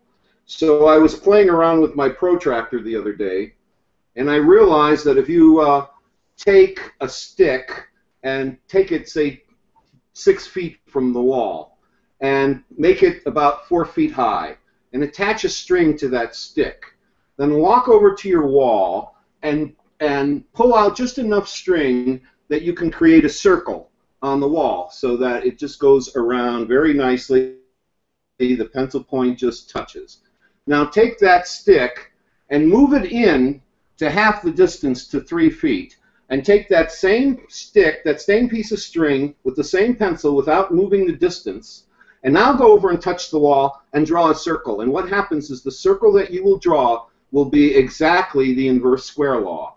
It will be 4 times the area of the other circle. So what we are expressing with this law is just a normal bit of geometry that happens in physical reality all the fucking time, and there's nothing special about it. It does also, you can do it, an even simpler thing is just do that point angle thing, you know what I mean? So as soon as you create the cone, that would be the size. You can just visually see that the cone automatically has the inverse square law. So it's really the inverse square law is a law of cones. So anytime you create a collinear object, you create the inverse square law in the terms of the bisections will be exactly the inverse square principle. So yeah, it said the volume increases by 4 times as the distance doubles. So it's that kind of doubling of the quadrupling of the volume as you double distance. Yeah, so now if I take a hole and I hit a laser beam behind the hole and I spread the laser beam a certain number of feet away and it draws this nice little circle, I assume that if I bring that slit to half that distance, that thing will spread and be 1/4 the area that the other one was. There'll be no difference in that. If I do that with an electron, the charge of an electron, and I measure only the magnetism, the exact same thing will happen. If I measure only the static electric force, the same thing will happen. In other words, it's not a quality of the force, it's a quality of the geometry of nature itself. Yeah, well, I guess I would argue that it's the quality of force applied through straight line conduction, or whatever you want to call it, because that's essentially what we're talking about. It's like a force applied over the natural function of photon, which is straight line between point A and point B. So any pressure created by something photonic, any kind of light similar transmission device will always create inverse square rules because it's always straight line shadows. There's no bending around the corner, there's no coming up from behind, and all these forces, right, from the nuclear forces to magnetism and electricity, all are moving at the speed of light, gravity included. So yeah, they're all obeying the straight line linearity of photons. It's all photon. I mean, to me, it just that it's got to be what we traditionally call a photon, except it's photons without frequency. The other thing I want to about the 2-slit experiment, I've been doing a lot of work, and I've been talking to a few of my holographic friends, and the question that keeps coming up, which was something that you brought up not too long ago, is what is the shape of a photon? What is the shape of an electron? And the interesting thing is the question keeps coming back round, and that in itself makes a major difference by this. If I take a slit and I bring those 2 slits that have sharp edges closer and closer and closer to each other, and I hit it with a light beam or with an electron beam, what will happen is it will diffract and it will break up into bands, because as the thing enters the slit, if it's in phase with the slit, it will not create those bands, and it will just spread out on the wall. But if it's slightly out of phase with the slit, happening in front or slightly behind it, that's what causes the interference pattern. So what happens is, because the slits have straight sides, now if you take and get a a piece of paper or a piece of metal and drill a tiny, small hole and aim the same light at it, what will happen is the light beam will spread out into a cone shape and not have interference patterns. It And will, if you though. create- It will. It'll have the same. Those Newton's rings. I mean, you'll end up with Newton's rings, which is typical of any aperture. So as soon as you have an aperture small as this two slits, as soon as it's 100 nanometers, you'll end up with a small enough aperture where you'll create interference patterns. you get fringing on the outside, on the outer edges. They're the same. It's the same diffraction pattern that you'll see with the two-slit experiment. It's just that it's in rings instead of, as this linear pattern, it's going to be a ringed pattern. So it's exactly the same. You get the same exact interference. It's just that it goes in all directions instead of just bidirectional. In the holographic lab, that's not what's happening. What's happening is the beam is spreading out evenly, and it's hitting the screen evenly and giving an even red light across the entire screen, which is how they do holography. Doesn't do that with us. No, if you have a small aperture, that's not what happens. Like I said, you get Newton's rings. I mean, Newton found those. I mean, that was something Newton knew about. I mean, I'm just saying Newton's rings are exactly the same distance from each other. It's the same. It has the same proportionality as the interference pattern in a two-slit experiment. We do the same it has thing. the same as a single-slit experiment. Excuse me. It has the same diffraction pattern as the single-slit experiment, which is 1/8 the intensity of the two-slit phenomenon. So yeah. But if you have obviously you could just do there's no way to put a circle inside of a circle. You know what I'm saying? There's no way to create the experiment where you could duplicate the two-slit experiment with round aperture. There's no, what I mean? There's no geometry that would allow you to do the whole circumference with another external circle. You know what I'm saying? You'd have to have one circle inside of another circle, which would just give you the single slit in a circle, which wouldn't be the same thing. So there's no way to duplicate the two-slit experiment with two holes. But I'm just saying, arguing.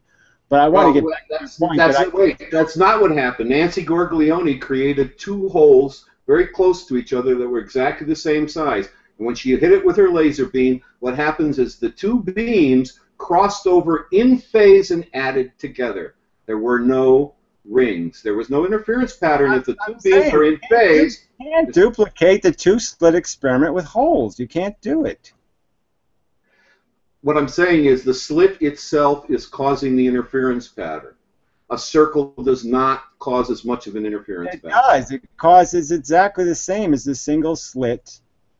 The diffraction of a small aperture, if the aperture has the same diameter as the single slit, all right, it'll create exactly the same diffraction pattern, and it'll do it in a 360-degree circle. You're saying it becomes a series of rings, one inside the other, like an onion. Exactly. You get exactly that pattern. I mean, I've seen that experiment, so I know it. I mean, I've seen it with laser beams and mirrors and the whole thing. So I mean, I know that's what it does. That's how they're doing the the eraser experiment.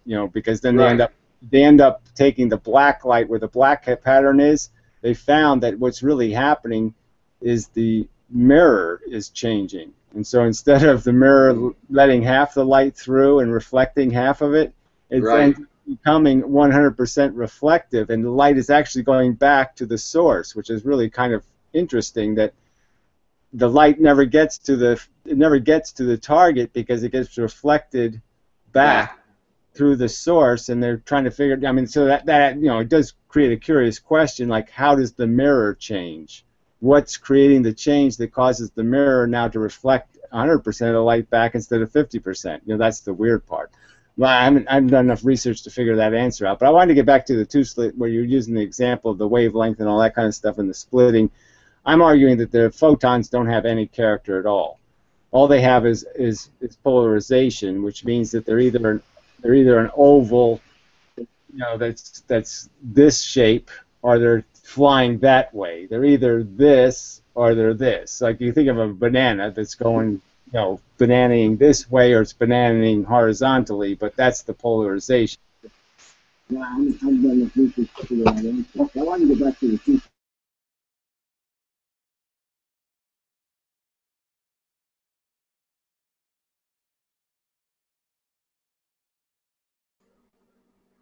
Hello, am I back on? Why is it that other people can reach over here and mute us? You're muted now, Gary. I can't hear you. Yeah, it's good you noticed. Yeah, I got to pay more attention when they pop in and do shit like that, but I just didn't do it. Why can they pop in and shut you off? Isn't there some way you can stop yeah, it's a silly Google bug. I don't know why they give people the right to mute the person who opened the room. That just seems absolutely silly. But yeah, I don't know why Google does that. But you know, there's less trolls, so I guess that's the good news. But yeah, there are less trolls. That's true. So you know. But you know, so I'd say that photons don't have any character. They're either polarized vertically or horizontally, and they don't have any other property. And the only other property they have is how often they come. So if you have, you know, ultraviolet light, then in 1 second of time you'd have 10 photons, and then infrared light in 1 second of time you'd only have 6 or whatever the number would be, right? The difference. So it's just about how many photons hit, and that's the intensity. So the reason why ultraviolet light is more intense is that because in a certain period of time there'll be more impacts, you know, so it's obviously more intense. And like gamma radiation be highly intense because you have 100 to 1 kind of ratio between the number of impacts per second, you know, and that's the only thing that changes between one light and another. And so what I'm saying is that on the end spectrum of the electromagnetic spectrum, on the two ends, right, you have something called no frequency at one end, you know, the radio wave frequency, which is could be 5 miles or something, right? You know what I'm saying? Something, a photon that has no consistent frequency would be untunable, right? So when you're tuning in something, you need more than just one of them to show up to be able to tune it in. You need a group of them to show up. And so if there's radiation coming at you that doesn't have any frequency, you're not going to have any way to tune it in because it's not coming at a frequency you can recognize. Well, it's not a frequency, it's not detectable. Well, that's what I'm saying. Without a frequency, there's no way to see it because we have to tune it. So if the only way we see photons is because we tune to them, right? Our chemistry tunes to all visible light. You know, that's a chemical tuning that's happening with our body, right? It's tuning visible light in. It could tune microwaves, it could tune radio waves. It happens to tune visible light. But without tuning, there's no seeing. There's no seeing any photon unless you tune to its frequency.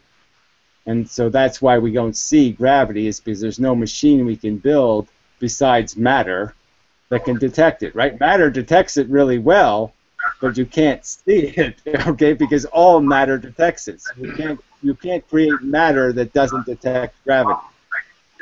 Yeah, well, there's a couple problems with perspective. For instance, perspective works because the senses are going out and grabbing the information it needs and pulling them in. If the information was not changing, there'd be nothing for them to sense. If the light waves weren't bouncing around and doing something, my eye would have nothing to pick up.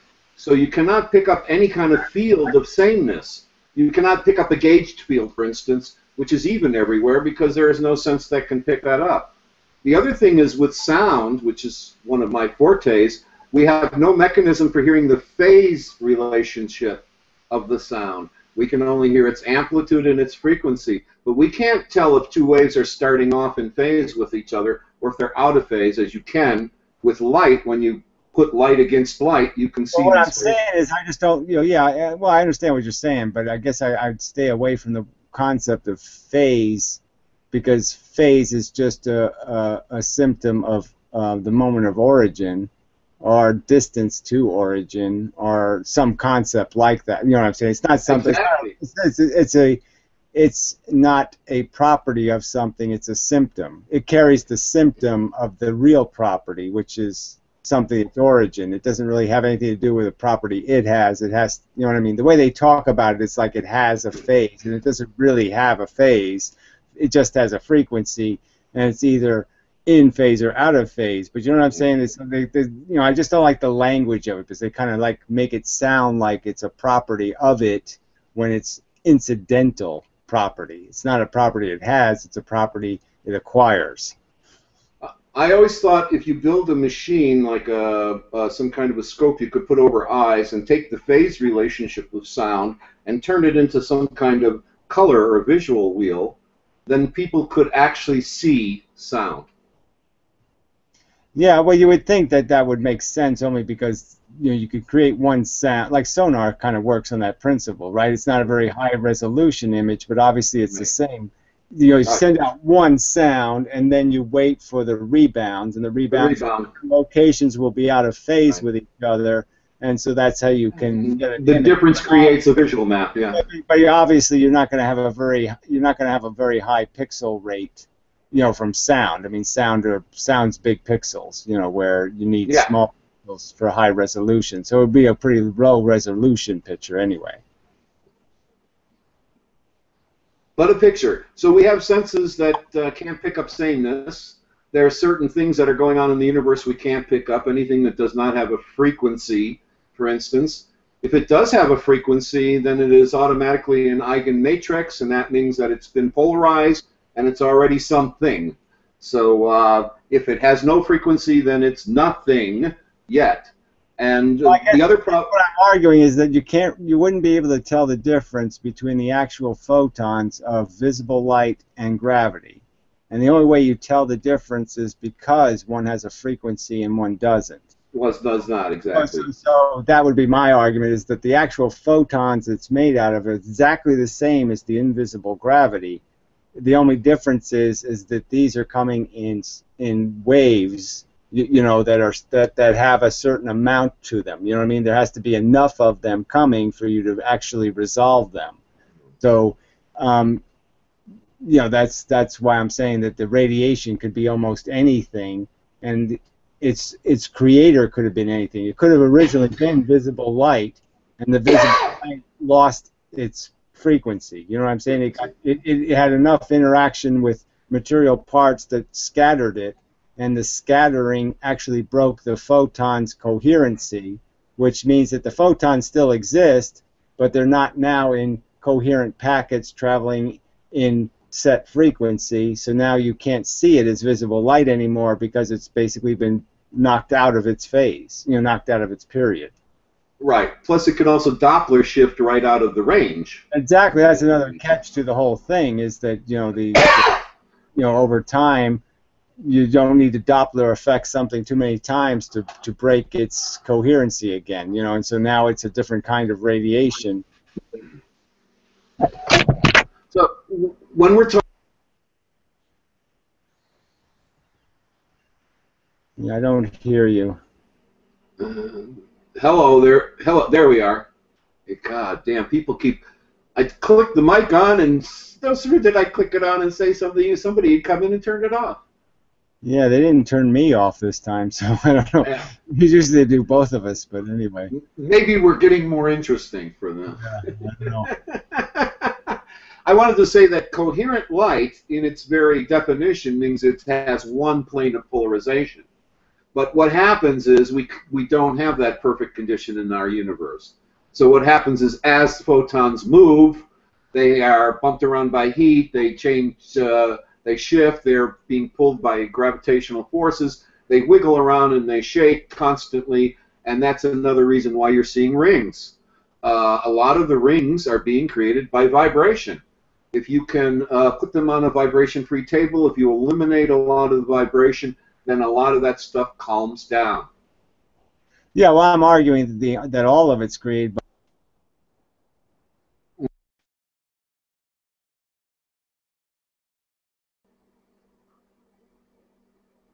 They did it to you again, Gary. They muted you, the assholes. Yeah, I ought to just figure out who's doing that. But anyway... how do I kick them? I don't even know how to kick them. I don't either. Whoever's annoying should be kicked. Yeah, I just have to... Bella something? Somebody's not even... Somebody who I'm... Oh, okay. Yeah, I'll have to wait till they dock up. They dock up and do it, and then they undock. So I guess I have to wait till they dock to do it. But yeah, they're not in the room long enough. It seems like they're doing it without even having to dock.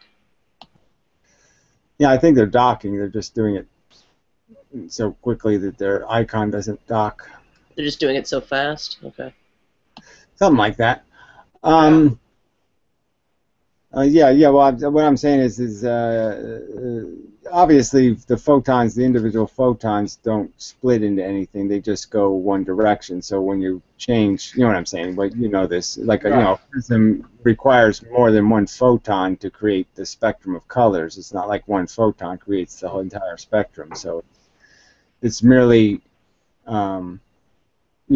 breaking the entire source of light into constituent parts, but it has to be an entire source. It can't be just one photon.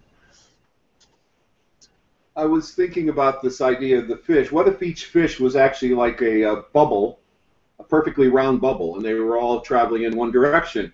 If one of them started to change shape and started becoming egg-shaped and the others began to do the same thing, that would be another way that they could change direction without changing everything within the mass or the network. Yeah, I just don't think that. I think that just breaks the straight line rule. I think you have to have they only go in straight line, and the only way they don't interact with each other, right? I mean, light doesn't really interact with light, so you kind of have to say fish don't really interact with each other. They can only interact with matter. So the only fish they can bounce off of are fish that are caught in spirals.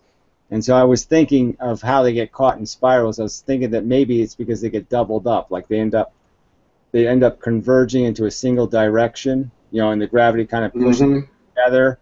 And then once they're side by side, now they become a reactive fish. And now that fish you can bang into.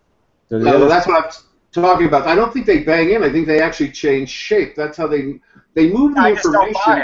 I know, but I'm just saying I don't believe that, because I'm still going back to my point that the light is simple. Okay, the light is the simple thing, not the complex thing, and it doesn't have any properties beyond this polarization. So it's either swimming this way or this way, but it can't change shape. It can only be knocked into a different shape. So you have to move it from this to this. So you can force it to fly differently, but you can't change its actual shape. I think the quanta itself is an actual shape. It's a physical shape. It has a specific shape. Well, that's what I'm saying. It has a specific shape, but the shape is this. The shape is a line. The line, so it's like a flying saw, like a frisbee. Okay, so the frisbee can fly this way, or the frisbee can fly this way, but it doesn't change shape. It just changes its orientation. So it's either knocked this way or it flies this way, but it always goes the speed of light forward, and it either does it this way or this way, if you get me. Yeah, so you're seeing it like a ribbon. No, I'm seeing it like a frisbee. The quanta is a frisbee, and when you have a group of frisbees coming, that's, at a set frequency, that's light. I get that. I get that. What I'm just thinking is, if I'm looking down on the frisbees, I can see they're round, but if I'm looking straight at them, all I see is a line. Right, that's exactly what I'm saying. Yeah, if you're looking straight at it, it's just a line coming at you, or they could be cylindrical and stuff. You know what I'm saying? They could be a flying saucer kind of shape. But I'm just saying, they could be a triangle, like a diamond.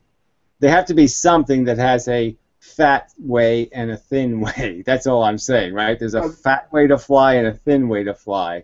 Yeah.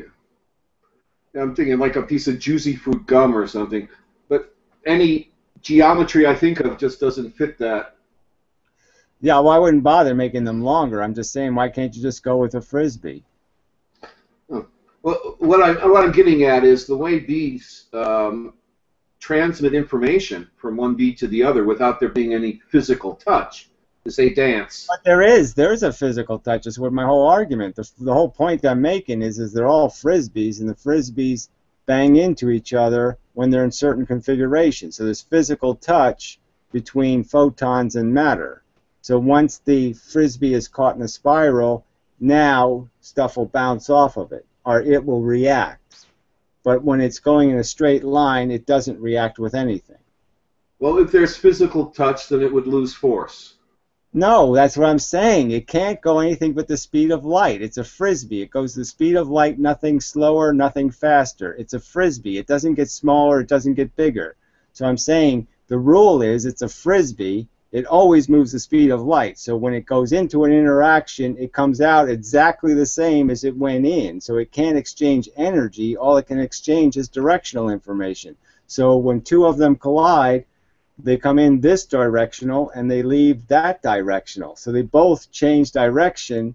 They exchange directional information with each other, and that's all they did. So when something is, so if two of them tend to be going this way, they'll tend to more go in this vertical way collectively. You know what I'm saying? Now they've gained, they've exchanged that kind of directional information. So my point is, when you gain velocity from gravity, it's because gravity changed the directional information of your molecular force. So all your the pieces of you, the quanta that were moving at this angle got hit and moved a little bit straighter. So now they're not going quite as, you know what I'm saying? So everything tends to go the direction of the gravity that's the heaviest. So when you're shadowing gravity at one end, less gravity is pushing it less down on the other. way, and more of it's shaping it this way. So it just tends to funnel everything's movement into that shape. So everything gets a more lateral shape.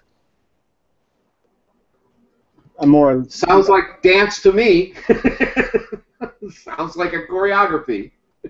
Yeah, well, that's like I said, that's like chaos, and the chaos ends up having a pattern, you know. So it's all hidden in there because every action goes forever. You know what I'm saying? Theoretically, it's all same frisbees, just keep bouncing off of stuff, and the more globs of crap, the more condensates you have, the more stuff the more they're confined and where they can fly, and that's how you end up having the orbits in the first place.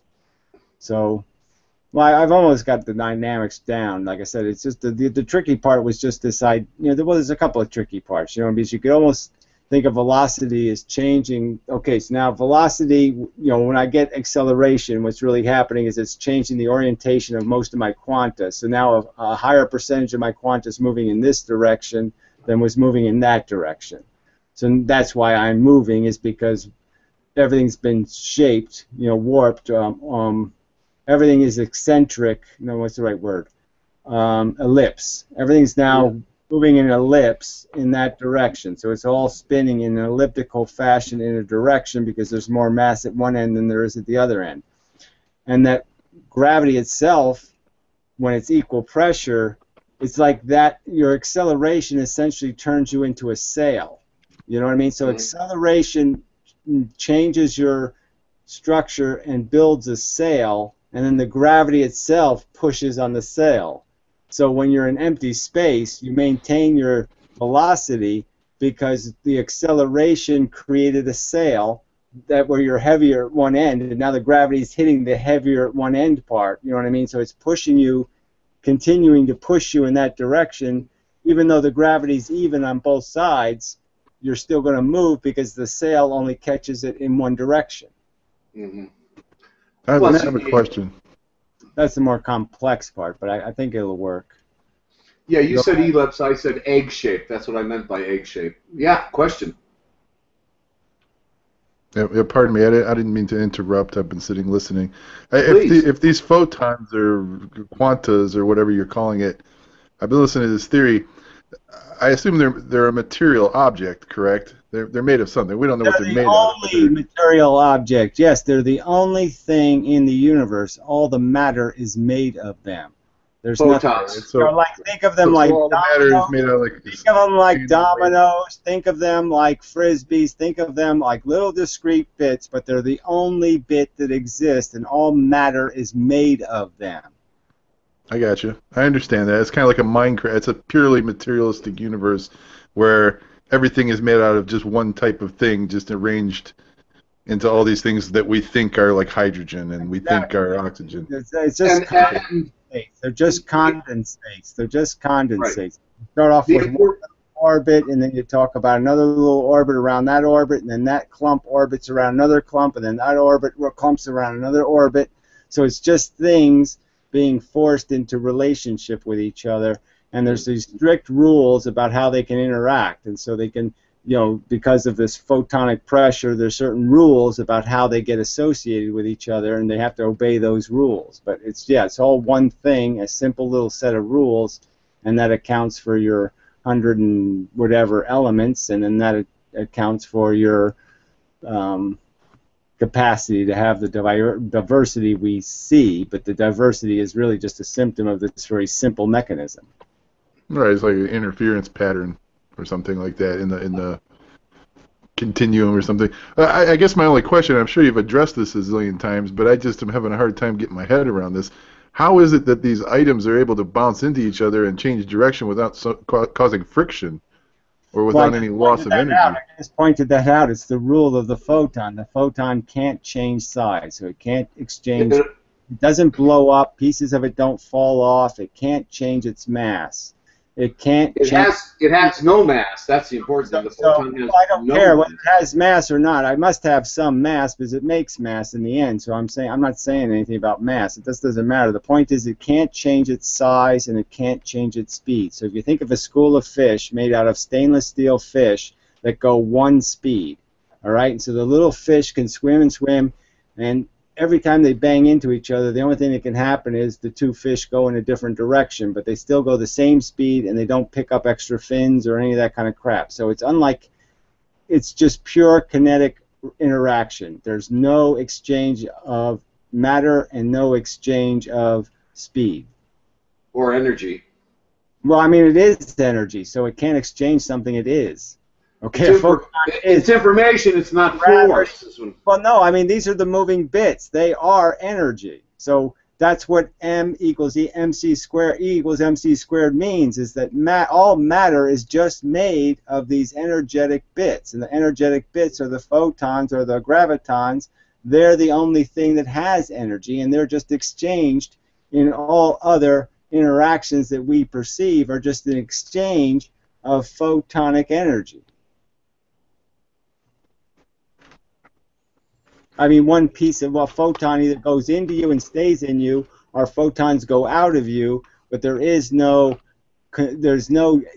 breaking of it. You either gain a photon or you lose a photon, or you just exchange directional information with photons, but there's nothing else you can do. You can either absorb one, you can emit one, or you exchange directional information. But those are the only things you can do with photons. You either eat it, you either shit it, or you just change direction. You bump in the night, you sink each other. No, well, that's not a good example, sinking. There's no sinking. You can't destroy them. I'm just saying, you just have to think about speed and mass as being fixed. And once you understand that speed and mass is fixed, there's nothing else to exchange but direction.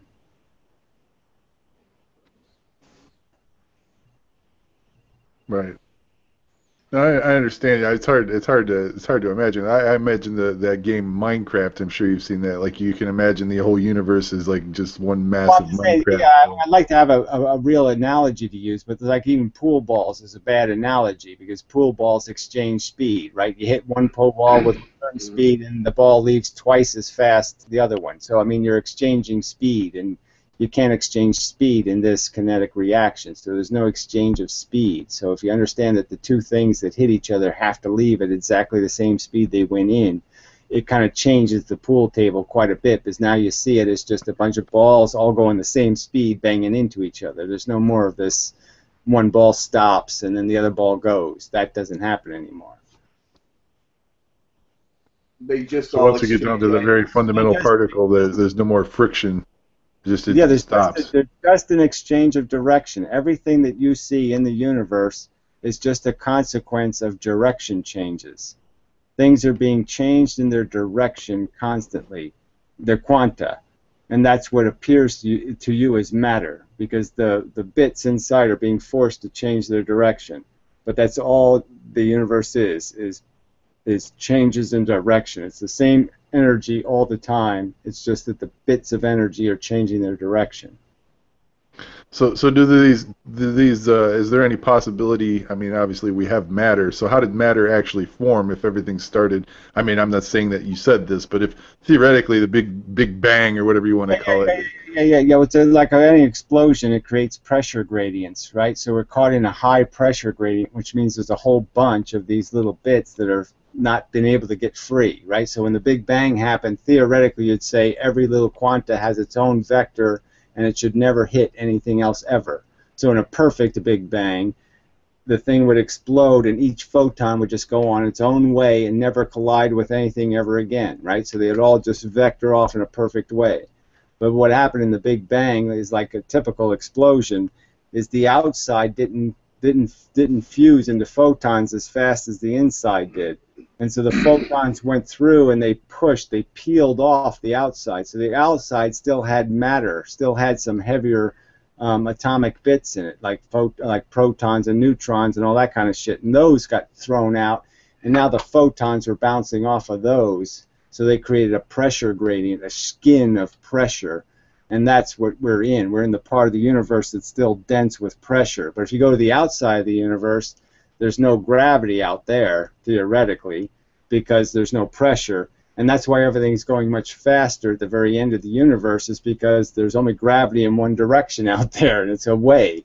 So it's getting pushed faster and faster and faster. And so when it finally gets outside, it probably just disintegrates back into energy and just shoots out into the nothing. I see. So theoretically, given enough time, the entire universe would turn into like all matter. There'd be no more light. It would just like solidify possibly. Exactly the opposite would happen. Given enough time, the entire universe will be photons going that way. Okay, it's all going to be photons that escape and never come back. But what about the matter that's here? Will the matter break down, or will the matter just stay Well, matter? I'm saying, as soon as you accelerate the matter, it breaks down. So the matter has a metabolism. It's doing a thing. So it's like the school of fish analogy. If I said the school of fish, and the rule is the fish can never change the direction and never change size. So let's just imagine a school of fish where the fish are doing a figure eight, right? And now I tell that figure eight to move in a direction. What happens to the figure eight? It goes slower and slower and slower as I force it to move faster, because now it has to take more time to go to the left, right? So the more I force it to go in a direction, the slower it does its other shit. So the nuclear metabolism slows down with acceleration or velocity. So once you reach like half the speed of light, the entire structure of the matter will fall apart, because you won't be able to keep the orbits together anymore, because the speed will now be too fast for the figure eight to be maintained, and so the matter will basically just turn into photons moving in that direction. No, I understand. I've been listening to your theory on your Draft Science channel for a bit, since for probably a better part of a few months. I understand what you're saying. Interesting theory. I mean, it's hard to wrap your head around, because just because of the way we're built. We're used to a three-dimensional world where we think of things in terms of X, Y, and Z, but relative, the relativity to the empty, to the nothingness, it does make a difference. The speed actually is relative to the universe different because of direction, because of the path travel. I'm just saying that you have to this time is distance, right, and speed is distance. So you just have to think about, if things are moving in a circle, that takes time. And if that circle has to move in a direction, it can't do the circle as fast if it's also going that way. That sucks up more directional information. So it's just like you sitting on the Earth, right? You think you're going as fast as the surface of the Earth, but what's really happening to you is the gravity at this point is knocking you down 16 feet a second. And what's happening is you're bouncing back up. So the whole time what's really happening to your nuclear matter is it's going down, bouncing back up, going down, bouncing back up. So you have to think about how far your nucleuses of your atoms are going. They're doing this jiggly line up and down the whole time you're on Earth. And so that's why the GPS satellites are going slower. Their clocks are slower than the clocks here on Earth. And the reason is because we're time dilated, because we're traveling a lot of distance and in the same amount of time. So we're going a lot more distance. The satellites are only jiggling, this much, because the gravity is weaker up there. We're jiggling at a higher frequency, so we're traveling more distance. So our atoms are actually getting time dilated more than the satellites moving 16,000 miles an hour. All right. So I'm just saying. I didn't mean to interrupt your conversation. I was just fascinated with the question. I've been meaning to ask you the question, but you don't really answer emails or questions. So Yeah, I appreciate it. I've seen that. I've seen that. There's some they've shown some videos where they talk about time dilation, exactly like you're saying, where they kind of picture like a ping pong ball in between two paddles. You know, and the faster the paddles are moving along, the further the ping pong ball has to move to bounce in between, to oscillate between the two paddles. There's more distance required. Yeah, exactly. So it's very un-Einstein in a sense that, you know, what's Right. really happening is not that space is changing, it's that you're traveling more distance. That's what really causes time dilation. As you go more distance, that means you have to be going faster than you think you are. Right. You just can't. It's hard to wrap your head around because you'd have to almost picture the whole scenario unfolding You have from to a picture- fixed point in space. You know, a third-party perspective. Right. You have to picture the fact that the real universe is happening at 168,000 miles a second. That's right. the frame rate Exactly of the right. universe. Okay, our frame rate is so fucking slow that we don't realize that our atoms are doing a lot of shit every second. Right? In 1 second, my atoms have been all over the damn place. Right? I mean, the little bits inside of me have done all kinds of shit in just 1 second. Yep. I think of the energy as a long thread, which is being knotted up into a big Gordian knot. And as we go further and further out and go faster and faster, the knot slowly unties until eventually it will completely unknot itself. In the knotted condition, we call that matter. In the unknotted condition, it's the photon released from that condition. I don't like that. I just don't. It's no strings. It's little bits. It's little tiny bits. That's all there are. Little bits. So what strings are made of? The worst part about this is, I mean, I'm sure you realize this, but you're going to have to mention this to that antitartivard or whatever. That means that the universe is completely deterministic. There's nothing to argue about. There's absolutely no debate. The direction. That's the point. It's over. That's the point. There's one point. That's the point. Well, I don't know if there's one point. I mean, part of my point is that physicists are full of shit, and I just want to point it out that they're full of shit. Einstein was actually wrong, and I just want to make the point that, you know, fuck people. You just can't, you know, this whole iconizing of people is just so wrong. Science should be about the science, not iconizing and making, you know, infallible gods. And they just made infallible gods out of these people, and that was just such a mistake. Yeah, you pointed some stuff out. I mean, and not to kiss your fanny or anything, but I thought it was important that you pointed this out. I've tried to point this out to other people. People get so hung up in mathematics, and you're exactly right. That math is just a language, a descriptive language, and you could describe anything with mathematics, even in things that don't exist. Unfortunately, people don't seem to remember that, so they'll come up with a theory in their head, and they'll fucking back it up with bullshit math to support their bullshit. You know, especially when you can engineer constants in math. I mean, that's the real trick of math. Like that's what I saw with the single slit thing. That was the thing that really surprised me. Is they were saying that it was wave interference when there's two slits, and they were calling it diffraction when there was one slit, and they were doing exactly the same math, right? And you're saying, how can you do the same math and call it two different things? Obviously, it's the same damn thing if you're doing the same damn math, fucker. Math has more validity than philosophy does, though. Can we at least agree on that? No, because I think philosophy done right is logical math. I mean, philosophy done right is just as rigid as math should be. So The fundamental the only thing that breaks philosophy is the same thing that breaks math: bad constants, right? So if you create fake constants, right? If you engineer the constant to suit your purpose, then you will do the same thing in philosophy. A wrong premise will create a cascade of bad logic, and in mathematics, a wrong constant will create a cascade of incorrect results. They're currently hijacking philosophy to say that philosophy proves God, logic. Here we go, God. They're doing that. I'm just saying. We know that's not logic, though. That's false premises. So again, my point is you create a fake constant, you can create a God out of logic, but it can only be done because you create a fake premise. That's right. It's even easier in philosophy to make bullshit up too, because at least in math and logical things, your axioms are always like, you can make your arbitrary set of rulers as long as you don't fuck with the length of the rulers. You're going to come to reasonable conclusions as long as you keep measuring with the same stick. Well, I But mean, in you have to philosophy, people stretch ideas from one thing to the next, you know.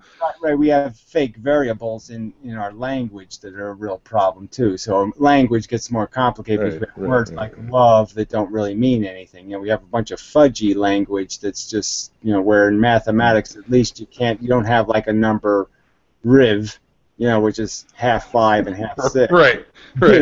We all agree what fucking 2 is, right? Yeah, you don't have to worry about a gov or a biz, buck. For me, math is like a kit full of tools. Some of those tools can be used to actually build real things in the real world. Some of those tools have no relationship to the real world. They're just tools. They're not the thing I'm measuring. Yeah, well, I'm just saying math is just formula, and formula is just recognizing patterns and relationships. So it's the same thing as categories and properties again. You're just, properties establish categories, categories establish properties. It's math works the same way. You're just describing relationships. The majority of what math describes, though, can be observed in the physical world. It's not esoteric nonsense.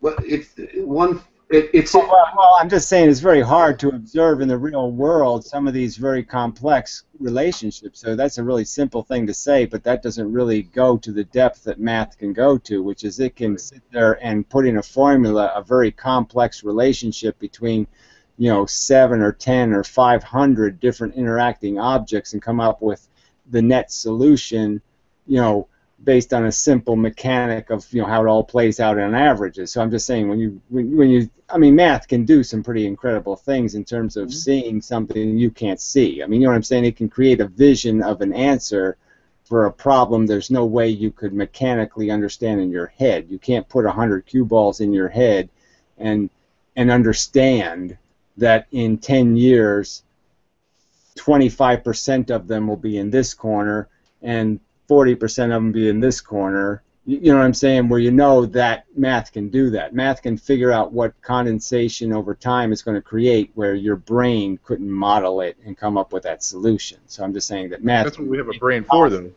Well, I'm just saying math will make it possible for you to calculate things over time and distance that you can't have access to with your imagination isn't good enough to do.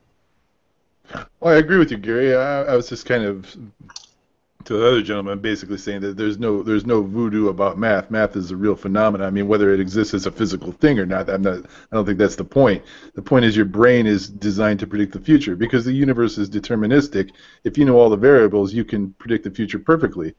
We can make projections about where the fucking rock's going to land when we throw it because we know enough of the variables to make that's what the brain does.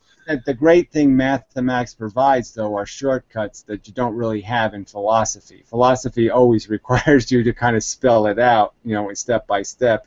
It doesn't give you these simple formulas where, the geometry of the material universe is a little easier to formalize than the geometry of the meaning universe of philosophy.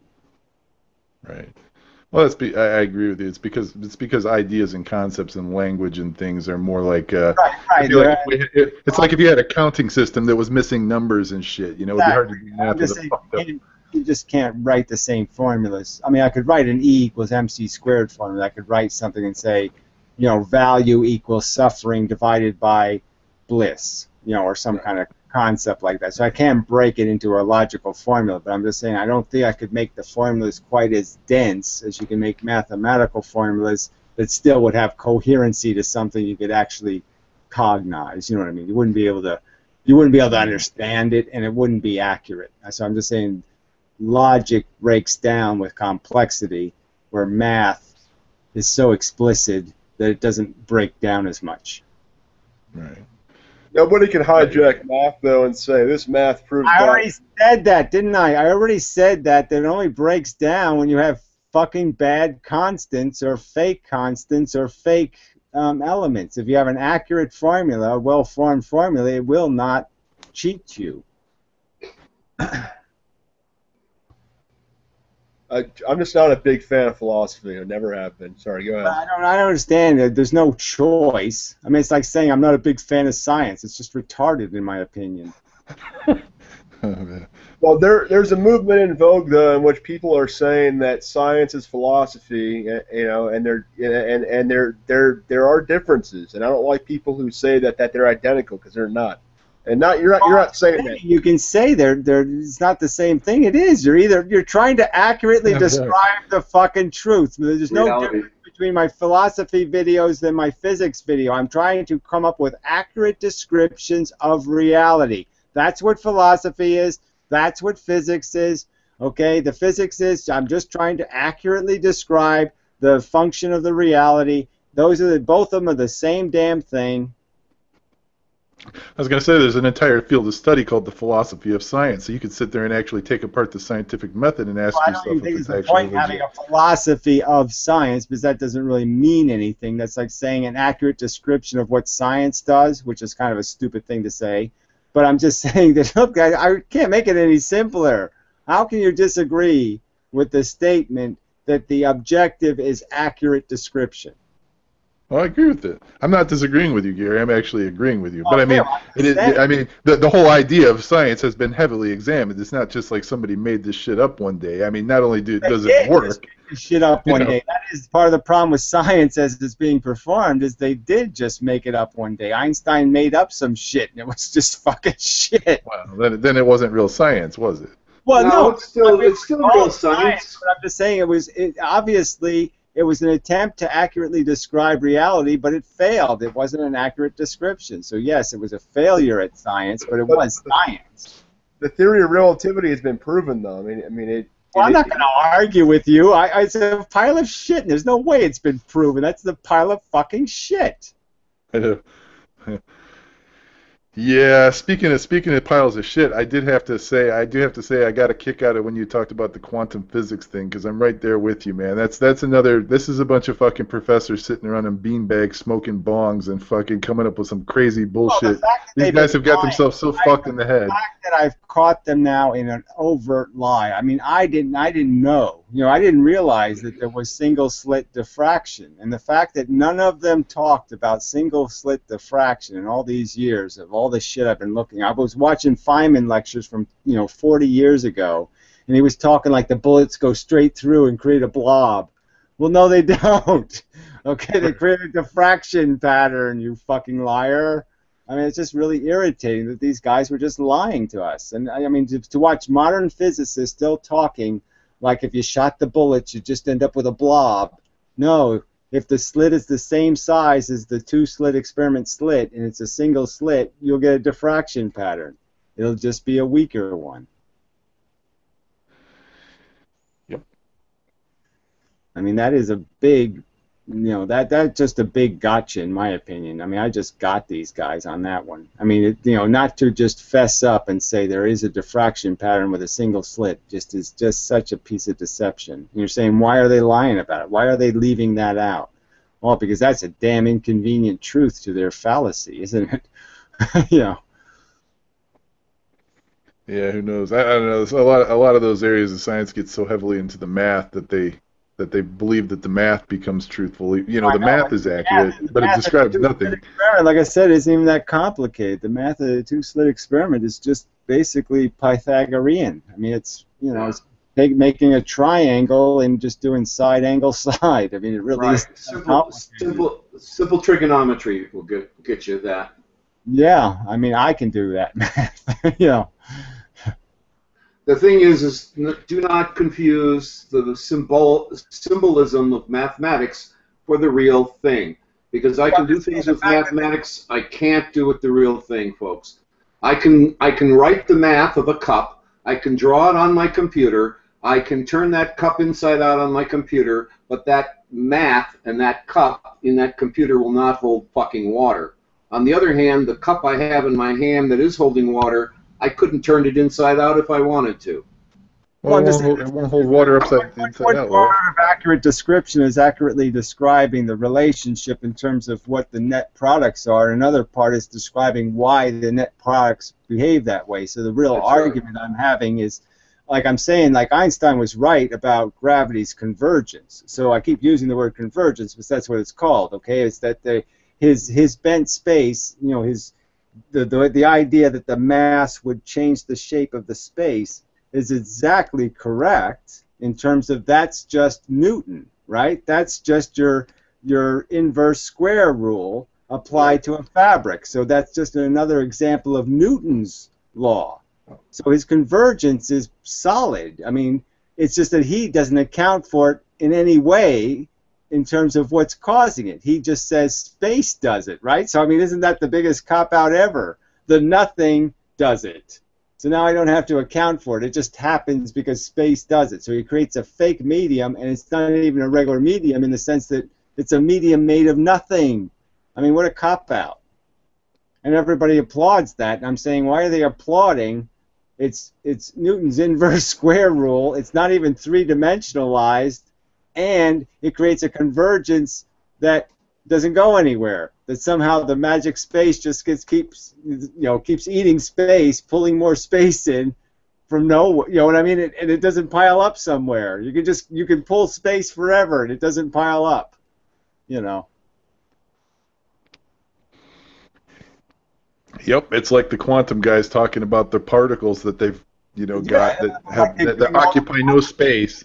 Right, What the fuck is that? The photon shoots out its magic radar, right, and it decides where to go. Right, it has a radar. Direction, but we don't know where it's going. It decides where to go after it shoots some radar out to see what's ahead of it. Right, so the photon shoots the radar out, gets the information back, and then decides where to go. I mean, it was just such a ludicrous, you just say right on its face. What do you mean, photons have more power than I do? Photons are smarter than me? No, I don't think so. I've always been curious how they always have these classic experiments where they talk about the difference between the observed and the unobserved particles, and I'm asking myself fundamentally, like, how the fuck do you know what the unobserved did? Okay, where are you getting that information from? Like the shit that you didn't look at, the shit you didn't measure, you're comparing that with the stuff you did and saying there's a difference? How's that even possible? Well, their eraser experiments are even more fun, because when they do those, they have detectors and they don't even bother to see what don't even look, don't even take the measurements. Just say it's superfluous. It doesn't matter what it says. That doesn't really matter. We don't need that information. Yeah, it's crazy. It's fun. I don't know what electrons do when they're by themselves in the bathroom, and I don't think I want to know. But if you look at them, they get shy and they change direction. Apparently. Yeah. Well, yeah. I just know I do. Yeah, but the electrons are the ones that are doing all the work, right? So that is the joke of this thing. They're the ones doing all the vibrating and the movement, because they're caught in these cycles. They're the ones under all the force laws. They're the ones being bombarded by the gravity and being affected. It's like religion, man. It's just another form of religion, unfortunately. These guys get paid to do what they do, and they're going to keep it up.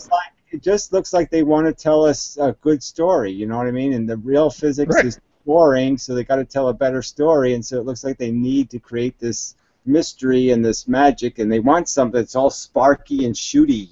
Light is really this whole bunch of these little sparky energy things that are flying around, and they're doing all this magnetism and electricity thing, and they're doing all this crap, and no, they're not doing any of that shit. Right. They turn on the Discovery Channel, they talk about quantum physics, and they show like the random universe of like the quantum or whatever, and of course it's all in Technicolor, like like you're on some sort of acid trip. Everything there's music playing and colored lights and all this shit. Like, what the fuck is that? Yeah, well, the whole electromagnetic spectrum, the whole way they given these photons not only magnetism but electricity. Somehow they have an electrical spectrum too. It's like, well, where'd you invent that from? Yeah. It's like I said, they get paid to do it, so they're going to stick with the story. It's just like the preacher in the church.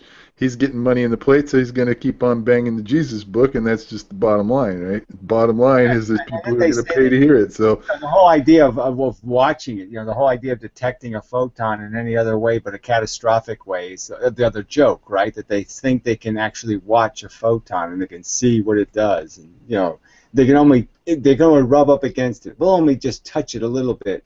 There's no touching a photon a little bit. It either is sucked up by an electron or it's not, but it never just flies by and says hi. That just doesn't happen. There's no such thing as a pure photon reflection. It never just bounces off of an electron. It's either absorbed for a cycle or it's not, but it never just bounces off.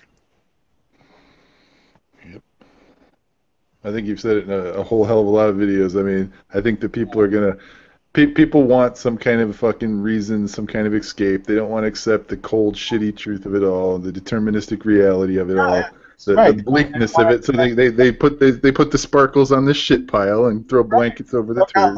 Look how the human race has been cheated on the subject of evolution. They just keep doing this Mother Nature Gaia bullshit, and evolution is a crude dumbass of a fucking skanky cunt. I mean, it's a lousy mechanism for creation. This whole idea, let's make 1 million of them, have 99.9% of them get annihilated and destroyed, so we can purify the race. I mean, that's, it's not even a Nazi could come up with something as bad as this as a diagram.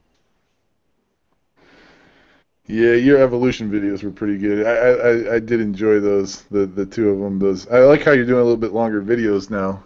I'm kind of disappointed when I see it's only 20 minutes. I don't get enough of 20 minutes. The first 10 minutes is just getting ready, and then the next 30 minutes is getting into the shit, But those were good videos. I mean, it's kind of funny how people don't like the atheists on YouTube fucking suck. Like, there's so fucking many.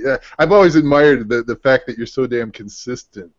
In your these people are so inconsistent. You're very, very fucking consistent. I don't know why they don't catch on, because your message is real fucking simple. It's like you say, crude fucking forces, very crude forces, and material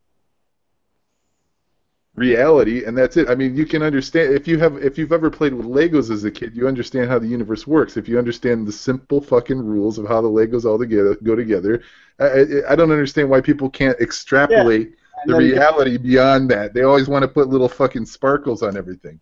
Yeah, they want to put a little person inside their head that's making them do stuff, right? So their brain doesn't make them, right? The little guy inside their brain is them.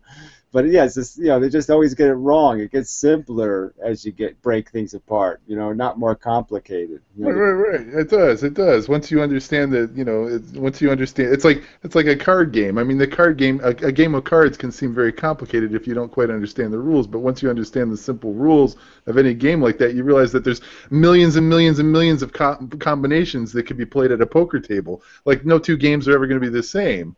But it's the simple fucking rules, It's the same deck of cards. It's the same fucking simple rules. But the game just looks complicated if you're an idiot and you don't understand what the hell's going on. But even though it gets explained over and over and over again, there's still some magical fucking bullshit going out there for people looking for magic. I don't know. It's just amazing. Yeah, it's. But your explanation of evolution was kind of a good one. I mean, I hadn't heard it quite put the way you put it. I mean, there's different ways of putting it. You point something out that's really good, and that's how language is so. It's so based on the idea of your existence. Like you talk about, it's hard to even talk about evolution without putting it in terms like there's some sort of creator or the Mother Earth or it does. There is no it. There is no nothing. It's just happening like rocks rolling down a hill. There's nothing planning any of it. It's hard for people to get their head around that. And I think you're right. The language is what confuses people sometimes. But watching it all grind down, I thought that your explanation in those last couple of videos where you did the evolution 1 and 2 just recently, where you were talking about Earth is kind of like in its older phase of the infestation where things have sort of found their equilibrium, Just like the old simple arguments, that the fact that we die is a deliberate, tool. It's actually one of it has to happen, right? It's like, it's a weapon we have. Dying is one of our weapons. Because if we didn't die, then we would be less effective at surviving, because then we'd just overpopulate and kill all the food, and we'd starve to death and die. So I mean, it's just kind of funny. It's an irony, There's all these mechanisms that we think of, and they're this is just part of the toolkit. They're necessary to existence, not some kind of, yes, so we don't like it. Well, guess what? If you like life, you have to like death.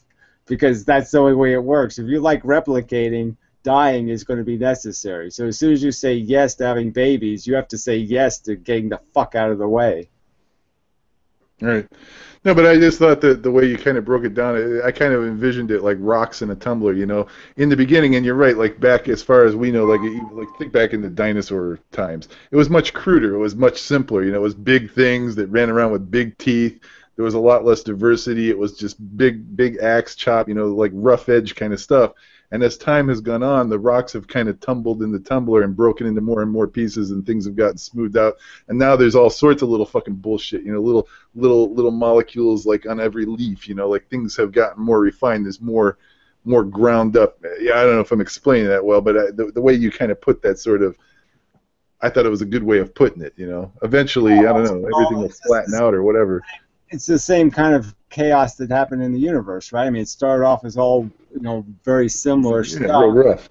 The little niches, give it time, little corners of weird shit happens in the one little corner over here, you know, and the one little corner spreads, and then there's more corners, and, you know.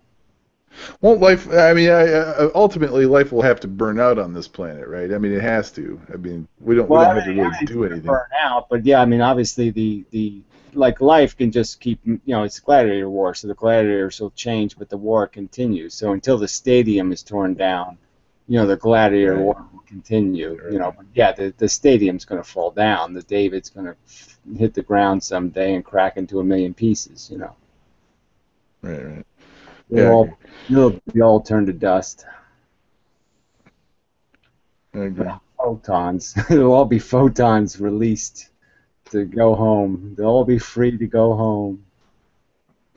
Yeah, I don't know. I don't know. I always, like I say, I like watching your videos, man. I'm not trying to be a butt kiss or anything, but it just always cracks me up how like people can't get it through. I've been watching you for probably 2 or 3 years, and I don't understand why people are still having fucking problems understanding your message. Because honestly, this is a compliment. You are very, very consistent.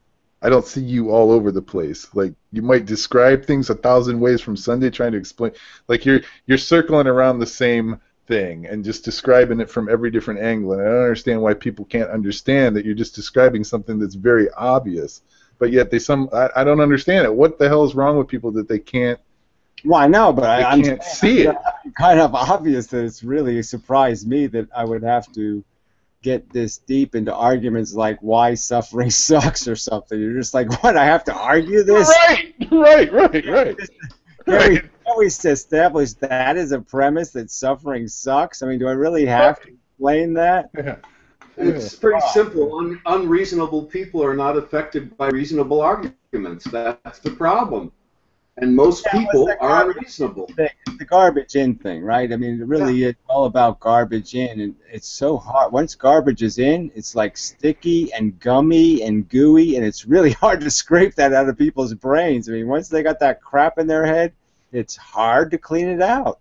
But you have this problem, like you were talking about. He was talking about, Gary, why don't you talk to Anaconda Bob and straighten him out? Well, look, you've got someone who is a very unreasonable person who has absolutely no interest in opening his mind to anything that's coming in because he's already made up his mind about every fucking thing. So all he's going to do is look for arguments or ways of countering anything you have to say. Freud said, when you see a bear, run. You can't talk to it because it'll eat you. Yeah, well, it's probably the better idea is to faint. But die. Just die. Yeah, just jump really high. Yeah, out jump him. And then I don't watch a lot of his videos. I don't need to watch his videos. I know what his videos were about based on Gary's responses, so I don't need to watch his damn videos. So yeah, you really shouldn't get the idea now that he just keeps denying the fact that there's a reality. You know, he just keeps pretending that he has a scapegoat. You know, I don't like that truth, so I'm just going to ignore that one if you don't mind. You know, I love that. I love what he just says overtly. Right. Like, you know, I don't like that as a fact, okay? So I don't want to take that too far. So we'll just wipe that one out because that one doesn't make me happy. So, yeah, give me a happy fact or nothing else. You know, it's just, I mean, he's just so overtly illogical, you know. Yeah, sometimes I think he might be trolling. Sometimes I'm not quite sure because some of the shit that comes out of that guy's mouth is just too It's like fucking retarded. these nihilists are spooky folk, especially when they're sort of an intelligent nihilist, because they have this rationalization where they've just drawn this conclusion that I just couldn't give a damn.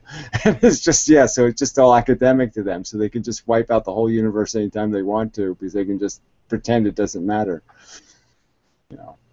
I mean, look, we're all going to die, so if we suffer, who cares, right? Because we'll be dead eventually, and then it'll be all over, so nothing happened because no one remembers it, no one cares, so it never happened, right? I mean, that's really how they think, It really doesn't matter. You know what's funny? You notice, like, the people who have that attitude are the people who haven't had anything happen yet or they're young. I think once people get older or they've seen people die or they've seen some real shit, then all of a sudden they fucking there's just no way you can see it as too funny. I guess I'd say there's two classes. There's people that fit the category you're saying, and then I think there's people that are in the other category where they just can't deal with it. They can't live with a world that cruel and that unyielding. Right. It's just too bleak, and they just can't do it. They won't live that way. So they have to be able to feel good about what they're doing in their life, and so they have to manufacture a philosophy that makes it possible for them to give a damn about watching TV or reading a book or doing something. You know what I mean? They can't turn it that bleak. Right. I find comfort in it though. I find comfort in knowing the shitty truth of it. Seeing the blades spin and knowing you're heading right towards the grinder. I mean, I don't know why people are so scared of it. I mean, to me, it's comforting. It's comforting to know it's just shitty. I don't know. I don't know. I don't know how. What are you going to do? What are you going to say? Yeah, I find living, being frauded or being fooled or being puppeted, I feel that's so much more humiliating. To get to the end and find out I was full of shit or I had it wrong would be more irritating to me than being miserable. You know what I mean? I'd rather be miserable with the truth than, be happy in a lie. I mean. Yeah, and like I say, to me, there's a certain, I don't know, the truth. I don't understand why people have to manufacture some other bullshit because the cold truth of it is equally as interesting to me. I mean, there's a whole lot of pieces moving around doing a lot of interesting stuff. Why do you have to add more to it? Why can't you just appreciate the cold brutality of it, Facts. Yeah, you look at the cold facts. I mean, we could be so incredibly miraculous as a configuration of matter. You know what I mean? We could be built on so many preposterous unlikelihoods. We really could literally be like 5 Yahtzee dice standing on end with all number 5. You know what I mean? We could be just so strange and bizarre happening. And, that should be enough. And you say, wow, that was really cool. I mean, stupid as fuck, but cool as fuck. But cool, right? Yeah, why? Well, it's like people want. No wonder people have God delusions because people secretly, I think a lot of people like to play God. I think that's part of the mentality of a lot of people. They like the control. They want to be the little guy who's in control of everything. They like winning. So even when they lose in Las Vegas, they lie and say they won, right? Because they make up some kind of bullshit. Like, I only lost my like garbage money. I didn't lose real money. I lost my lunch money. I didn't lose real money. You know what I mean? I only spent $10. Yeah, they only count the times they left winners. You know what I mean? Oh yeah, I made money in Las Vegas. If you don't count all the times I lost. So it's that kind of people just like being a winner, so they don't like to think they're part of a loser game, because that's they want to. No, I'm a winner. I'm winning. They have to think they're profiting. They don't want to admit. Right. Well, that's a good kind of analogy because the casino is a guaranteed losing game too. That's another scenario where if you stay in the casino long enough, you're guaranteed to lose everything you came with. It's guaranteed. I mean, even if you win and you stay there forever, you're going to lose eventually. It's stacked against you. It's that kind of thing. It's going to eat you up. The probability is going to eat you up. So. Right. So why don't people have fun in life the same way that you have the same understanding of the casino? Like if I go to a casino, I know that most likely I'm going to lose. Just like life, there's no winning in this reality here. There's no winning. So why do people? I just don't understand why people just can't fucking deal with what it is, and they keep trying to turn it into other things. I don't get that. I don't understand the mentality of just accepting what it is. I don't know. They want to be Jedis or something. I guess they're just so addicted to their donuts. You know what I mean? That they don't want a rule that says they can't eat donuts. So it's that they just can't give up anything. It's like if I told you you can never eat another potato chip for the rest of your life, or you can never have another bowl of ice cream or something. If I told you that, how would that affect you? I'd kill you. Yeah, well, that's what I'm saying. Yeah, I mean, yeah. To the person, It's hard to answer that question. You know what I'm saying? I mean, it's like I still eat potato chips. I don't eat ice cream anymore. But I'm just saying, you know, ice cream was a real loss for me. I mean, that was a real fuck. I really like ice cream. I don't want to not eat ice cream, you know? So, I mean, that's really what it is the truth means they're going to have to change their behavior, and they don't want to do that, right? I mean, if I tell somebody the economic truth, a rich man, I tell them, look, your money's made out of blood, okay? This is real blood of real people. People have to go into the ground and die to make this stuff. That's its real value. It's sweat, labor, work, time, energy, angst, suffering, sickness. That's what this shit buys, you know? So that's the real value of it, and you're pissing it away on Gucci shit and marble toilets and all this bullshit. I'm just saying they don't want to deal with the fact that, oh yeah, I'm a self-indulgent motherfucking wasting pig, that I'm forcing a bunch of kids to, you know, break their back or get poisoned in some sort of carpet factory. And they don't want to admit the reality that they're basically killing children. Yeah, maybe that's a good point. I didn't stop to think about it because I look at it from my own perspective, and you're right. If you look at the truth of the thing, you can't help but the next step is you're going to have to look at yourself, right? You're going to have to see how am I the little fucking piece on the board? You know, what am I doing? And maybe you're right. Maybe that's the big. Yeah, exactly. How big of an asshole am I, and how addicted am I, and how high maintenance am I? How addicted to my comfortable life am I? You know. And I'll have to admit that I'm guilty. You know what I'm saying? I mean, right now I'm still guilty, but at least I'm admitting I can't play this game. All right, this is not a playable game. This game is too dirty. I'm going to step on bugs. I'm going to hurt things, and I don't want to hurt anything. I don't want to play this game because it's a game I can't possibly win. I'm going to cause harm, and I don't want to. Right, but at least you're going for maximum efficiency. You know, you're going for minimum. I'll moderate how big an asshole I'm going to be. I just mean that this game is basically called asshole. You can't play any other game but asshole. You know what I mean? There's no other game to play, and it's just trying to not be big an asshole. That's funny. That's an interesting. Yeah, it's an interesting perspective. I never stopped to think about it like that. But you're right. I think that's what it is. I mean, people will. You can drag them by the hair to the truth and stick their face right in it, and they will deny it and scream and kick and holler and just it's bizarre. I don't understand. I think people would end up being better people. The world would be a better place if people would fucking admit the truth. But people don't want to hear the truth because you're right. They don't want to give up the gluttony. Yeah, they don't want to give up their bacon. Shit.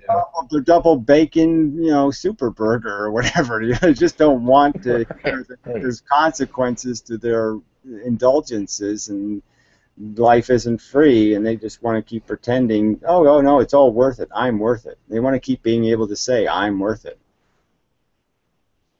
And, you know, that's the biggest lie. Yeah, it's true. It's built in though. It's part of the game, and some people got a better hand of I'm a fucking liar than others. I guess I just got a shitty hand. You know, it's hard to, you know. I mean, I didn't have to be convinced by somebody, so I mean, I'm in a disadvantage because I didn't, you know what I mean. I don't know the roadmap to understanding because to me, I fell in it. You know what I mean? I couldn't avoid it. You know, but it is funny that you know, it's so hard to be able to transmit this perception because it's so obvious to me. It's just so fucking obvious. I'm like, how could people? You do a good job. I mean, like I say, I'm not up here trying to kiss your ass, but I mean, I appreciate what you do. I like your videos. I love when you put a new video up. The longer, the better, because I always enjoy. I'll watch it to the beginning to the end because for me personally, I mean, you're describing a reality from like it's kind of nice because you describe it from a zillion perspectives. You know, you solidify it. It's like I don't know, how do you make the analogy? It's like a statue that I'm looking at from a distance, and you describe it from one side and the other side and the top and the bottom and the left. And the more you listen to it, the better you get a better picture of it. You know what I'm saying? Like a higher resolution understanding continuously. What bothers me is I don't understand the people that you argue with. You're so consistent in what you're saying. You're almost beating a dead horse because you like I say, you're going around and around and around. You're not just hitting it from one angle, you're hitting it from other angles. You would think that eventually these people would catch a glimpse of what you're saying. How many ways can you describe this? You know, how many more ways can you fucking say it? At least just concede the argument and say, well, look, accepting your premises, okay, you're right. So I'm just breaking your premises. So just, you know, because at least Anaconda is more honest in that sense, where he's just saying, I'm not accepting your axioms. I'm not accepting your premises. And that's his evasion. But I mean, for these people to sit there and try to argue the idea that, you know, there's a reality to value, you know what I mean? That's just so, you know, it's just so stupid to sit there and say, oh yeah, well, I take no responsibility to the theoretical consequences of my fundamental philosophy, which is, yeah, it doesn't matter if Adolf Hitler won, it wouldn't matter. You know, yeah, sure it would. And I can understand people maybe not making the immediate jumping on board with the whole antinatalism thing like in the beginning, but for fuck's sakes, that's not all that you're talking about. I mean, that's the end game maybe, but there's so many people who don't even understand like the basic understanding of the reality of the existence we just live. even the free will argument. Just the fucking basic Why should we even have to argue this free will thing once you start thinking about just how idiotic the concept of free is anyway? I mean, you know, that's what even when I started, I never wasted any time until YouTube really thinking about it. But I mean, once you start thinking about it, you're just saying, what would a free be? Exactly, free. Well, free from what? Free from my education, free from my personal experience, free from knowledge, free from what? What free from what? Free from the boundaries of the universe that's the way it is, and here I am, and what am I going to do? Right? Is, you know, free to be influenced by God's will or something, but yeah, I don't understand what it could possibly be free from. You know, what negative thing it could be. You turn into a truck, right? Free to turn into a truck and then fly away or some shit. Yeah, right. Free is one of them bullshit words too, like love. You know, I'm free. Free to what? You're right.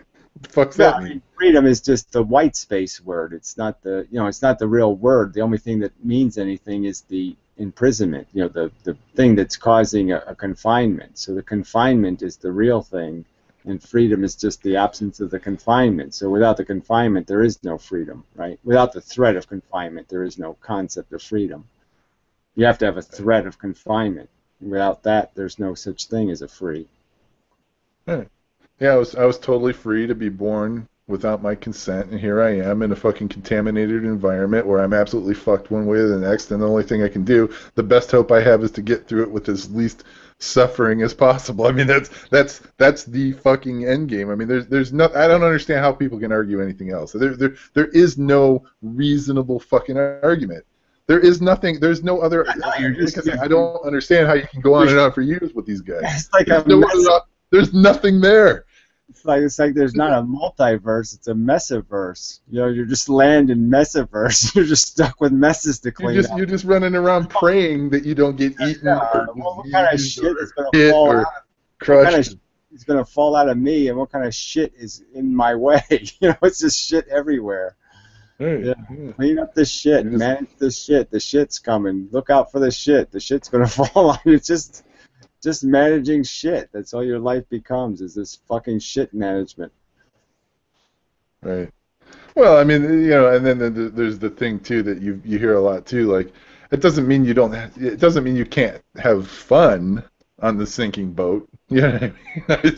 It doesn't mean that like you're not gonna make the best of it. But people seem to see it like, you know, like, why don't you just jump off a building? Well, yeah, I don't want to do that. But I mean, it doesn't mean you don't know that the boat's not going to go down. It's like the Titanic, damn it. You're on it. You were born on a boat that's already got a hole in it, and you're fucked. You just put, you know, you spend some of the last moments you have, right? You can do some shuffleboarding because it's all free now, right? No one's charging you any money. You don't need any coupons. So, you know, you'd enjoy some shuffleboard, have some wine because, yeah, that's all going to hell. But you know, you spend a little bit of time shoving some notes in a bottle saying, "Don't build another one." Bad idea.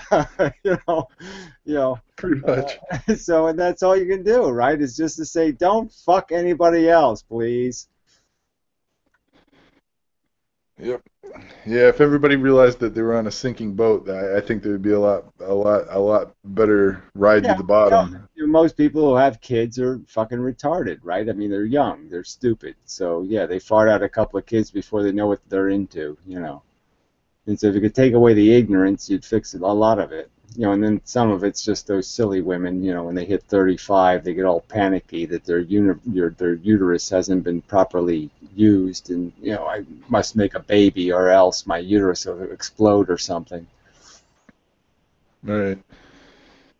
Well, it's usually the other cunts that are flying around saying like, when are you gonna do, you know, that kind of thing too. The social pressure, like, you know, keep the shit, you know, don't be an example to the rest of us. No, but I don't even know how that works. I don't even know how that works because, you know, from my experience anyway, I always breathe a sigh of relief, you know, when I have somebody who has a bunch of kids and I'm saying, just look how nailed they are. You know, they're so fucked.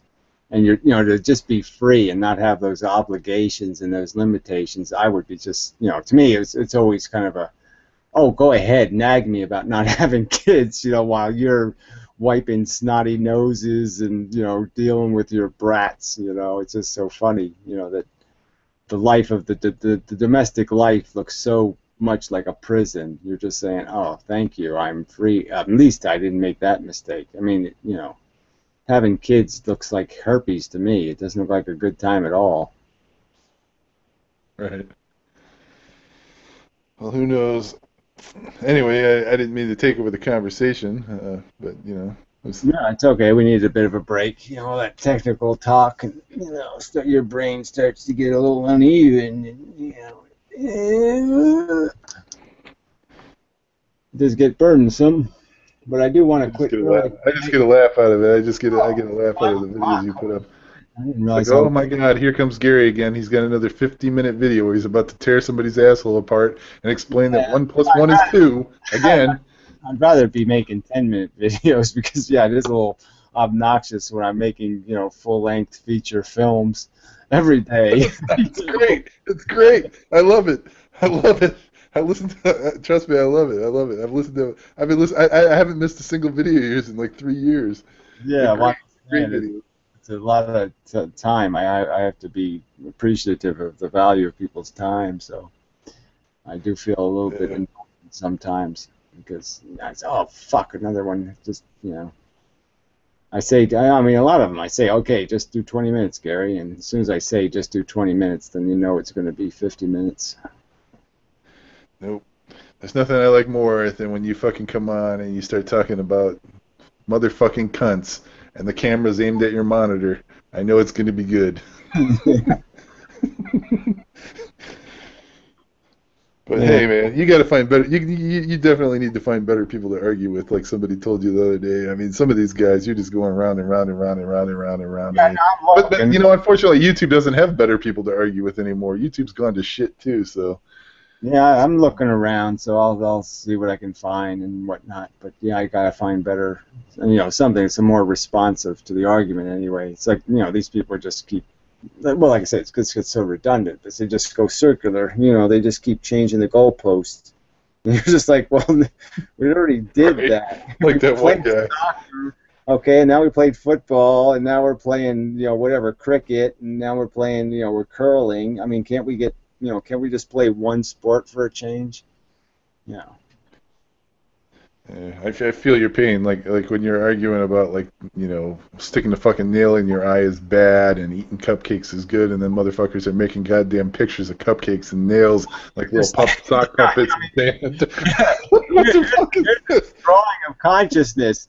See, on this drawing, it's like a proof that consciousness is nothing because, see, there's nothing in the drawing, right? So consciousness is nothing. There, is that proof enough? I mean, shit. Subjectivity gone wild. You see the label? It says consciousness right there on it, so you can see that consciousness is nothing. So there, I win, right? Mm-hmm. Yeah, it's funny. Well, I'm gonna get something to drink, and I'll be back momentarily. Whoa! If I don't fall down. I think it's kind of funny when Day puts the nail on one side and the cupcake on the other, and he says, when I argue with Gary, he feels I have an obligation to have to do something about reducing the suffering part, but he doesn't say that I have an obligation to give people cupcakes. And I think to myself, well, you ungrateful son of a bitch, he's just done 6 fucking videos trying to explain the notion of value to you. If that isn't a fucking cupcake, I don't know what a cupcake is. The guy sits here day after day arguing with unreasonable people. If that is not something of value, I don't know what the fuck is. Right. It's like, I think Gary said it kind of the best, you know, at some point you just have to say, listen, I can't explain it, there's no words to describe it, but damn it, I've experienced it and it's profoundly shitty. Pain and suffering sucks. I mean, if you're not with me on that point, just turn this shit the fuck off and go away. Because how can you can't argue with somebody at that point. You really can't. If they're not even going to accept that simple premise, then what the hell's the point, right? Yeah, well, I mean, I can't help the fact that it's the truth that I just can't imagine what words you're going to use to talk me out of it. Right. You know, to tell me cancer's fun. Well, go ahead and make the argument, but I don't think you're going to be able to convince me that cancer's fun. I think the day's going off to this. I think where Heifel Day's going off to the side is the 4th rule that you gave earlier, Gary, and that is that if I suffer and I feel pain, then chances are your suffering and your pain is the same, and I can identify with that. And I think what he keeps saying is, my subjective notion and my subjective idea of reality is mine. It's completely different. Nobody else has it. You can't make a fucking assumption that any feeling I have is anything like any feeling that you have, and therefore I reject your notion of shared value. Well, and he's also doing I think that's the crux of his argument. I think he also does it because he wants to defend meat eating, you know what I mean? So he has to keep defending it. So, you know, he has to call them beasties and they don't have a welfare stake and it doesn't matter. And that's, you know, it's just this negating the consequential effects of human interaction on Earth. You know, he just is trying to make excuses. Exactly. That's it, exactly. He's totally ignoring all social interaction on Earth and anything that we share, and yet history has shown us that the first thing that people sang about was their fucking misery because it was what they shared. I just think it's being a petty asshole. I mean, I will concede the point that I don't know exactly what it's going to feel like if you get your hand put in a fire versus if I get my hand put in a fire. But you're a petty asshole to deny the fact that it probably sucks. It's stupid. It's a stupid defense to sit there and say that, well, since I don't know exactly how you feel, therefore we can dismiss it. It's bullshit. The stupid argument is that even if it wasn't putting your hand in a fire, you know, even if it wasn't something that obvious, just the idea right, that like a nail. no matter how wacky you are in terms of your sensibilities, you're still going to have things that are good and things that are bad, right? You're still going to have a difference in experience. There's going to be good experiences and bad experiences. Who cares about what the causes are? The only thing relevant is the fact that your brain is going to manifest states that are better than other states. And the non-better states can be called bad. I mean, damn it. That's right. It's part of the game, right? You got to have that bad thing so that when you accidentally, you know, I don't know. I mean, it's built into the game. It's part of the gladiator game, right? Right. There's no way you can contrive this into some sort of carrot game where the bad is only you get 10 carrots instead of 100 carrots. You know what I mean? They want to make this into some kind of like profit game where the worst thing that happens to you is you only have 10 carrots. You know what I mean? The whole bad thing is the whole bad thing's in place so that the gene can replicate, right? Because that's what it's built in. That's what bad is for, to keep you from sticking your hand into the lion's jaw or whatever. I'm always arguing how nature cheats. You know, it just does this shortcuts. You know, like making us procreate by giving us sex. You know what I mean? So sex is fun. We don't know we're procreating. Right, feels good. Do it. So there's all these little shortcuts, and nature even did a shortcut with value, right? Because all it did was really create the whip, and then to give us the illusion of a carrot, it promises to take away the whip. You know, so the carrot isn't really a carrot. The carrot's taking away the whip. You know, so it's like it only really created bad. It didn't even bother creating a real good. The goods are all getting rid of the bads. You know, that's the funny part. It's back to the push gravity. You know, there's only one force. There's exactly. push. I was going to say the same thing. We're right back to the fact that there's one force. What's the way evolution works, as you've pointed out a million times too? It ultimately becomes an efficiency thing. So it makes sense that those shortcuts would be the ones that won. It doesn't matter if there was reason. Reason isn't really necessarily the game. Yeah, you're just kind of stuck with the science thing again, right? The straight line. We're just trying to convert it all back into a straight line. And it's kind of like that's what the universe is doing. It's trying to go straight lines, and it just keeps getting bent on its way. Does seem that's true. Does seem it's true.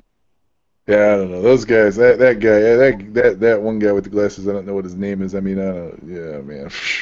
Whew. It's entertaining though. I love watching. I love watching the videos, but man, I don't know. I just can't understand how people can sit there. I sometimes think that those guys are trolling. They've got to be trolling. How can you be? It's just mind-boggling. How can you sit there and deny? That's garbage in argument, right? They're just addicted to their narrative. They have a narrative in their head of how life works, and they're kind of like a superhero, and they're dependent on like Darth Vader being real and this and this and this, so they can be Jedis in their life, and they're doing the right thing, and they're really good people. And if you tell them some other reality that's made some other way, they can't be Jedis in that world, and they don't have superpowers anymore, and they're not doing the good thing anymore, and they're just scumbag assholes, and they don't want to be scumbag assholes. All right. Yeah, like I say, I just don't understand. I mean, I think we all are a product of society. We're all kind of born here, and I think that society's going to make you that way. I don't understand why people. Fix one thing, if you could fix one flaw in human psychology, if I could make people revere the truth, then we'd be okay, right? Because then they'd have to be intellectually honest. And it's the fact that people don't have any passion for the truth that is the biggest liability that exists, right? The only way you can do that is if you disguise the truth as a lie. Well, yeah, disguise a lie as the truth, but yeah, I guess there's a right way to say that, but a more perfect way. So, but yes, that's. Well, the thing is, I think some people. The problem is a lot of people aren't very smart. I mean, let's face it, the bell curve, half the people in the fucking world are below average, right? I mean, this is just a fact. It's probably more than half, but let's just say half. Most people aren't going to go out and take the initiative. They're not going to take the time. They're fucking lazy. They'd rather play with their dicks and do shit. Granting all that, I mean, I was, at 7 years old, I wasn't all that bright either. I'm just saying, I mean, a 7-year-old can get this. It's not about what you know. It's about garbage in. If you keep the garbage out, you don't have a problem. But as soon as you let that sticky peanut butter shit, into the works, right. It's so hard to clean it out. I mean, once garbage gets in there, it fucks you up. Yeah, but the problem is that these guys are still listening to you, and it doesn't seem. I guess I don't know. Maybe there's too much garbage, but I mean, how can you?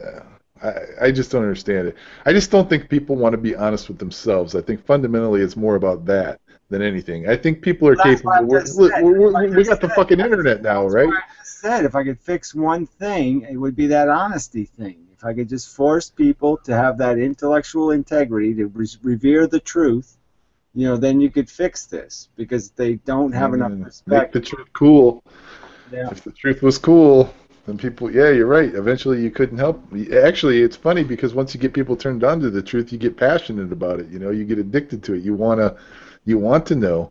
Yeah, no, that certainly keeps me going in the sense that I'm always just looking for these questions that have been badly answered, and I'm just saying there's got to be a right answer. Let me go look, and then you say, yeah, you surprise yourself.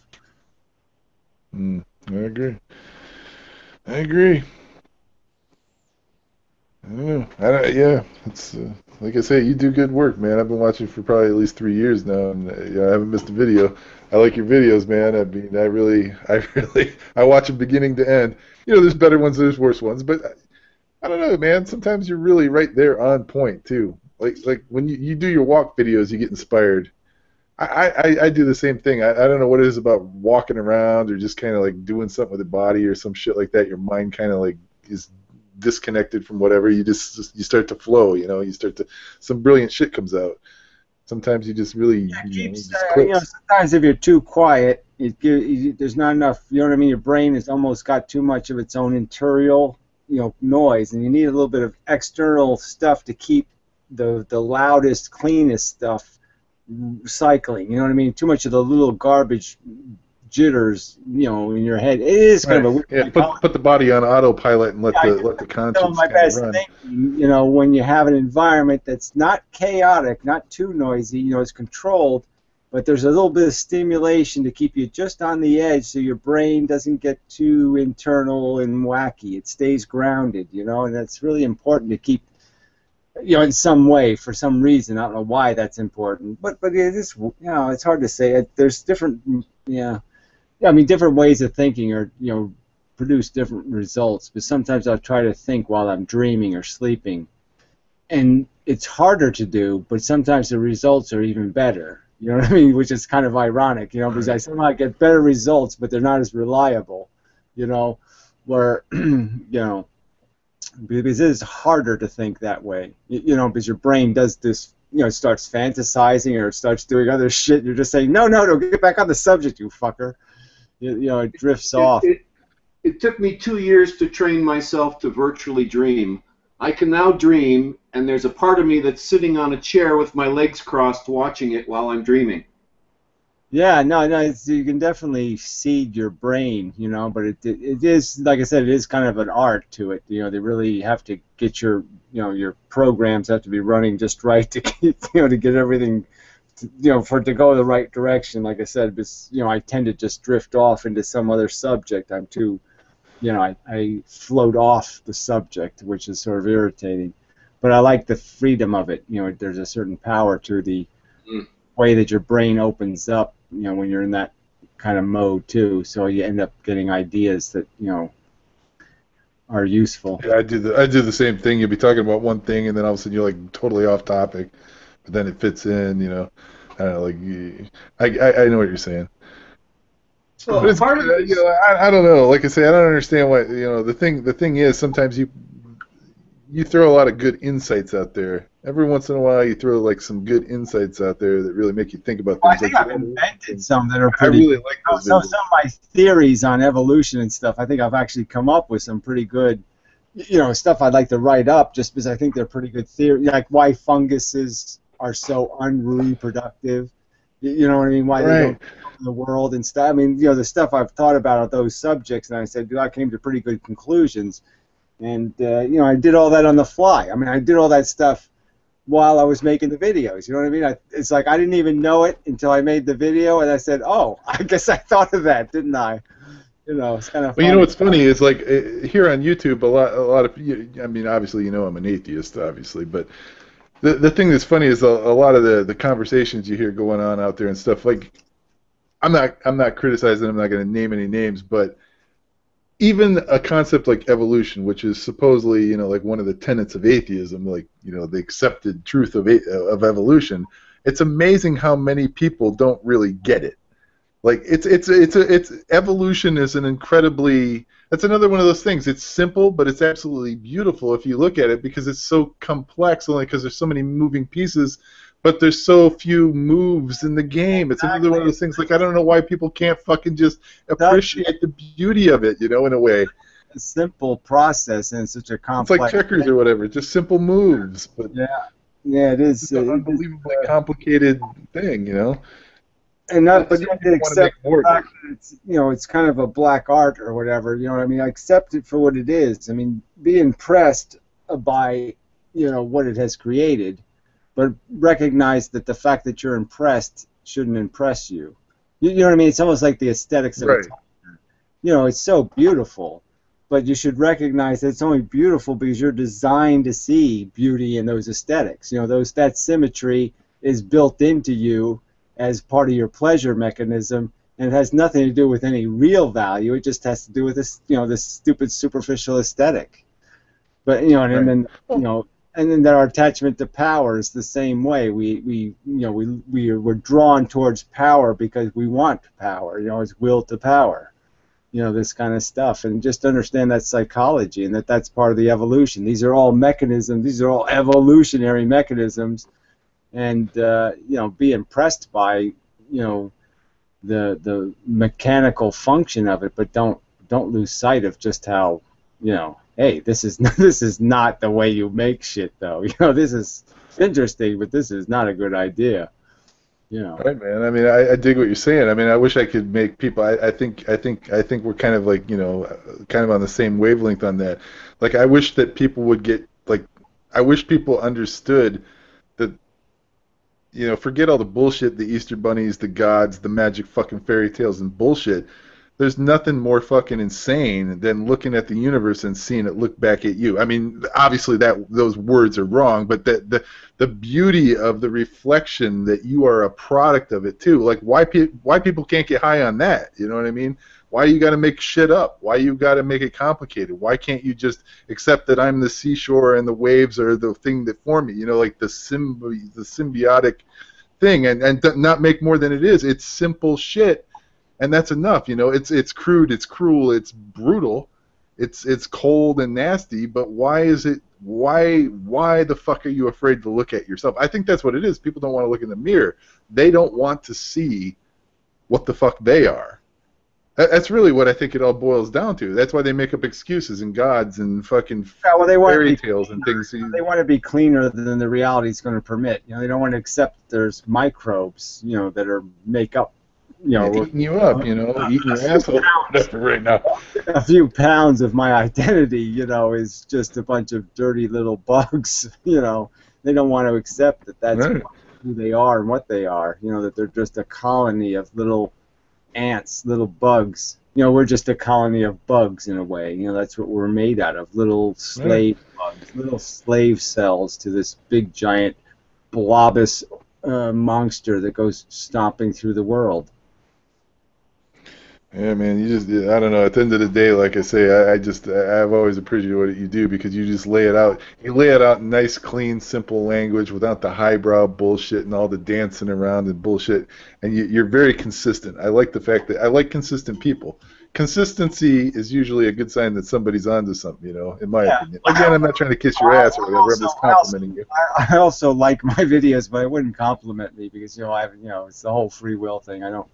It's not much I can say, right? I'm saying, okay, I'm glad, I have to do better, obviously, so I'm far from doing the job I need to do, so it's not, what I mean? If I was more successful, I guess I'd feel better about saying, all right, I'll sign a book for you or something. You know what I mean? I like that there's happy customers, but, until I succeed, more substantially, I'm still going to say, well, I'm still not doing what I need to do, so... I still. They're never going to. I just mean I'd like to be able to say thank you, but I don't even know quite how to say thank you because I don't know how to say it sincerely because I just don't feel right about it yet.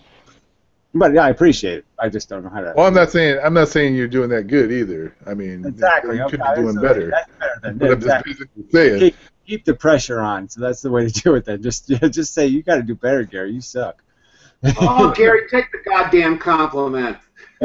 Yeah, well, whatever. I'm just saying it's always a little bit. I mean, above all things, I mean, my only it's not even a compliment. I'm just saying I like the consistency. I like the fact that when I tune in, I know exactly what the fuck you're gonna say. You're not gonna surprise me. You're painting a picture. You've been painting this picture for a long time. I've been watching you paint the picture. I know where you're going. I know what you're doing. I know where the trees are, the mountain, the fucking whatever. I have the so same. I know what I'm fucking getting. Like I said, my favorite videos to watch are my own videos, so I agree with you entirely. Yeah, I make good videos. Yeah, I like my videos. It's not like all of a sudden I'm going to tune in and Gary's like, oh, and this is the part where all of a sudden we get the grape paint out and paint the little alien next to the fucking pine tree or whatever. There's no surprises.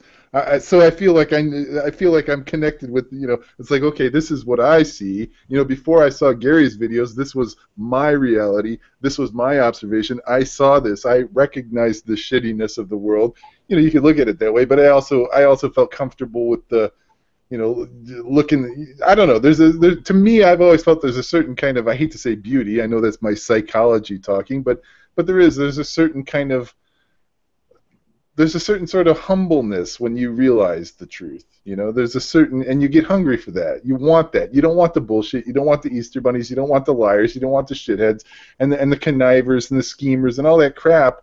And it's nice to see that there's other people out there doing that, and they're also, I don't know you, you don't know me, but yet there you are painting a world that's exactly the world I'm looking at too. So it's reassuring. It's consistent. It's nice. I think I had the same thing. It's like you have the bits and pieces of this disquiet with the world, like this discomfort with so much of it. And it's like I didn't even have words to place on it until I started making videos. You know what I mean? In the sense that I didn't even have a way to put it into real language and sentences and paragraphs. And so in a way it was really therapeutic for myself, as I said, wait a minute, this is, I'm telling myself what I needed to hear, that there's a way of saying this that you can understand it. And so it isn't like just me being crazy or me being cynical.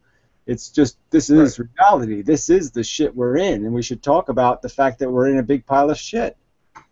Right. I'm not an asshole for saying that. I'm not Mr. Negative. I'm not the hate. I'm just honestly, because you're surrounded by liars, they want to shun you. Right. I'm just honestly explaining my life experience in the sense that this is the world I see. What else can I say? This is the reality, and I can't see how it could possibly be wrong.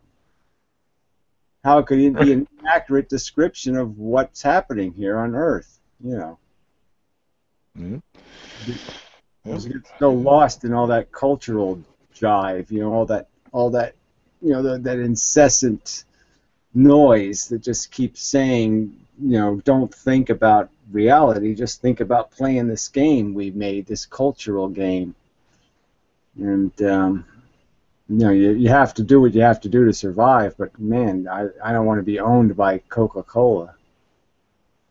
Well, it is kind of funny that we've evolved to do this because obviously, that would be a long conversation, but it is kind of interesting that people have evolved to have that capacity to do that because thinking is hard, right? You're right. Shortcuts is easy, jump out of the way. Maybe it's like conspiracy-minded things, like maybe that broken branch means there's a lion, the shortcut thing. Yeah, well, that's the thing. It's kind of interesting. I kept talking about the brain as a scheming tool, right? And what it can scheme is this, it can scheme personal answers or it can scheme complex scientific answers. You know what I mean? It's the same tool, and you can apply it to these different purposes. So yeah, you can scheme stuff to satisfy your desires, or you can have the desire to scheme an understanding of reality, so but it's the same. Right, but I mean, we're basically, it's like you've said, we're basically reflexive. I mean, evolution has favored the reflex, jump away from the safe is better than sorry. The tool isn't just a reflex anymore in the sense that a logic tool is a filtered reflex. You know what I mean? It's a very confined reflex. I mean, we are made to accurately model reality, not inaccurately model it. And it only became broken in the sense of that when we made this transition from being animals that had a vested interest in selfishness to animals that had a vested interest in culture, and that's where the transition took place. Well, the invention, it was like you said, you pointed out very, very astutely, it was language and writing. Without that, we'd still be in the woods. Yeah, we'd be assholes. Well, we'd be bigger assholes. But, yeah. I mean, we'd literally still be fucking running around in the woods without clothing. I mean, we are built on the passed on information. So we're like accumulating all this crap, and I don't think it's good. I mean, I'm not sure if it's good or not. Well, I'm just saying, I'd rather not be just a dumb monkey. So I don't need clothing, but I don't want to be a dumb monkey either. Right, but you know what I'm saying. I mean, the conveniences and the computers and the electricity, all this is like accumulated information. If we didn't have language and writing, we wouldn't have been able to pass all the little pieces along that led to the stuff that we have, Like even agriculture. Somebody had to tell somebody how to do the, seed planting or how to gather the crops or whatever, things like that. Natural evolution. Like I said, once you can store information, information's going to have a life of its own. It's just going to get cleaner and cleaner. Like, it's like anti-nihilism is almost an inevitable philosophy. If human beings were to survive the future, there'd be no way, there'd be nowhere to go intellectually. Intellectually, the only reasonable conclusion would be, hey, we're playing a really stupid game. It's like the Hell 9000 computer. The only Make it thing you do is desire, shut yourself off. satisfy a desire, and drop dead. I mean, it's kind of a stupid game, right? I mean, deserve has nothing to do with it. Oh shit, that doesn't sound like a good idea. Let's not play that anymore. Yeah, maybe that's why the universe is so quiet, because the people who I'm are like just saying, thousands of years ahead of us or whatever said, "Fuck this." exactly. If life did evolve somewhere else, it'd have the same problem we have because it got here through evolution, so it would be just as broken. But yeah, Mr. Natural bailed. I don't know if he did it on purpose, but anyway, I really do have to go. I do have to work today, so I can't stay any longer, really. But I enjoyed the conversation. Thanks. Good time. Appreciate it. Yeah, it was good, and everything moved along quite adequately, and I'm quite not displeased. Yeah, that's it. I'll be not displeased. I enjoyed it. Have a good one. You too, and thanks and such, and so forth and whatnot, and see you on the tubes. Yeah, see you on the tubes. Yeah. Yeah, so that's it. So thank you for the participants, which were limited, but they were good ones. And fuck the rest of you guys for being lazy. But anyway, so till next time. I have to some kind of button I have to hear stop broadcast. Yeah, I'll do that.